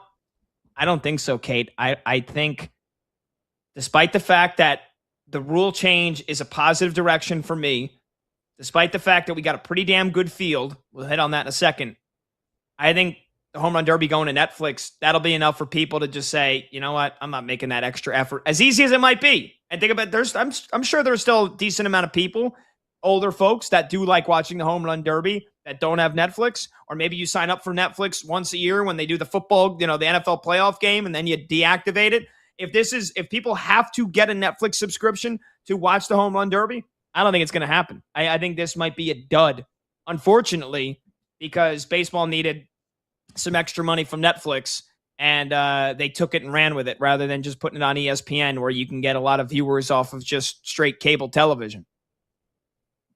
Is the All-Star game on Netflix as well then? Like the whole All-Star weekend is Netflix, I would imagine. Because that seems like I would hope. I would think the All-Star game is going to be on Fox, and this quick Google search says watch the 2026 MLB All-Star game live on Fox. So yeah, I would assume it's still on Fox. Okay. Well then, yeah, I would say if the whole weekend was on Netflix, people would be more likely to, get a Netflix subscription for this reason, pay the monthly fee, cancel after that. But if you literally have to pay for just one event of the whole weekend, no. If I'm not a diehard baseball fan that I need to be locked into everything 24/7, I'm not doing that. I think their viewership is going to see a massive decline this year because of that. It's one thing if you can watch multiple events. It's another thing if it's just one thing. And honestly, you can get like that. This is the problem with this is like all the main highlights are going to be on social media. Like you just go to Twitter and you search whatever player, whatever hitter is going at the time. And yeah, you won't get it in real time and you probably won't see every single swing, but the biggest home runs of the night are going to be on social media within minutes after they're done. Just go watch that. Yeah. It's for me. I think I do like watching it. I mean, that's a good alternative. Again, if you don't want to pay for Netflix, then yes, you still probably could see the best home runs of the night on social media. I think for me, part of the reason I love the Home Run Derby so much is, and again, the clock was the dumbest thing they did. And I try to like force myself, all right, how much time is left no matter what. But no, it's so stupid. I'm glad they got rid of it. I still think they should go back to 10 outs. But again, 20 swings and then 15 swings in the second and third round. I think part of the reason when the Home Run Derby is at its best is when you see the guys get into a roll. And it's like you understand how much sheer power and skill and talent they have. That when a guy does get into a flow state and they're on a heater, 5-6 consecutive swings, and they just flick the ball 425 feet, 450 feet. That's what I think what makes the Home Run Derby, when it's at its greatest. And so I'm glad that they don't have to race against the clock this year. And so we've got some incredible power. We got some incredible home run hitters in the field. And I think that's the other big positive for this year in the Derby. Here's the field. You got the two hometown guys, Kyle Schwarber, Bryce Harper. Schwarber, one of the best home run hitters in the last 15 years. That's an easy W. And then Harper, who's won it before, batting this time in Philadelphia. At the All-Star Games in Philly, you got the hometown contingent. Junior Caminero put on a show in the first round last year from the Rays. He's back. Wilson Contreras, who, again, very polarizing figure. Half the league probably wants to fight him. But he's having a pretty damn good season for the Red Sox, hitting a ton of home runs. He's a good addition. Jordan Walker for the Cardinals. That guy's a beast. That's a good addition. My guy, Rice Baby, Ben Rice in the Derby. I love that. Jack Caglione from the Royals. And then Munetaka Murakami from the White Sox. That is the chef's kiss final touch. Mm-hmm. I know Caglione, rising star. Maybe there's a decent amount of baseball fans that don't necessarily know fully who he is yet. Hopefully he can put on a show and turn himself into a household name because of this. I think Junior Caminero did that last year. I still feel like not enough people know who Junior Caminero is. But I think this is a very solid, like 8 out of 10 field here, Kate. What do you think? I think there's some, I mean, I like that some of these names are, well, yeah, there's a couple fresh faces. Obviously, Jack Caglione, like you mentioned. I think Murakami is going to be really fun to watch. I'm really glad that he's in there. And I mean, that's not just me being from Chicago and, paying attention to the White Sox because I live here, but like he's someone that I think a lot of people in the league he just came back from today's is actually his first game back from that hamstring strain injury. So but his first 2 months of the season, he was like the breakout rookie of the year, like 20 home runs. You look at some of these other, Junior Caminero, 27 homers right now. Wilson Contreras, 20. Murakami had 20 through he went out like May 29th and is just returning now. He had 20 through the first however many weeks of the season that is. But like that guy's going to be really fun to watch. So I'm excited. I'm excited that he's a part of it. And then obviously Schwarber is going to be fun to watch. Like did we say Schwarber has never won one? He finished runner up. So, I mean, this could be Schwarber's time in this one. And he's no surprise. He's the odds-on favorite with our friends at BetMGM. I think Schwarber winning it would probably be the best result for Major League Baseball, and the fact that it's in Philadelphia, Schwarber wins it. Who would you want to see win it, Kate, or who do you think wins it? I mean, I think Schwarber wins it. I think Ben Rice is someone who, like, you look at some of his metrics and barrel rate and all of that stuff, and I think he's someone who certainly can. I would love to see Murataki win it, obviously. Just, spoke about him. But yeah, Schwarber is the odds-on favorite for a reason. Yeah, Monty says in our show chat, and he's spot on, a Harper versus Schwarber finale would be epic. Two Phillies going up against one another. Harper's won it before when he was with the Nats. Schwarber never won it before. If it's not Harper or Schwarber, forget Harper. He's already won. If it's not Schwarber, I want Murakami to win it. I think that, everything you said about him, I think he's incredible. I think the fact that he plays for the White Sox, and I think he's kind of become a star because of his prodigious power, because of his home run or nothing, type of at bats. I think he's awesome. And I think that, again, the more diverse stars we have in this game, like I think more Asian, more Japanese stars in Major League Baseball is great.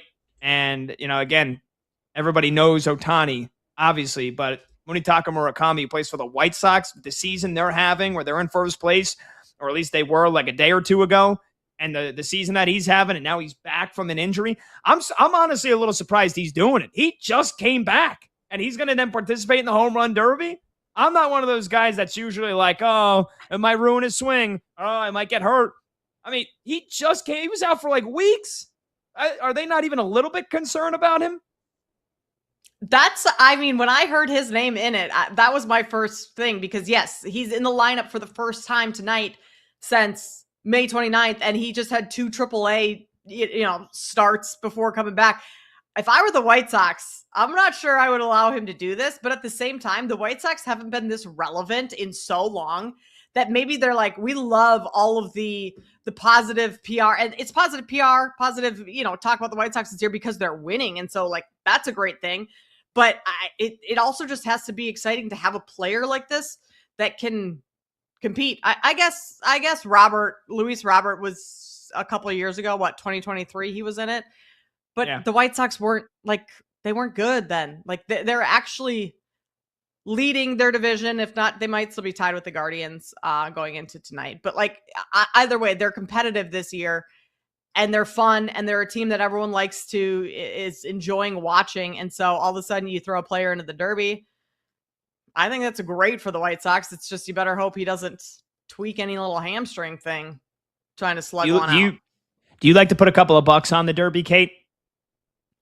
So the last couple years, yes, I used to write a home run derby, which is kind of ironic because baseball is not my like forte when it comes to stats and like knowing the ins and outs of everything. But for like 3-4 years when I was working for BetQL back in the day, I had to write a big home run derby article where I would analyze like it took me a whole week to write.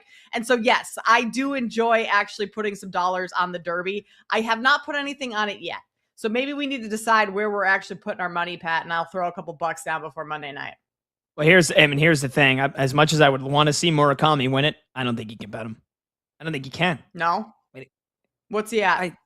I don't even know. I 5 to 1? don't even know if there's odds. Are there even odds, official odds yet posted? Schwarber over at BetMGM. Schwarber is plus 350. Caminero is plus 425, and then Murakami is 5 to 1. Wow, so he's got the third shortest odds. Mm-hmm. I don't think you could take him. I don't think you can. Harper is 9 to 1. I would want Ben Rice is 11 to 1. I would want someone, way further down the board. How do you not take Harper? Caglione is 550. Harper's won it before. Caglione's plus 550. He's only got 14 home runs this season. Yeah. Like, and Contreras. like, and Citizens Bank Ballpark, if I'm not mistaken, I don't have the metrics pulled up in my head, but like from watching the games, it's easier to hit a home run to right field. So it obviously favors the lefties. Harper's won it before, and it's his home park. How do you not take Harper 9 to 1? I think that would be my pick. I think we just decided that that's probably the play right there. Jordan Walker, you win it once. 1. You can win it again. Yeah. How many? We've had 4 repeat winners in the last 25 years. Yeah. Yeah, that's Caglione being 550. The fourth shortest odds is really surprising to me. It's got to only be because he is a lefty that I'm pretty sure like extreme pull. But do you feel like for first time hitters in the Derby, like it's hard to win your first time? You have to kind of participate in 2 or 3 maybe, and then maybe you have to participate in more than one to kind of get your feet wet, understand the cadence, understand how it feels and everything before you can win. I wonder, I don't have that number off the top of my head, but how many first timers have ever won the Derby? Yeah, and new rule format. I don't know if any of these guys were in Major League Baseball the last time we didn't have a clock. So like when Harper won it, was there a clock? Let's find out. Bryce Harper home run derby title. Let's see. That was 2018. Was there a clock in the 2018 home run derby? Okay.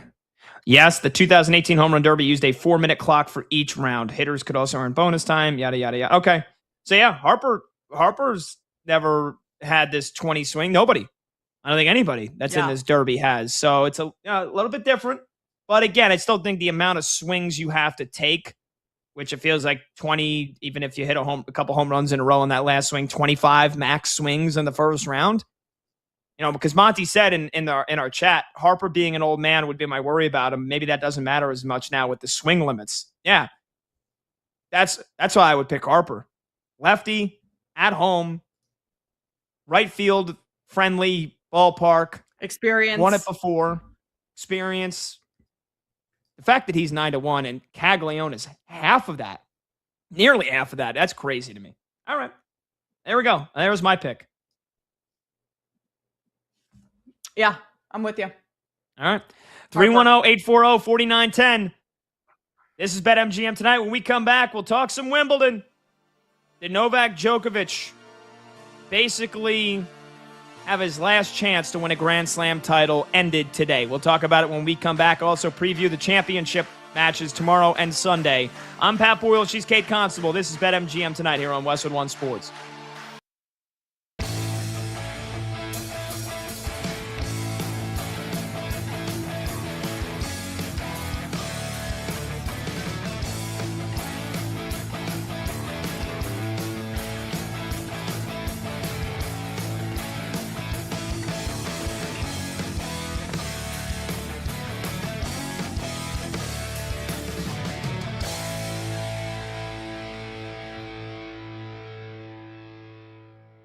But if England's able to survive that game against Norway, they're dangerous. They definitely could end up winning the World Cup. I think Spain is the toughest matchup for France. If I were to want any team to knock out France of this tournament, it is Spain. I don't know if England can beat France. I don't know if Argentina can beat France. They obviously can. I just wouldn't feel good about it. Spain is the team that I would want to knock out France of the tournament. Just like we kind of all were saying, I don't know if the Knicks can beat Oklahoma City, but there's a chance that they could beat the Spurs. I think it's the same kind of feel that I would feel with England. So if you're an England fan, I think you're rooting for Spain today. And then you're rooting for your boys to take care of business against Belgium and advance to the semifinals. But I'm telling you guys, Seahawks, Rams, Michigan, Arizona, Spurs, Oklahoma City, it's got the same feel of how this World Cup, how this semifinal is shaking up with a potential Spain-France matchup. I think a lot of people are going to be on France in that game. I think they're going to find themselves on the wrong side like they have with the other three games. I think Spain is going to the final. And if England's waiting on that other side, it might be coming home for the boys out there in the UK.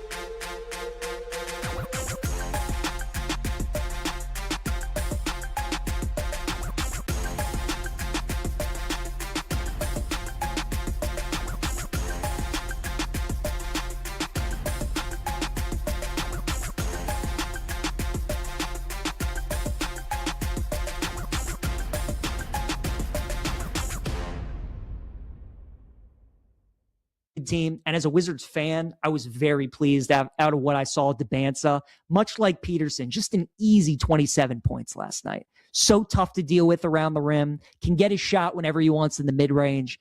And if he ever develops that three-point jump shot and makes it consistent, you can't guard him. Can't stop him, not at that size. So I think both teams, the Wizards and the Jazz, have to feel good about what they did. The Wizards, they couldn't afford to go after Peterson. They had to take the sure thing with the Bansa. They did that.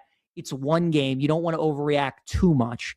But looking at Wizards Twitter, man, all the fans are so happy. And it's just like we've never had a guy like that at 6'9". We've never had like a Durant. We've never had a Giannis. We've never had a LeBron. Like, we don't know what it's like to have a guy at that size that's that talented that just completely changes your team and completely changes the game when he's on the floor. So that's really interesting. Utah's got a very good up and young coming team. If Peterson stays healthy, I mean, he just gets buckets. Like, he's going to be really, really good. So I think both teams have to feel very good about the situation that they're in.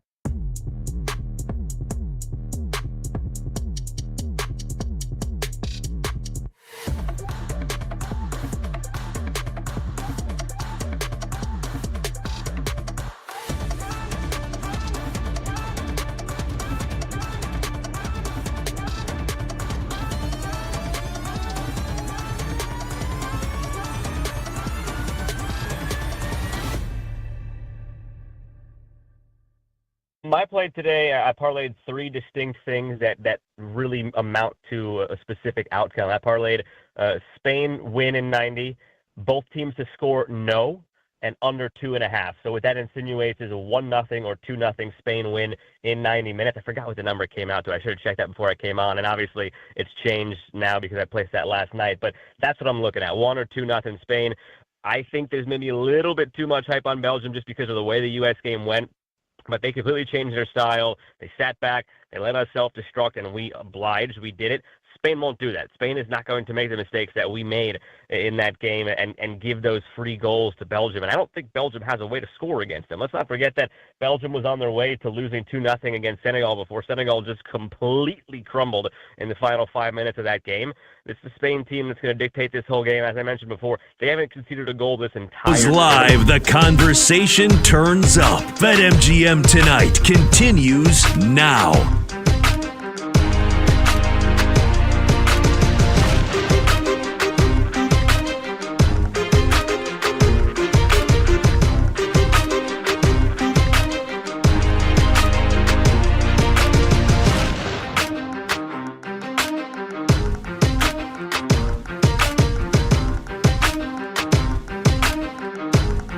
Welcome on back, BetMGM Tonight, Westwood One Sports. I'm Pat Boyle. She's Kate Constable. Phone number to join the show, 310-840-4910. That's 310-840-4910. You know, sometimes you need that extra peanut butter cup, right? Friday night, Kate, sometimes you need to go for that extra chocolate peanut butter cup. And so that's what I was doing. A little peek behind the curtains. Pat? I was finishing chewing that. Monty said, guys, chewing some Laffy Taffy over there. Yeah, it took a bit to get that one down. I shoved it into my mouth literally as we were coming back from break. Thought I had a couple more seconds, but you know, Dems to break sometimes, Kate. Monty's comment in the chat, 100% Trader Joe's low-key fantastic peanut butter cups. Best. They're the best. I can't buy them because I'll just inhale them. Now, are the peanut butter cups at Trader Joe's, are they Trader Joe's brand peanut butter cups? Yes. Because the brand that I've been on lately is Justin's. Justin's is good. Yeah, you've seen that before, right? It's like the white wrapper. It's like written in brown. Justin's in cursive. Yeah. Yes, I know what those are, but are those like the protein? Because there's like a protein peanut butter cup, but maybe that's just Quest, and those are like chalky protein. That's definitely Quest. Yeah, that is definitely Quest, and that is, you know, again, everything's got to be protein nowadays. Which, don't get me wrong, right? I mean, I don't mind that, but like, if I want peanut butter cups, I'm gonna have peanut butter cups. You know, if you like, what's the difference? Just give it to me. If I'm going for a protein bar, like they have protein cookies, they don't taste like cookies. I know, you can't fool me, and I don't need to be fooled. If I'm having something that's got 20 grams or 15 grams of protein in it, you don't need to like disguise it as a cookie. It doesn't taste like a cookie. It sure as hell doesn't taste like my aunt's peanut butter chocolate chip cookies or you know, oatmeal raisin or, you know, any of the good stuff. Like, I know it's not cookies. You don't need to fool me. So no, it's not. They're not the peanut butter. Wow. They're not the protein. Okay. Tell me how you really feel, Pat. But it's like that's because I hate that. It's like everything's got to be protein, and I get it. But like, you don't need to. If I'm going for something that has, you know, again, 15 grams protein, I'm trying to get my protein in a serving. A lot of people don't like doing shakes. A lot of people don't like buying the big tubs of powder. Okay, I get it. Like, just give me a bar. You don't need to. Oh, here's a protein cookie. Like, it's not going to taste like a cookie that I'm going to want to shove 8 in my mouth, and there are 300 calories each and don't have a lot of protein. So you don't need to dress it up and disguise it as one. I know it's not going to taste, it's going to taste okay. It's not going to taste great. Just give it to me in a bar. Yeah. I'm right there with you. There's also only one protein bar that I do eat. Well, there's two, but like most protein bars aren't that good. So you're right. All the cookies, nope. Protein cookies out the window. Protein candy out the window. Protein bars aren't even good. You just sometimes are in a crunch and need them. Exactly. Like, I'm the old fashioned. I get the big tub from GNC, scoop into the water. If you're really feeling crazy, and I don't keep milk in my fridge, but if you do have milk, you do a little bit of milk, a little bit of water, you know, really jazz it up, give yourself a treat, the scoop of protein powder, shake it up, bang. There you go. Otherwise, I mean, you're just fooling yourself. You're going to a protein cookie. It's not going to taste anything like a cookie. But anyway, so the thing with the peanut butter cups, and here's the thing why I get the Justin's. It's 2 in a pack. And again, you could buy a couple different packs. And I bought, you know, me and my girlfriend, we got 4 packs. We're going to have 1 each tonight, 1 each tomorrow. It's like our big weekend treat. You guys are crazy. You crazy kids over there. We split a third pack. So that's where that extra peanut butter cup came from today. But that's the thing. Like, I know that I can at least limit myself. If I get a thing of Reese's, the miniature cups, and it's just a bag of like 50 of them, I'm eating the whole thing. And I'm going to actually. Well, that's the Trader Joe's ones. That's what I figured. They come in like a little mini tub. And I've literally eaten half the tub in one sitting, in one day. And I feel sick after it. I feel mentally weak for not having any self-control. Like, it's not, so the Justins, that is a good, just the two of them. And you only buy one, that way you can't go crazy. Because if I buy 4 packs, Pat, guess who's eating all 4 packs that night? It's not a good thing. Yeah. Me. That's right. Yeah. And I feel that. I feel that pain. And there was a sense of shame when you, overeat on dessert. And that's also why I don't buy pints of ice cream anymore. Eat the whole pint. I know I'm gonna eat the whole pint. So, who am I kidding? Here's the thing, because ice cream is my favorite food. I can't keep ice cream in the house. I will eat the entire pint. I might even go for a second. Who knows? Today I did buy a protein ice cream. Oh, and it's actually a decent kind. And I went down and got a scoop, about a fourth of the pint during one of our breaks.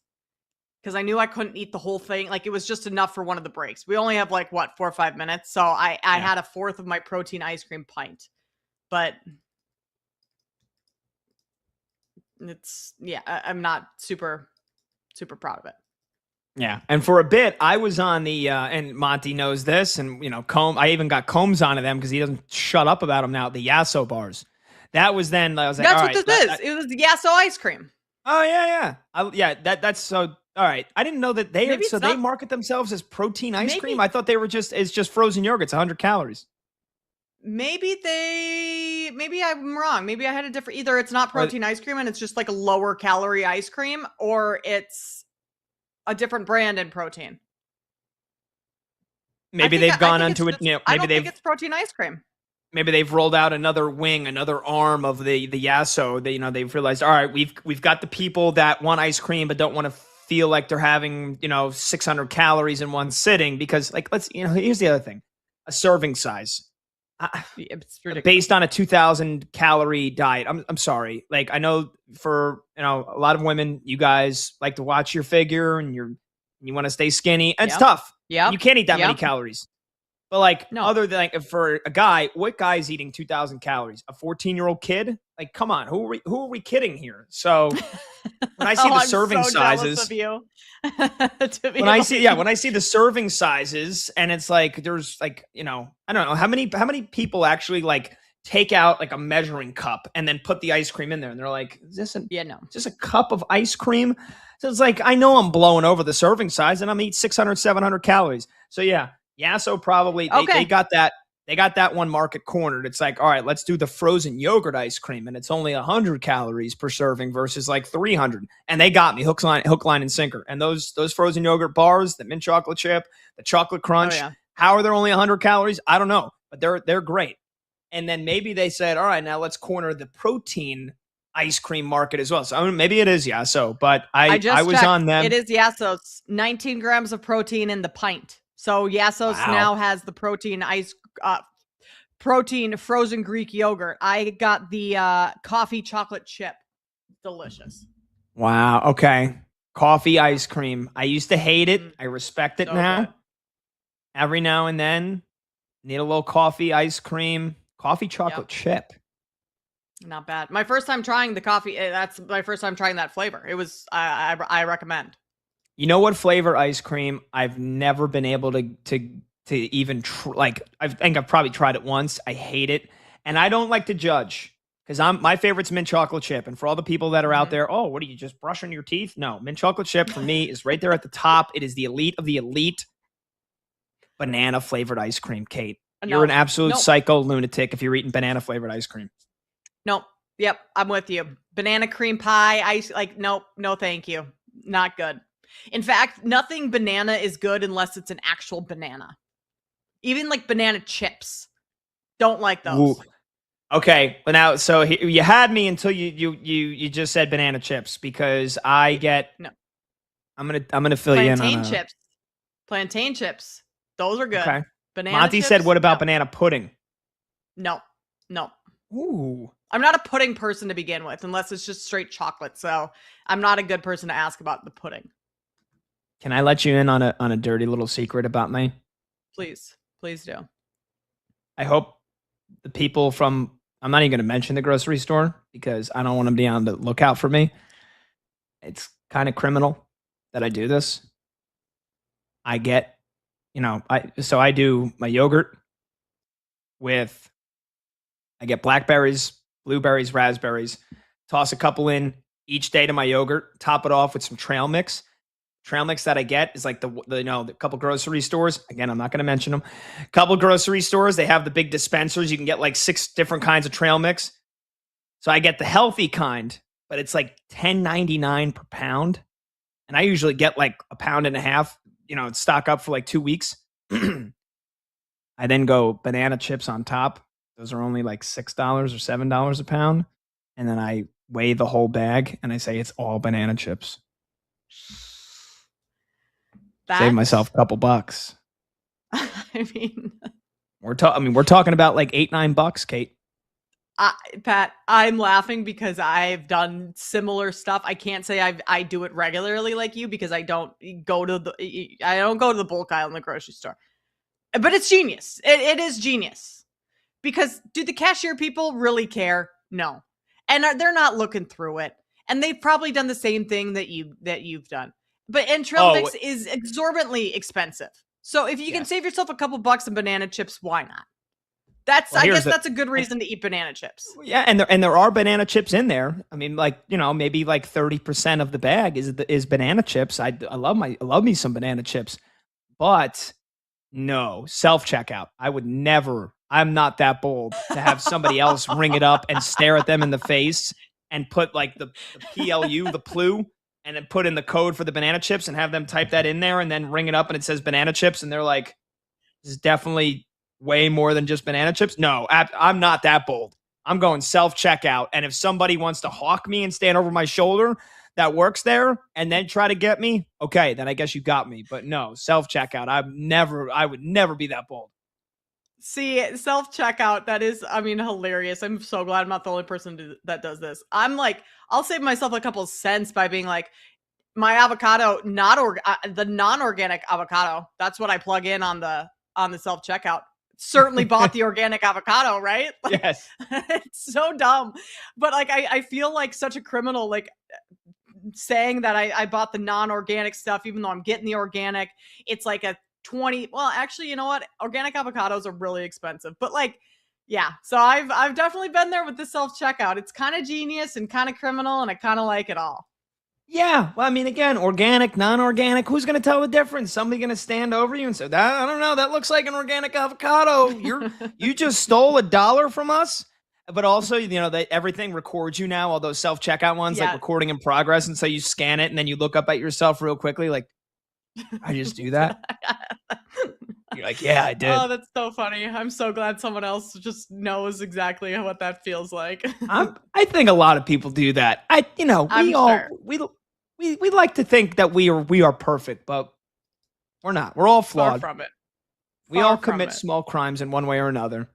It's just, whether or not you have that one hardo employee that is going to walk over and check. Can I see your receipt? No, sorry. I already threw it out. You didn't even finish yet. I know you guys are out of paper. I think that, like, I always thought to myself, if somebody comes over right now and they say, that's not all banana chips, I don't know what I would do. Yeah, you got me. Sorry. Yeah. That you're out of luck there. You just got to wave the white flag and put your hands up. All right. We'll take a break. That was a nice little tangent. 310-840-4910. We will talk some Wimbledon when we get back. I promise. Djokovic might have threw away his last chance of ever winning a Grand Slam again today. Plus, women's final tomorrow, men's on Sunday. We'll break them down real quick when we come back. I'm Pat Boyle. She's Kate Constable. This is BetMGM tonight on Westwood One Sports.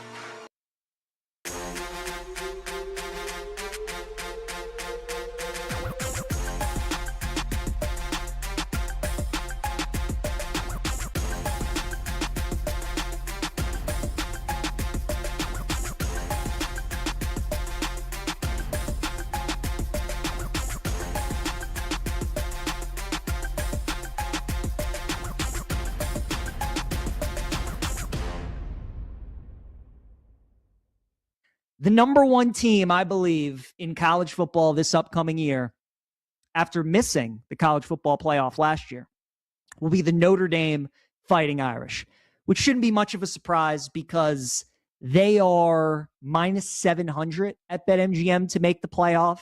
Their schedule is extremely easy. The only two games that give you any cause for concern are at BYU and home against Miami. Those are the only two games where you look at and you're like, okay, Provo's a tough place to play. At that point, Notre Dame really wouldn't have played anybody. Big step up in competition. BYU is one of the favorites in the Big 12. That could be tough. And then Miami, runner-up in the national title game last year, beat Notre Dame last year in week 1. And now, they got one of the best offenses in the country. That could be a tricky game. What I think benefits Notre Dame, though, is last year their schedule was very similar. They really only had 2 games that made you worry, and the rest of their schedule was absolute cake. Those 2 games were Miami and Texas A&M to begin the year. The key is that they were in the beginning of the year. As we know, there is no preseason in college football. So you really got to rely on coaching and how ready these kids are going to be to start the season. Well, Notre Dame lost a tough game at Miami week 1. You lose by a field goal, fine. But then you have a bye week. You come back home and you lose to A&M in the final seconds of the game. And that was the tough one. And then they ran the table the rest of the year. They play BYU at the end of October, and then they get Miami in November. So by then, they'll play enough games where I think they'll be okay. The disappointment of not making the playoff last year will motivate them this entire year. They got CJ Carr, the quarterback, coming back. They might have the best offensive line in the country, maybe the best defense in the country. They got a terrific head coach in Marcus Freeman. Notre Dame, my number one team in college football.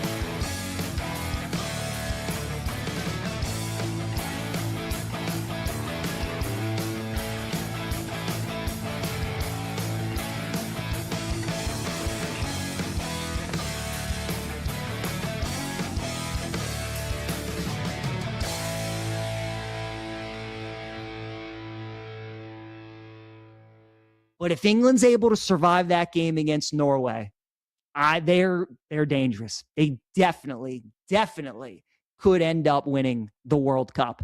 I think Spain is the toughest matchup for France. If I were to want any team to knock out France of this tournament, it is Spain.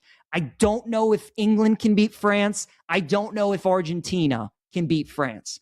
They obviously can. I just wouldn't feel good about it. Spain is the team that I would want to knock out France of the tournament. Just like we kind of all were saying, I don't know if the Knicks can beat Oklahoma City, but there's a chance that they could beat the Spurs. I think it's the same kind of feel that I would feel with England. So if you're an England fan, I think you're rooting for Spain today. And then you're rooting for your boys to take care of business against Belgium and advance to the semifinals. But I'm telling you guys, Seahawks, Rams, Michigan, Arizona, Spurs, Oklahoma City, it's got the same feel of how this World Cup, how this semifinal is shaking up with a potential Spain-France matchup. I think a lot of people are going to be on France in that game. I think they're going to find themselves on the wrong side like they have with the other 3 games. I think Spain is going to the final. And if England's waiting on that other side, it might be coming home for the boys out there in the UK.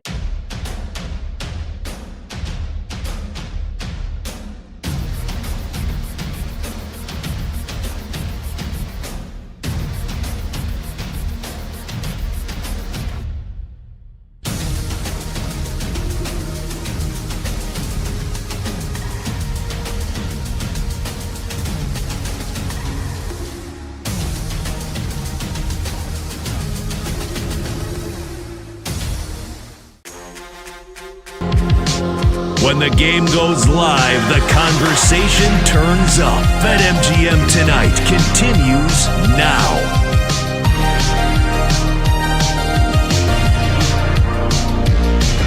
All right, welcome on back. BetMGM Tonight, Westwood One Sports. I'm Pat Boyle. She's Kate Constable. The phone number to join the show is 310-840-4910. Kate, let's talk a little Wimbledon here, because I think today ended any last chance of Novak Djokovic winning a 25th career Grand Slam. Pretty easily beaten, crushed by world number one and reigning Wimbledon champion Jannik Sinner, 6-4, 6-4, 6-4. Djokovic said he hopes to return to the tournament next year. He said, quote, "I would like to at least one more time," during his post-match news conference. And then he said, quote, "Let's see." I think today was his last best chance, because think about it. How many more draws is he going to get without both Sinner and Alcaraz? And I feel like that's what he needs. Alcaraz has been hurt. Carlos didn't play Wimbledon. He didn't play in the French Open. Sinner and Djokovic got the perfect storm that he could ask for this year at the French Open. Alcaraz was hurt. Sinner gets knocked out in that epic collapse in round 2, and he still couldn't win the title. He lost from 2-0 up against Joao Fonseca, the young up-and-coming Brazilian teen. And here's the thing. He's 1-6 combined versus Sinner and Alcaraz in his last 7 Grand Slam matches versus them. You got to beat either one or both of them in order to win a Grand Slam title, basically, at this point. And again, Carlos has been hurt for the last 2. He avoided Sinner and still lost. Ran into Sinner this time. Couldn't beat him. I feel like he already pulled off the miracle. He beat Sinner in the Australian Open semifinals back in January in an epic 5-setter. Then had to play Alcaraz and lost in 4. Do you think Djokovic has a chance to win number 25, or do you think that it's over for him?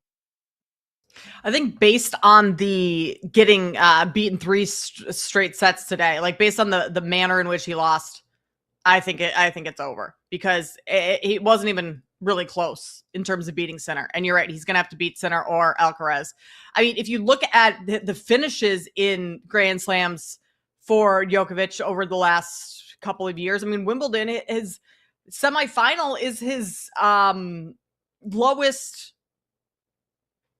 How am I saying that correctly? The lowest he's latest been out. Exit. His latest exit. Thank you, Pat. Since 2018. And that's only this year and last year. I mean, see, even Roland Garros, like he's either runner-up, quarterfinals, semifinals, US Open, like the same, like he's always right there. It's just he's got 2 elite players to go through, and that's where the biggest difference is in where he's at in his career versus where they're at in their career. And so, no, I don't think he's getting another one. He'll certainly be, if he continues to play next year, he'll be, in the running, but it's getting over that final hump that I think is too hard for him. Yeah, earliest exit, I should say. The earliest exit he's had at Wimbledon in the last 8 years is the semifinal. He's not got knocked out before that. But yeah, I mean, now it's like for the last, I don't know, before like 3 years ago, it was the opposite. It was Federer and Nadal getting older, injuries piling up for them. Father Time was on Djokovic's side. Father Time is undefeated. It don't wait for you. Now it's not on his side. I mean, he's 39 years old. It's incredible that he's still able to get. And I saw somebody say today, I think it was John Wertheim, who covers tennis for a long time. He said Djokovic is in purgatory. He's so good that he can just show up with little match preparation and just rock his way to the semifinals. But he's not good enough, not young enough now to outlast Sinner and Alcaraz, who he's going to run into almost every single time.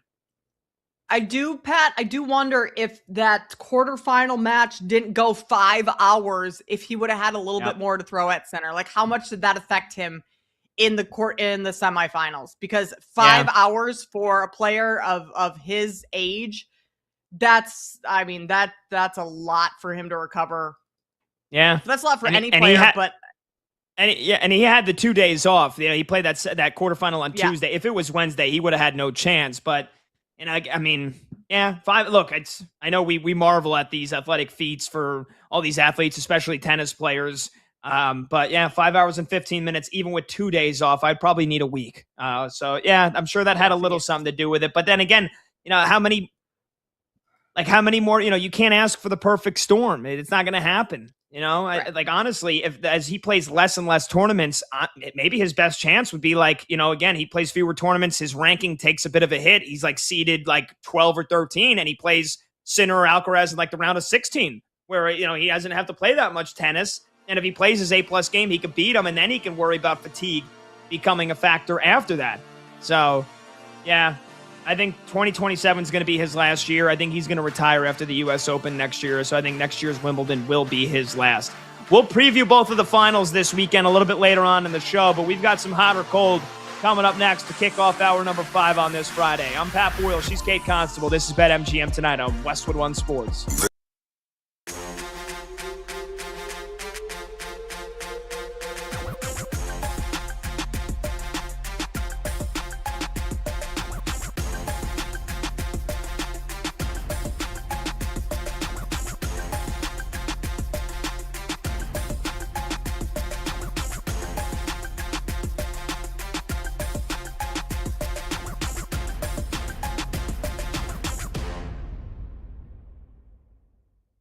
Team. And as a Wizards fan, I was very pleased out of what I saw at Debanza. Much like Peterson, just an easy 27 points last night. So tough to deal with around the rim, can get his shot whenever he wants in the mid-range.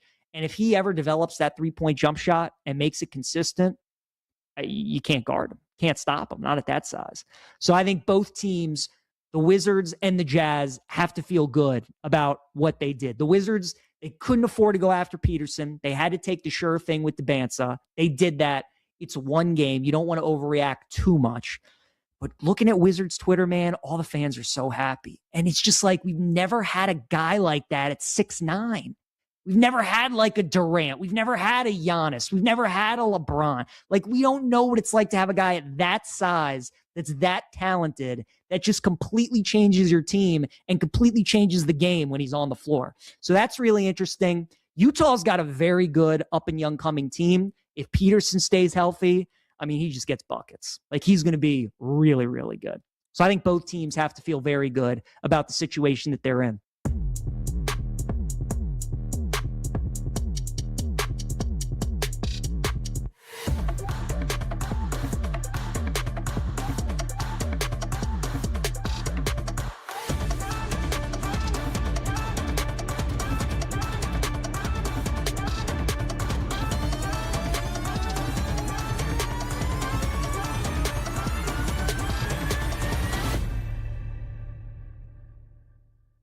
My play today, I parlayed 3 distinct things that really amount to a specific outcome. I parlayed Spain win in 90, both teams to score no, and under 2.5. So what that insinuates is a 1-0 or 2-0 Spain win in 90 minutes. I forgot what the number came out to. I should have checked that before I came on, and obviously it's changed now because I placed that last night. But that's what I'm looking at, 1 or 2-0 Spain. I think there's maybe a little bit too much hype on Belgium just because of the way the U.S. game went. But they completely changed their style. They sat back. They let us self-destruct, and we obliged. We did it. Spain won't do that. Spain is not going to make the mistakes that we made in that game and give those free goals to Belgium. And I don't think Belgium has a way to score against them. Let's not forget that Belgium was on their way to losing 2-0 against Senegal before Senegal just completely crumbled in the final 5 minutes of that game. This is the Spain team that's going to dictate this whole game. As I mentioned before, they haven't conceded a goal this entire tournament, and I don't think this Belgium team all of a sudden is going to do it to them. So for me, I'm looking at Spain winning in 90 by a 1 or 2-0 scoreline. That's how I play it.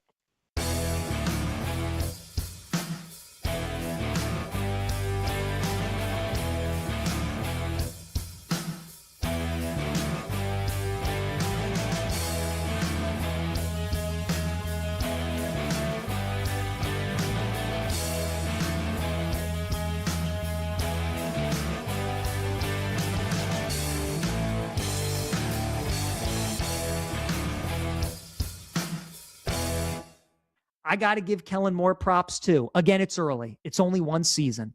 I thought he was going to stink as a coach. The Saints were the betting favorite last year to finish with the worst record in the NFL. And they had the 7th, 8th worst record in the NFL. And Kellen Moore looked like he coached some ball a little bit. So I think the Saints are going to be improved. I think they're going to compete for that division. But more than anything, the reason why they are atop this list is because of how pathetic the NFC South is.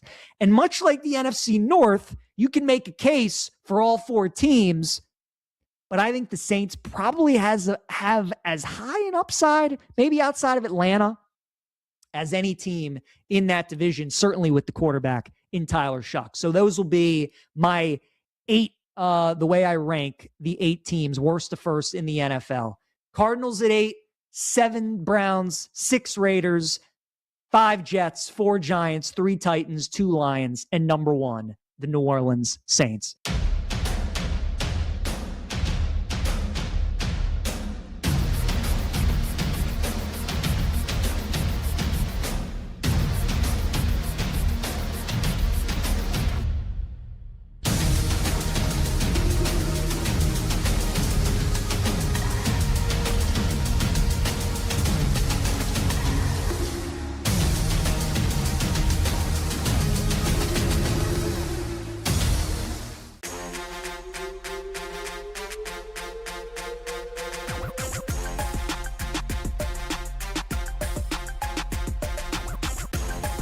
The day shuts down. The games light up. This is BetMGM Tonight on Westwood One Sports.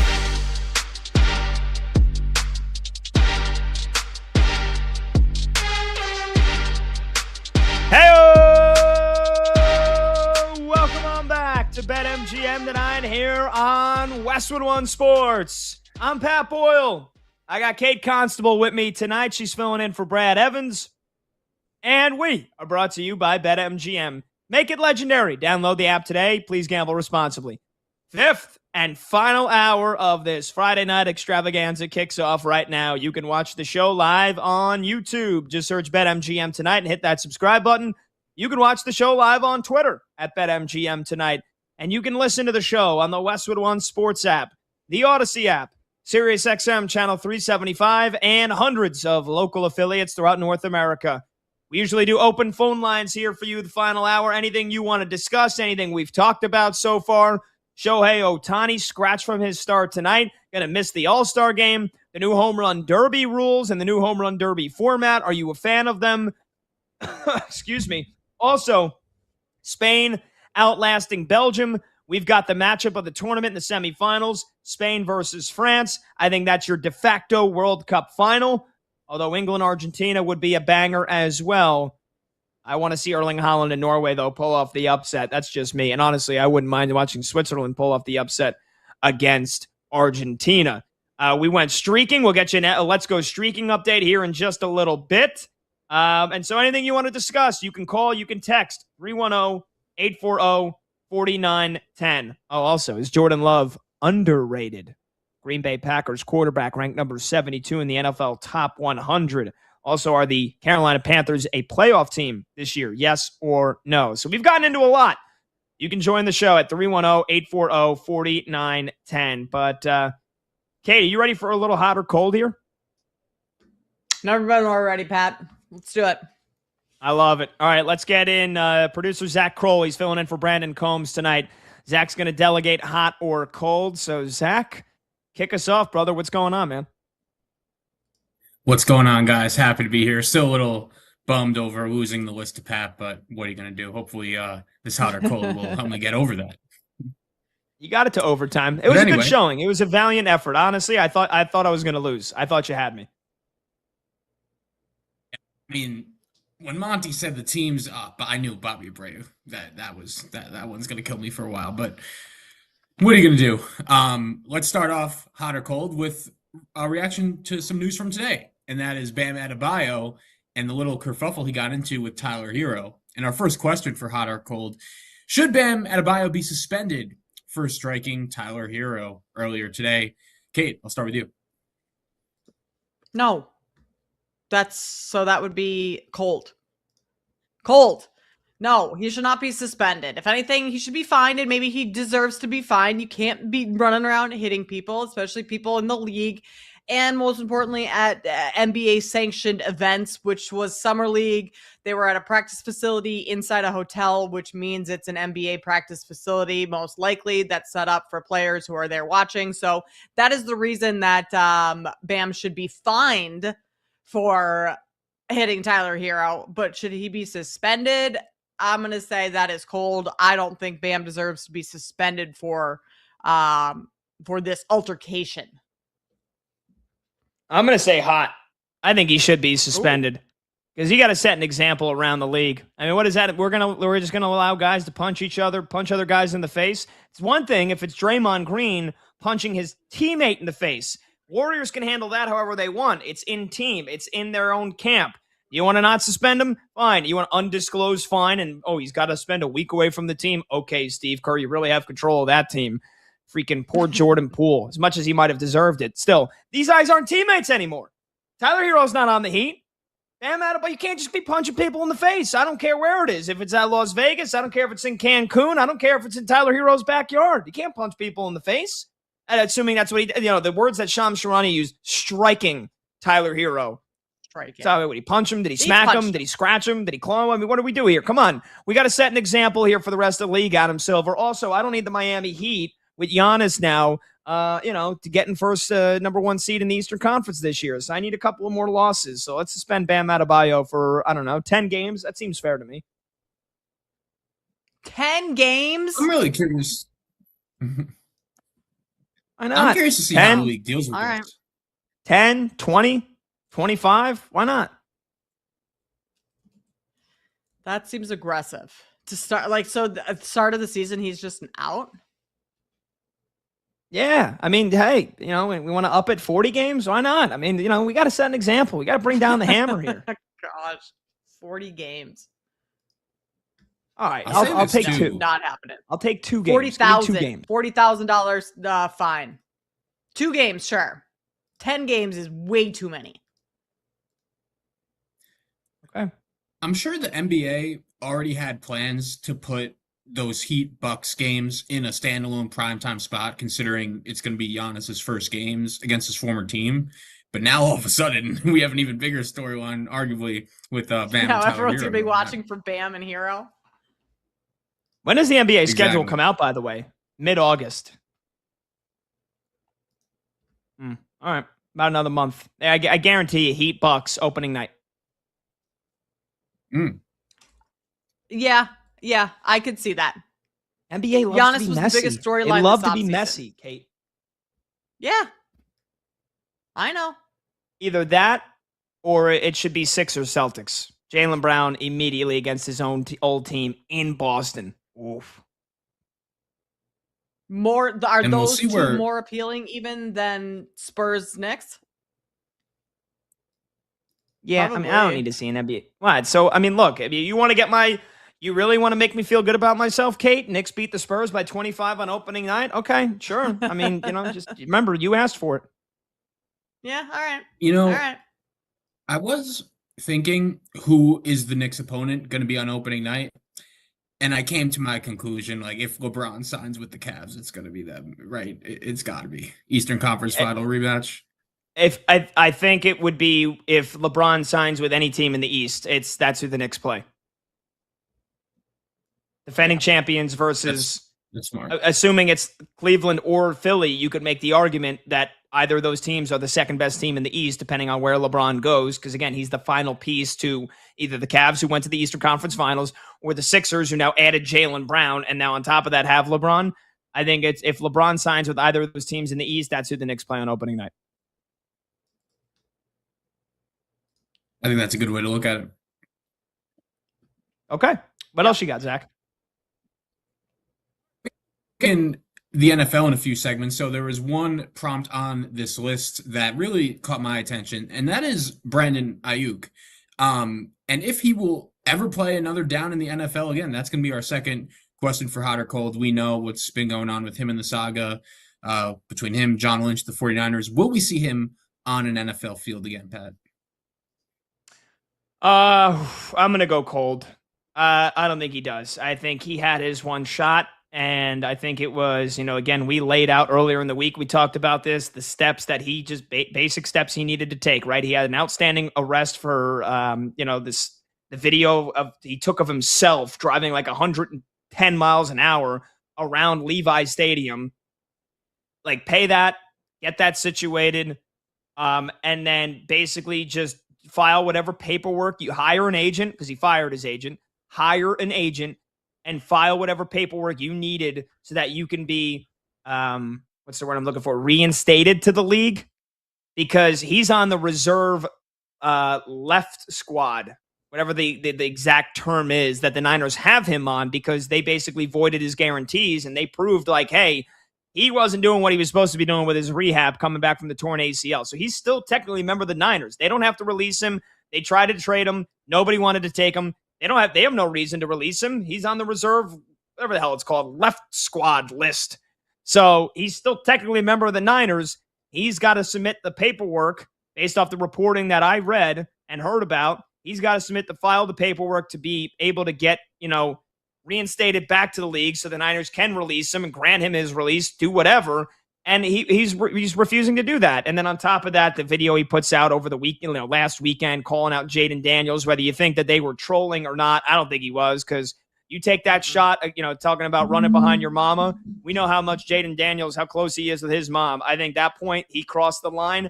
He's not playing for the Commanders, and it felt like that was the only chance he had. I think he is damaged goods. I think he is not worth the risk at this point for NFL teams, no matter how good or talented he is. So if he doesn't get his shot this year, what's going to change in a year from now? So no, for me, it is cold. It's hot. Brandon Ayuk will never play a down in the NFL again. Yeah, that's hot for me too. I mean, he's completely unhinged right now, and I don't know what team wants to take that on. Clearly, I mean, the Commanders haven't wanted to. Otherwise, maybe they somehow would have worked something out with the 49ers. I don't know. But especially after the Jaden Daniels thing, I don't know why Jaden Daniels would want to play from him. And he just seems out of his mind right now. Like, is he going to be a reliable player on your team? Or when something goes wrong, are you going to be the next team that's dealing with this type of stuff? So I'm going to say hot. I don't think Ayuk plays again. All right, moving on to the next hot or cold prompt. Zach, you can feel free to add your opinion, Zach. Yeah, so no, that's a good call. I'm interested by it because I think Washington, I kind of like the moves they made on the defensive side of the ball, especially this offseason. And I'm a big Jaden Daniels believer. I kind of want to pick them to win that division. I do think they're a little undervalued right now, but that WR2 spot next to McLaurin is a huge question. And it's interesting. Today, when I was prepping for the show, I was reading an article. It was about a week old. I'll shout him out. Ben Solak from ESPN. He did a bold predictions article, 10 bold predictions. And he actually predicted that rookie third-round pick Antonio Williams on the Commanders is going to win Offensive Rookie of the Year. That was, I think, his boldest prediction in the article. So I am wondering, could he be a guy that all of a sudden steps into that WR2 role for Washington, because Ayuk has been linked to them. I was thinking maybe could Kayshon Boutte from the Patriots, that would be a guy I think would be a nice addition for them. But Antonio Williams, rookie third-round pick out of Clemson, that's a guy I have my eyes on all of a sudden in Washington. And is Kayshon Boutte still a free agent, right? Nobody signed him, right? Or he's looking to get traded, right? He's looking to get traded. That's right. Especially after the Patriots just added AJ Brown. Yeah, that kind of felt like that signaled the end for Kayshon Boutte. But it's July 10th, so at this point, we're getting ready for training camp. If not in the next couple weeks, when is Kayshon Boutte getting traded? Maybe they just hang on to him until the beginning of the season, see if any other team has a injury in training camp, and then maybe you can get a 5th round pick back for him.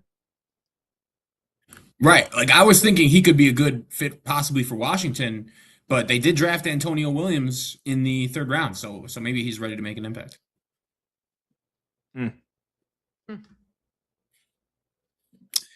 All right. We are near a week removed, almost a week removed, since Team USA's loss in the World Cup to Belgium.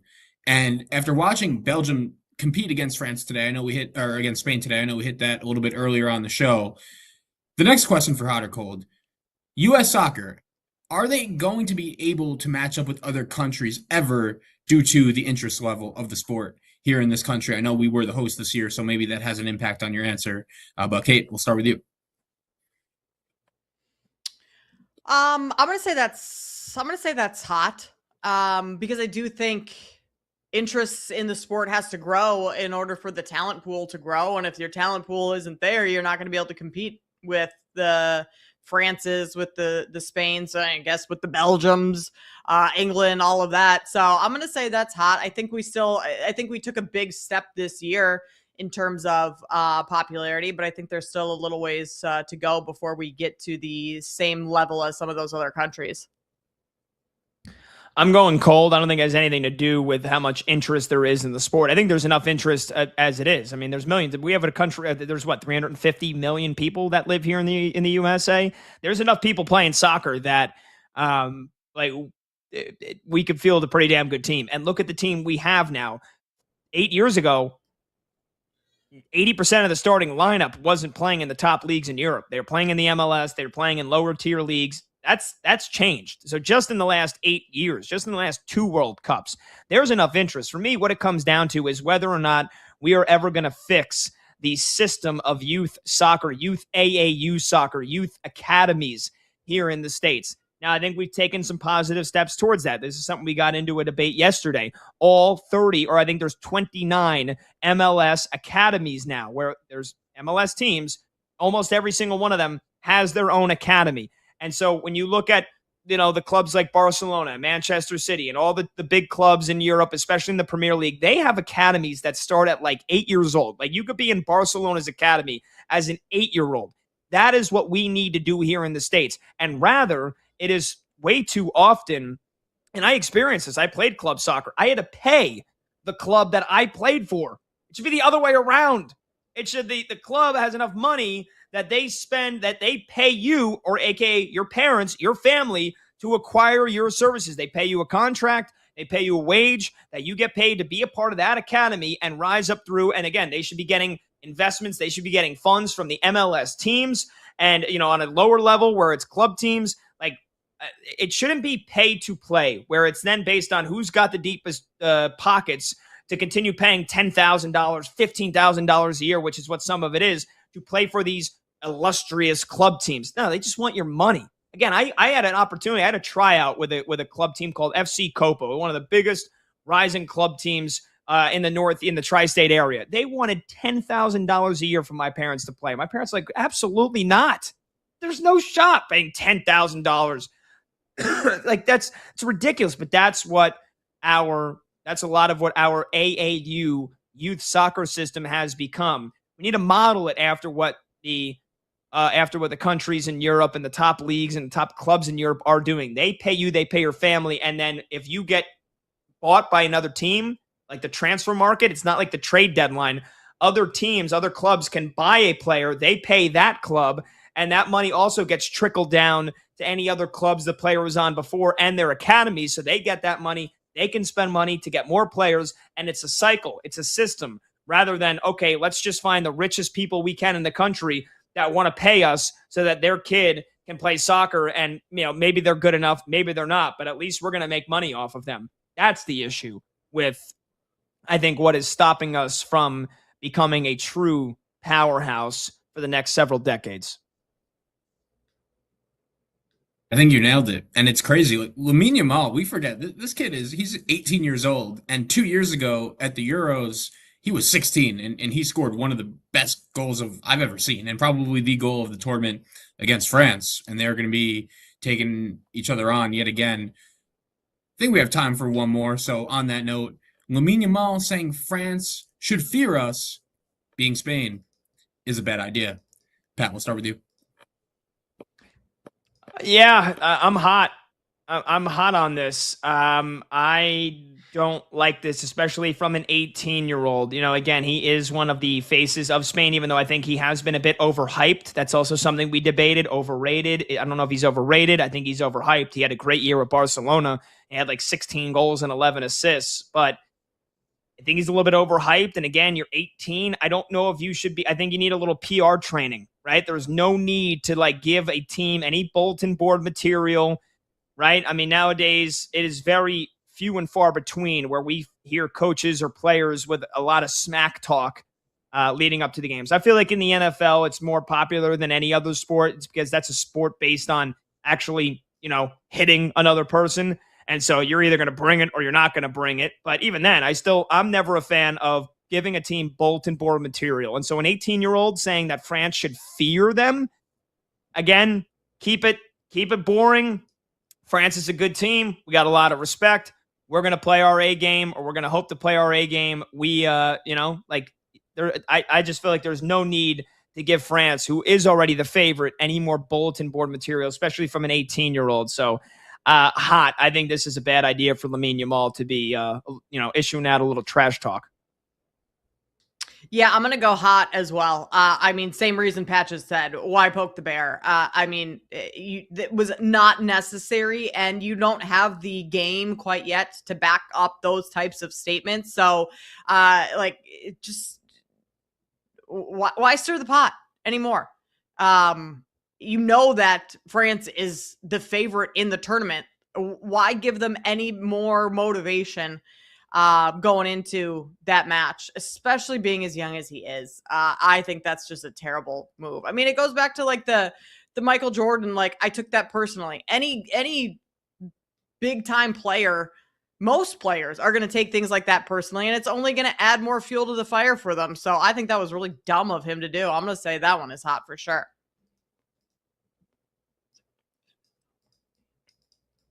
Yeah, we will see what happens with France and Spain.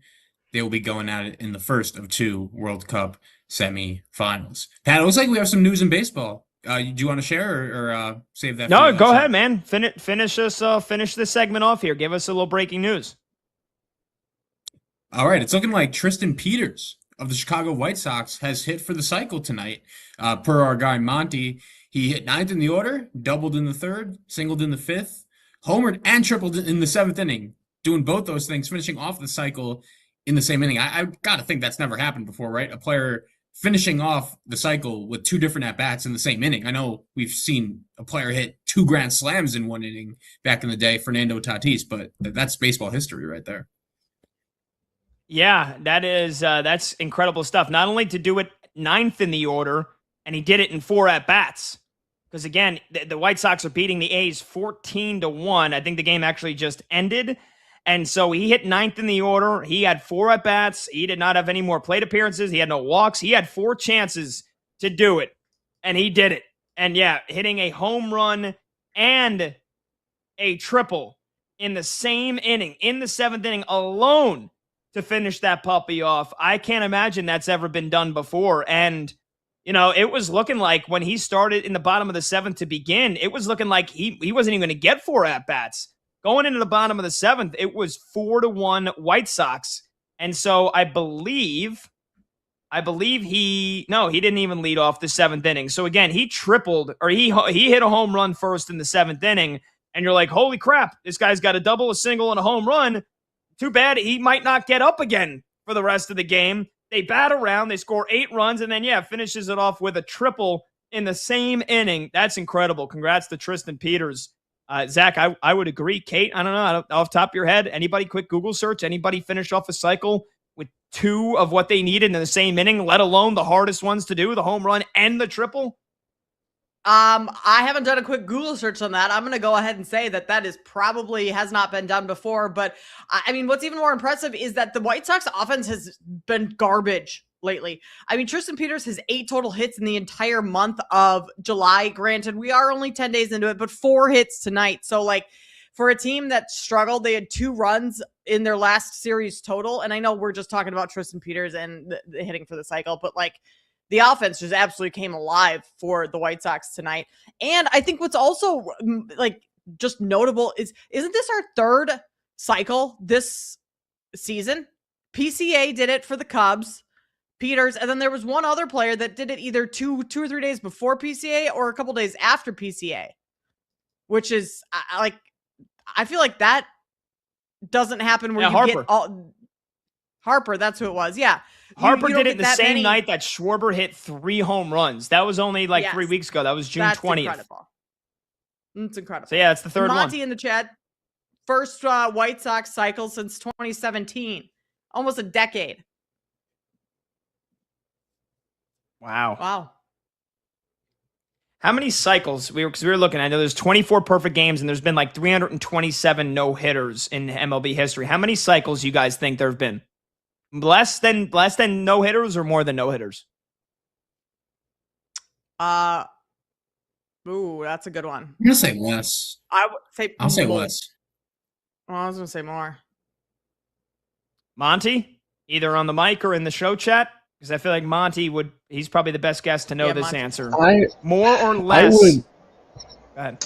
off the top of my head, I would lean less, just because it would seem hard. But then when I think about it, there's 18 guys hitting in a game every day. So I don't know. Maybe it is more. I don't know. I'm gonna go under though, or less. So this says there have been exactly 327 official no-hitters thrown in Major League Baseball history, and I don't think Google has accounted for Tristan Peters, who just hit for the cycle. So before that, a player has hit for the cycle 352 times in MLB history, 25 more cycles than no-hitters. I mean, that's pretty close though between the It two is. of them. That's kind of wild. It's very close. It's nearly identical. But yeah, congrats to Tristan Peters. All right, we'll take a break. Maybe we'll throw in a couple more hot or colds when we come back. Also, we got teams sending voice memos to LeBron's agent to try to get him to join their team. I mean, geez, what's next? They're going to poke him on Facebook? 310-840-4910. I'm Pat Boyle. She's Kate Constable. Producer Zach Kroll in the mix. VP Monty in the mix. Mike Mayer back at our Westwood One studios. Come and hang with us for the final 35 minutes of the show. This is BetMGM tonight on Westwood One Sports.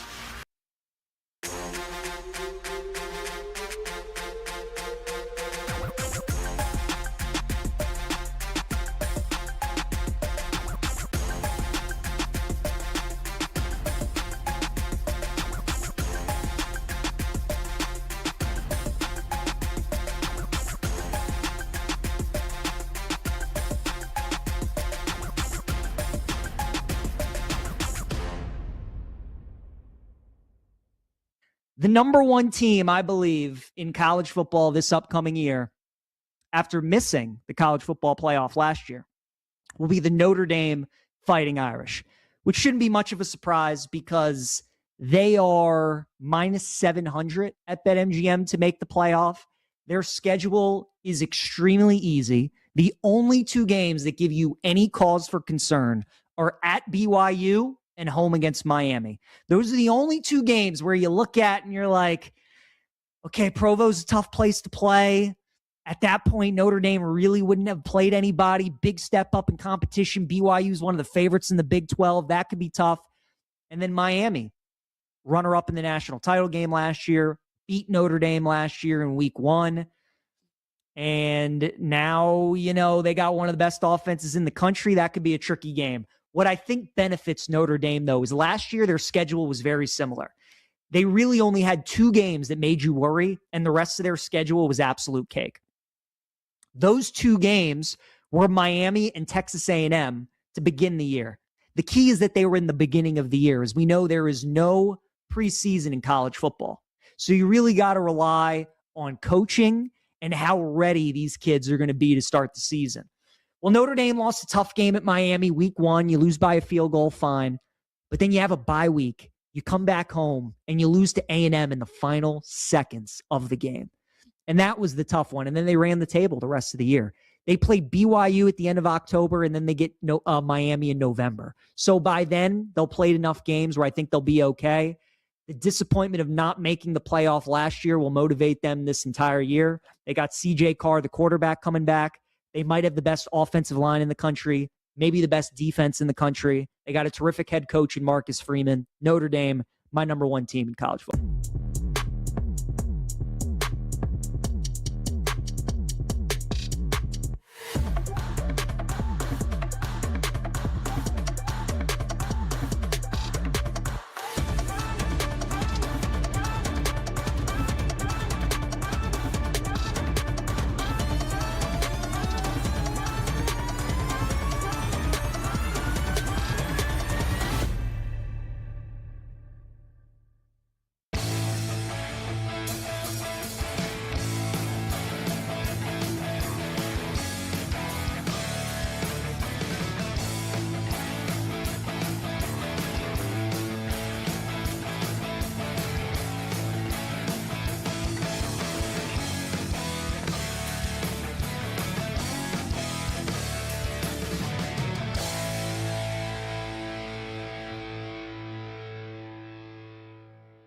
But if England's able to survive that game against Norway, they're dangerous. They definitely could end up winning the World Cup. I think Spain is the toughest matchup for France. If I were to want any team to knock out France of this tournament, it is Spain. I don't know if England can beat France. I don't know if Argentina can beat France. They obviously can. I just wouldn't feel good about it. Spain is the team that I would want to knock out France of the tournament. Just like we kind of all were saying, I don't know if the Knicks can beat Oklahoma City, but there's a chance that they could beat the Spurs. I think it's the same kind of feel that I would feel with England. So if you're an England fan, I think you're rooting for Spain today. And then you're rooting for your boys to take care of business against Belgium and advance to the semifinals. But I'm telling you guys, Seahawks, Rams, Michigan, Arizona, Spurs, Oklahoma City, it's got the same feel of how this World Cup, how this semifinal is shaking up with a potential Spain-France matchup. I think a lot of people are going to be on France in that game. I think they're going to find themselves on the wrong side like they have with the other 3 games. I think Spain is going to the final.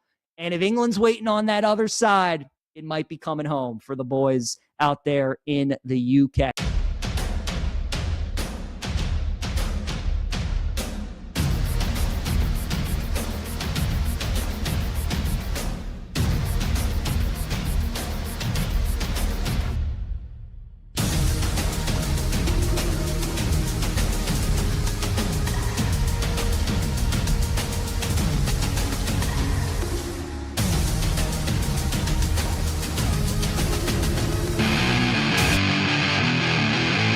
When the game goes live, the conversation turns up. BetMGM Tonight continues now.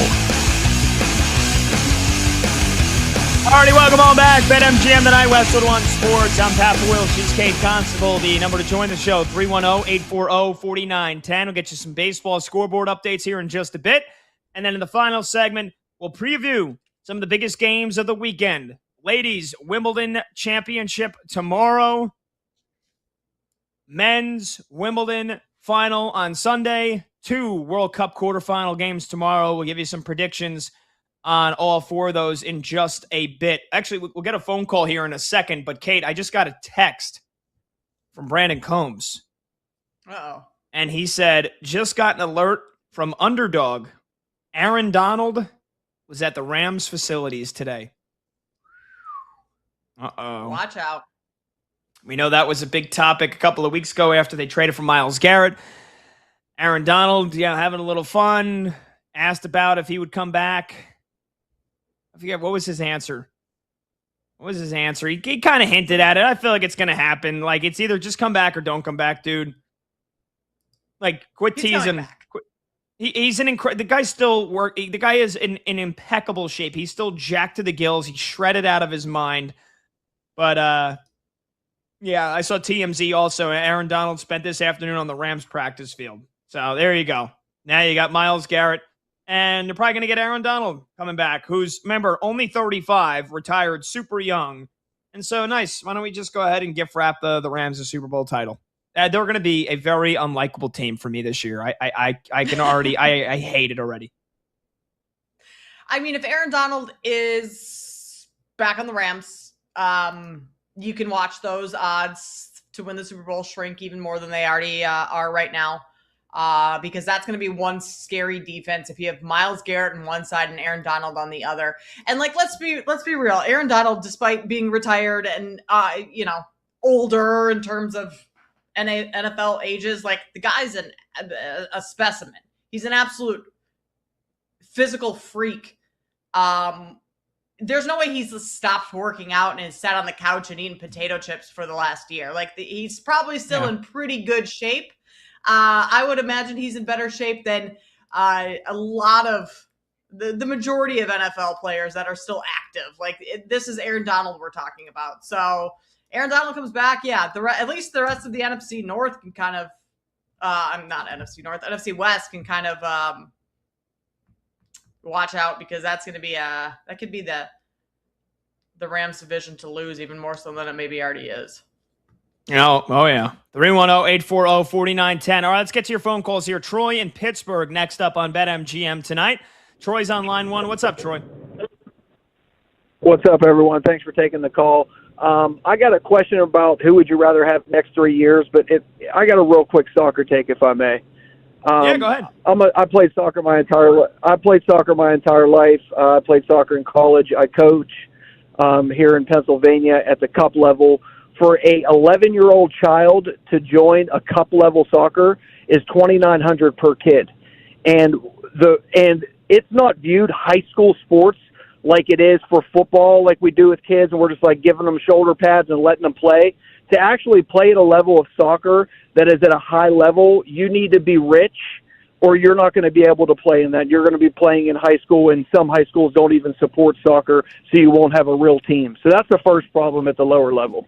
But this is the would you rather next 3 years real quick for you.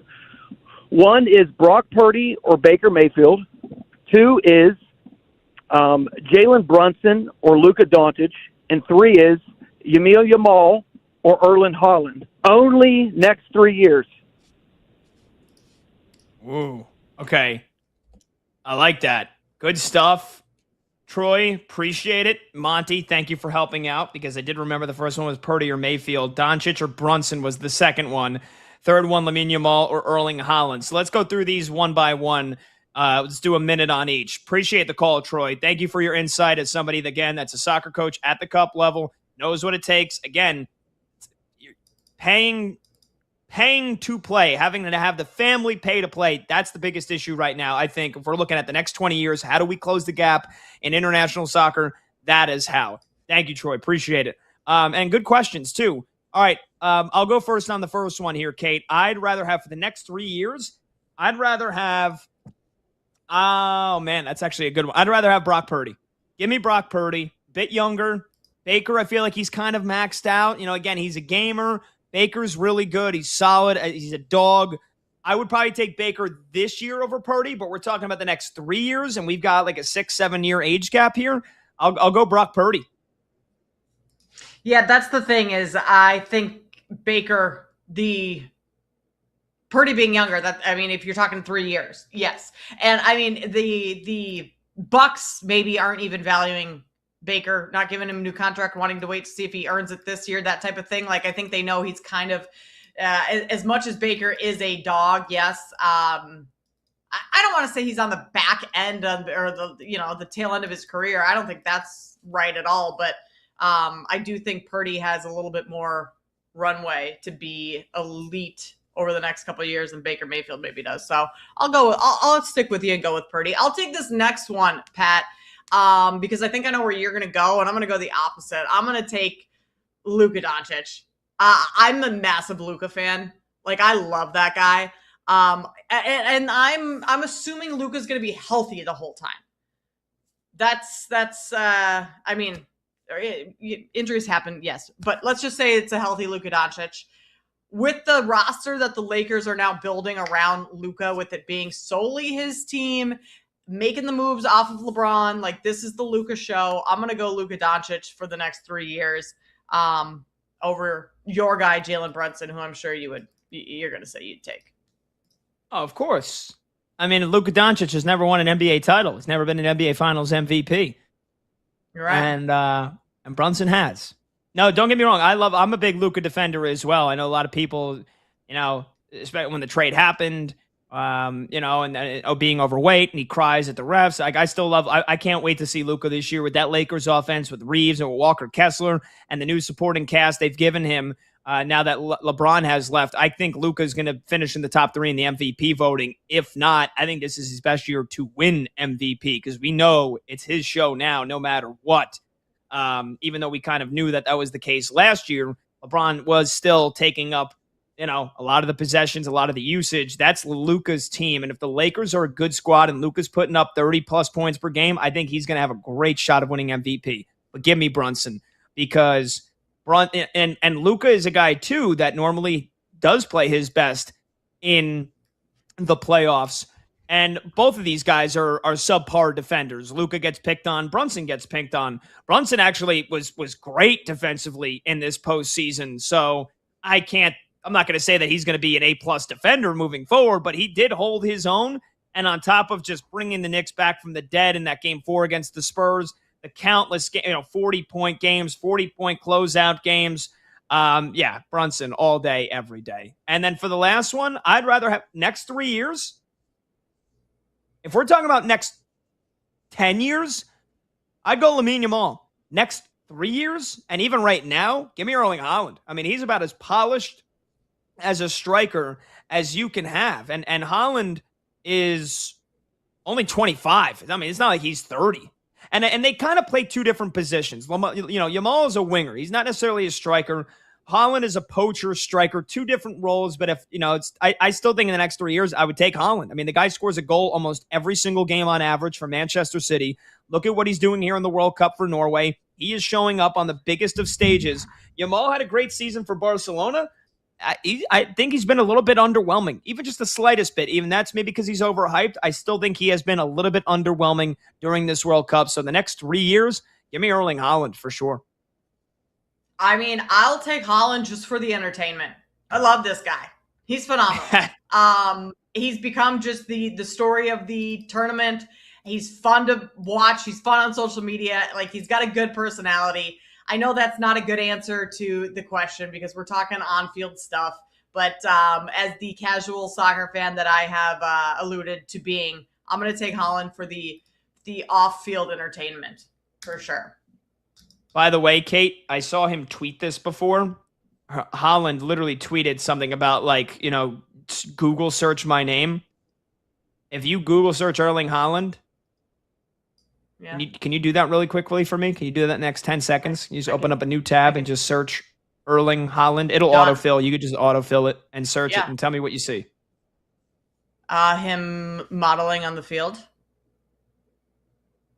You don't have anything going across the bottom of your screen? No, I have oh, yeah, whoa. Okay, we got a little animation going on. Yeah. Isn't that cool? You get a couple Norwegian Vikings doing their famous celebration, the row, which they've been doing after every win, where he bangs on the drum and everybody on the team and everybody in the crowd, ooh, and they like they're rowing a boat. So you got like a bunch of Norwegian Vikings on the bottom of your little animation on the bottom of your screen. That's pretty cool. Who will do something like that? Who would do something like that? My husband told me I've never seen Google do something like that with animation. But my husband told me the other day when I was, after I got done working out, I was just like sweaty and gross, no makeup, kind of just like grimy and disgusting. And he told me I looked like Erling Haaland. And I don't think that was meant to be a compliment. Oh my God. But that's what I kind of took it as a compliment. I like the guy. I mean, he's a good looking dude. Don't get me wrong. He also, I said this before. But yeah, so here's the thing. You know who your mind? Have you seen Dune, Kate? No. Google searching Dune. Okay. Google. Here's a better Google search: Austin Butler, Dune. Now, Austin Butler, also good looking guy, but the character he plays, he looks like Erling Haaland, the Harkonnen. Oh, he does. Search Austin Butler. Yeah. Yep. Face. Wow. It's like that. It's like that shapeshifter kind of face. He looks like he's like an alien almost, like an alien in a human skin. He does. If he had blonde hair, he would look like Erling Haaland / Kate Constable, maybe. All right. Really quickly, let's get an update here on Let's Go Streaking, only because I just saw Monty put it in the chat. You were going to take Rafael Devers, right, Kate? Oh, he homered in his first at bat. I should have stolen it from Zach. Homered in his first at bat. So Zach gets a hit. He is successful in his Let's Go Streaking. I took Spencer Steer of the Reds. They shut your Cubbies out 4-0. But more importantly, Spencer Steer, 3 hits tonight. 3 hits for Spencer Steer. Wow. And then you've got Bryce Eldridge trying to stay perfect at 7 for 7. Has Bryce Eldridge gotten his first at bat yet? He did. Now He's at 0 for bat 1 right now. 0 for 1. Did he strike out? I think he just got out. Yeah, flat out to left. Oh man. All right, Bryce, let's go. Let's go, buddy. Wow, that's brutal. Zach. Yeah. And we debated whether or not you should just steal them from Zach. You're 6 for 6. If there was ever a night to steal anything, it would be tonight. Shut up. And then Monty's got Fernando Tatis Jr. He's 0 for 2. So I'm through. Zach is through. Waiting on Bryce Eldridge and Fernando Tatis. But yeah, Devers home run first at bat. We were talking about it earlier in the show. All right, 310-840-4910. We'll take a short break. Finish up with any of your last calls, your last texts, and we'll give you some picks or predictions for the weekend. The 2 World Cup quarterfinal games tomorrow, each of the Wimbledon finals this weekend as well. I'm Pat Boyle. She's Kate Constable. This is BetMGM tonight on Westwood One Sports.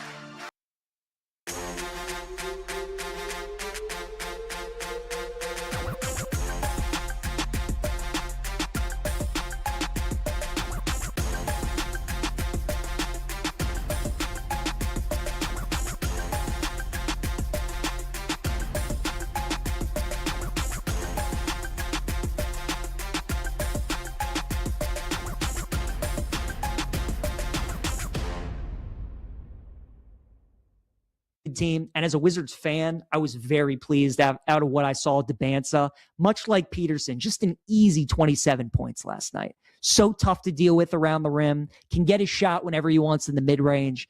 And if he ever develops that three-point jump shot and makes it consistent, you can't guard him. Can't stop him, not at that size. So I think both teams, the Wizards and the Jazz, have to feel good about what they did. The Wizards, they couldn't afford to go after Peterson. They had to take the sure thing with Debanza. They did that. It's one game. You don't want to overreact too much. But looking at Wizards Twitter, man, all the fans are so happy. And it's just like we've never had a guy like that at 6'9". We've never had like a Durant. We've never had a Giannis. We've never had a LeBron. Like, we don't know what it's like to have a guy at that size that's that talented, that just completely changes your team and completely changes the game when he's on the floor. So that's really interesting. Utah's got a very good up and young coming team. If Peterson stays healthy, I mean, he just gets buckets. Like, he's going to be really, really good. So I think both teams have to feel very good about the situation that they're in.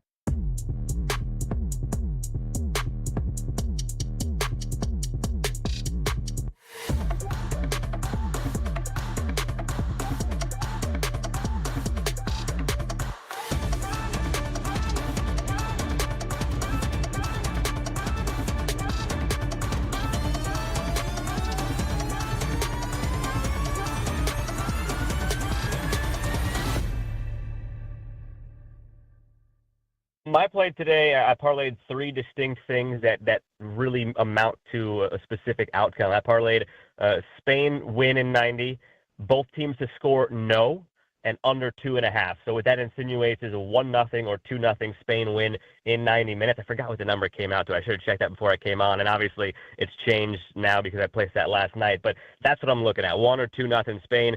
I think there's maybe a little bit too much hype on Belgium just because of the way the U.S. game went. But they completely changed their style. They sat back. They let us self-destruct, and we obliged. We did it.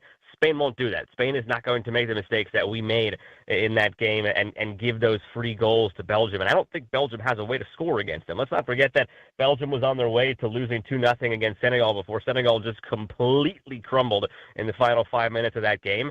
This is the Spain team that's going to dictate this whole game. As I mentioned before, they haven't conceded a goal this entire tournament, and I don't think this Belgium team all of a sudden is going to do it to them. So for me, I'm looking at Spain winning in 90 by a 1 or 2-0 scoreline. That's how I play it.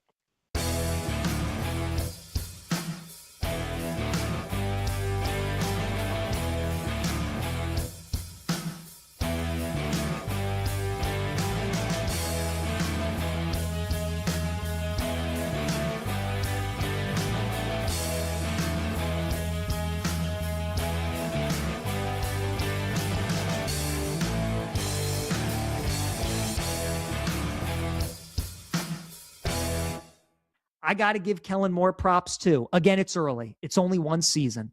I thought he was going to stink as a coach. The Saints were the betting favorite last year to finish with the worst record in the NFL. And they had the 7th, 8th worst record in the NFL. And Kellen Moore looked like he coached some ball a little bit. So I think the Saints are going to be improved. I think they're going to compete for that division. But more than anything, the reason why they are atop this list is because of how pathetic the NFC South is.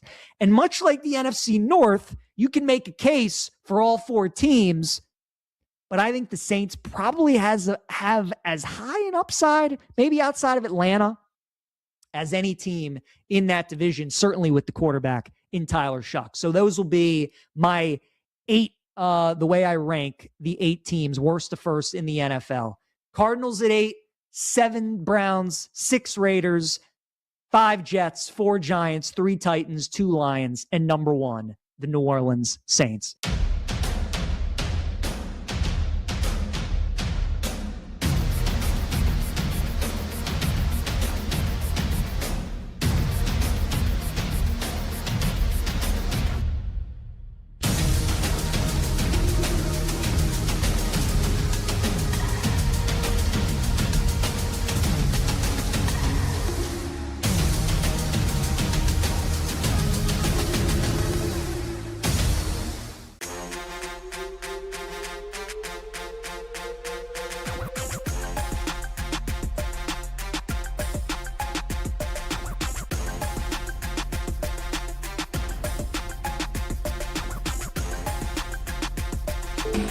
Late games, loud opinions, and money time moments. BetMGM Tonight rolls on. All right, final couple of minutes here on this Friday night. I hope everybody's got a great weekend of plans ahead of you. Just want to shout out everybody here now, and then when we get going, we don't have to rush. So huge shout out first and foremost to you, Kate. Appreciate you holding it down all 5 hours with me tonight. I had a blast with you, and can't wait to do some more shows with you in the future. So appreciate you.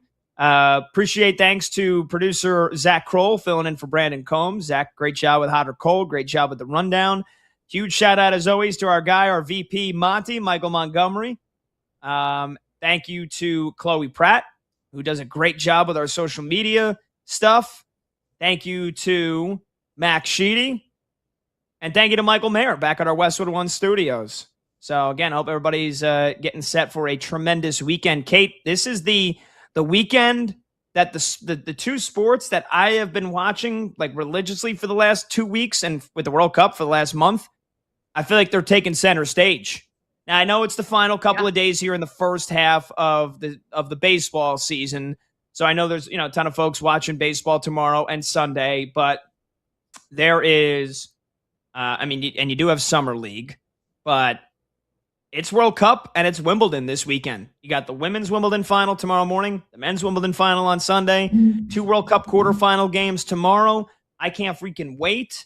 So let's make some predictions here. Let's start with the World Cup, and let's start with a banger of a game tomorrow. Your guy, the guy that you love, the guy that America has fallen in love with, Erling Haaland and Norway going up against England tomorrow. Let me just double check. Off the top of your head, Kate, do you know where that game is? Because I have forgotten. It is in Miami, Hard Rock Stadium. Oh, you're right. Oh, that's gonna be great too. In Miami, Hard Rock Stadium. England is minus 110 to win it in regulation. And to qualify, to advance, to win in any fashion, regulation, extra time penalties, England minus 200, Norway plus 160. The Brits are a pretty big favorite here again. I hope Norway pulls off the upset, Kate, but these 2 teams, goals galore whenever they play. In the 5 games, Norway's games have averaged over 4 goals per game. England's games have averaged over 3 goals per game. The over-under is 2.5, and it's like minus 130. Minus 135 to the over. Give me the over 2.5. I'm rooting for goals, and more goals in this game tomorrow. You got any plays or picks for this one? I'll take the over in that one with you. And if you tell me that Norway is averaging their games almost 4 goals, I'm going to take Norway to pull off the upset tomorrow over England. I think Norway advances and plays Argentina in the semis. All right, so you like Argentina. I feel like they've been skating by. It's another team they should easily beat. I don't think they're going to overlook Switzerland, but it's taken them a miraculous comeback against Egypt. They needed extra time to beat Cabo Verde. Give me double chance here. Switzerland or the tie in regulation at at plus money. I mean, I'll go for the upset here in this one, or at least they send it to extra time. But you like Argentina, huh? Yeah, I'm going to go with Argentina here. I just think that they are the better team between the two, and I don't think anything's going to get too crazy in that game. All right, really quickly, men's Wimbledon final on Sunday. Jannik Sinner minus 450. You give Zverev a chance, or it's Sinner in on the game spread or the set spread, or nothing for you? It's Sinner. It's Sinner. Yeah, Sinner. Sinner for me. Probably wins it in 4. Any way you want to bet it. Yep. And then Noskova, Muhova, pick your poison. Pick your coin flip match. 2 Czechs going at it in the Wimbledon's women final tomorrow morning. That should be a good one. Wish it was Coco Gauff, but it's not. All right, I'm Pat Boyle. We'll see you Monday, 6 p.m. Eastern. BetMGM tonight. Westwood One Sports. This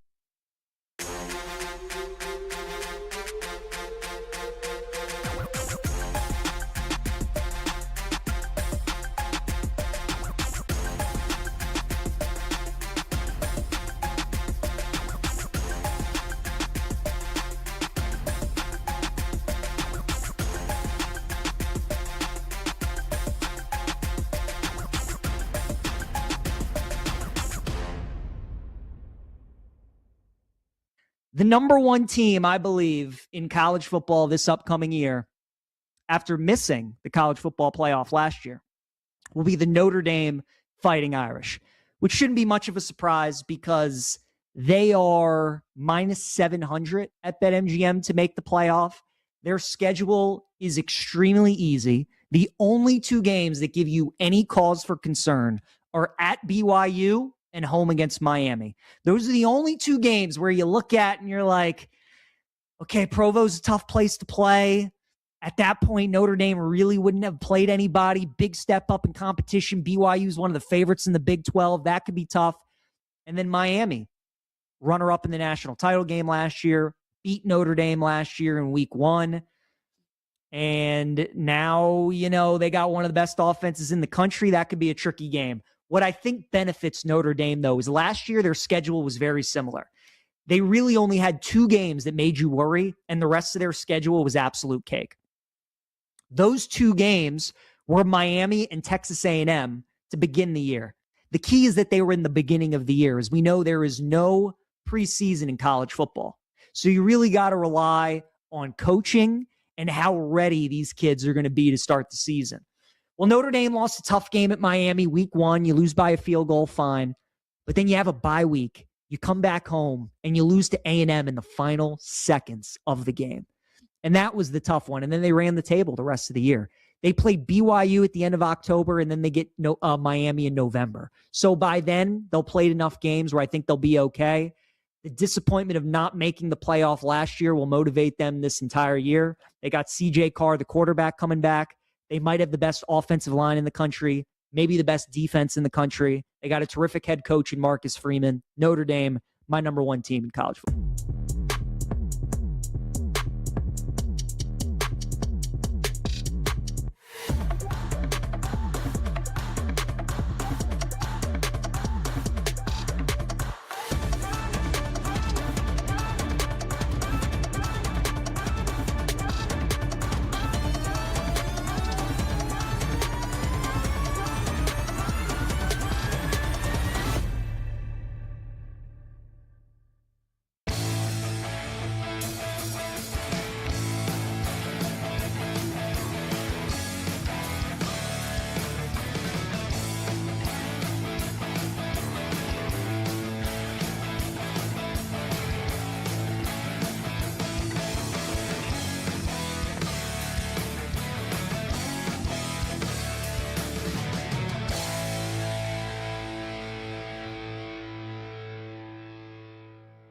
But if England's able to survive that game against Norway, they're dangerous. They definitely could end up winning the World Cup.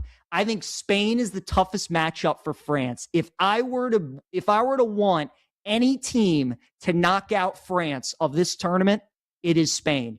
I don't know if England can beat France. I don't know if Argentina can beat France. They obviously can. I just wouldn't feel good about it. Spain is the team that I would want to knock out France of the tournament. Just like we kind of all were saying, I don't know if the Knicks can beat Oklahoma City, but there's a chance that they could beat the Spurs. I think it's the same kind of feel that I would feel with England. So if you're an England fan, I think you're rooting for Spain today. And then you're rooting for your boys to take care of business against Belgium and advance to the semifinals. But I'm telling you guys, Seahawks, Rams, Michigan, Arizona, Spurs, Oklahoma City, it's got the same feel of how this World Cup, how this semifinal is shaking up with a potential Spain-France matchup. I think a lot of people are going to be on France in that game. I think they're going to find themselves on the wrong side like they have with the other 3 games. I think Spain is going to the final. And if England's waiting on that other side, it might be coming home for the boys out there in the UK.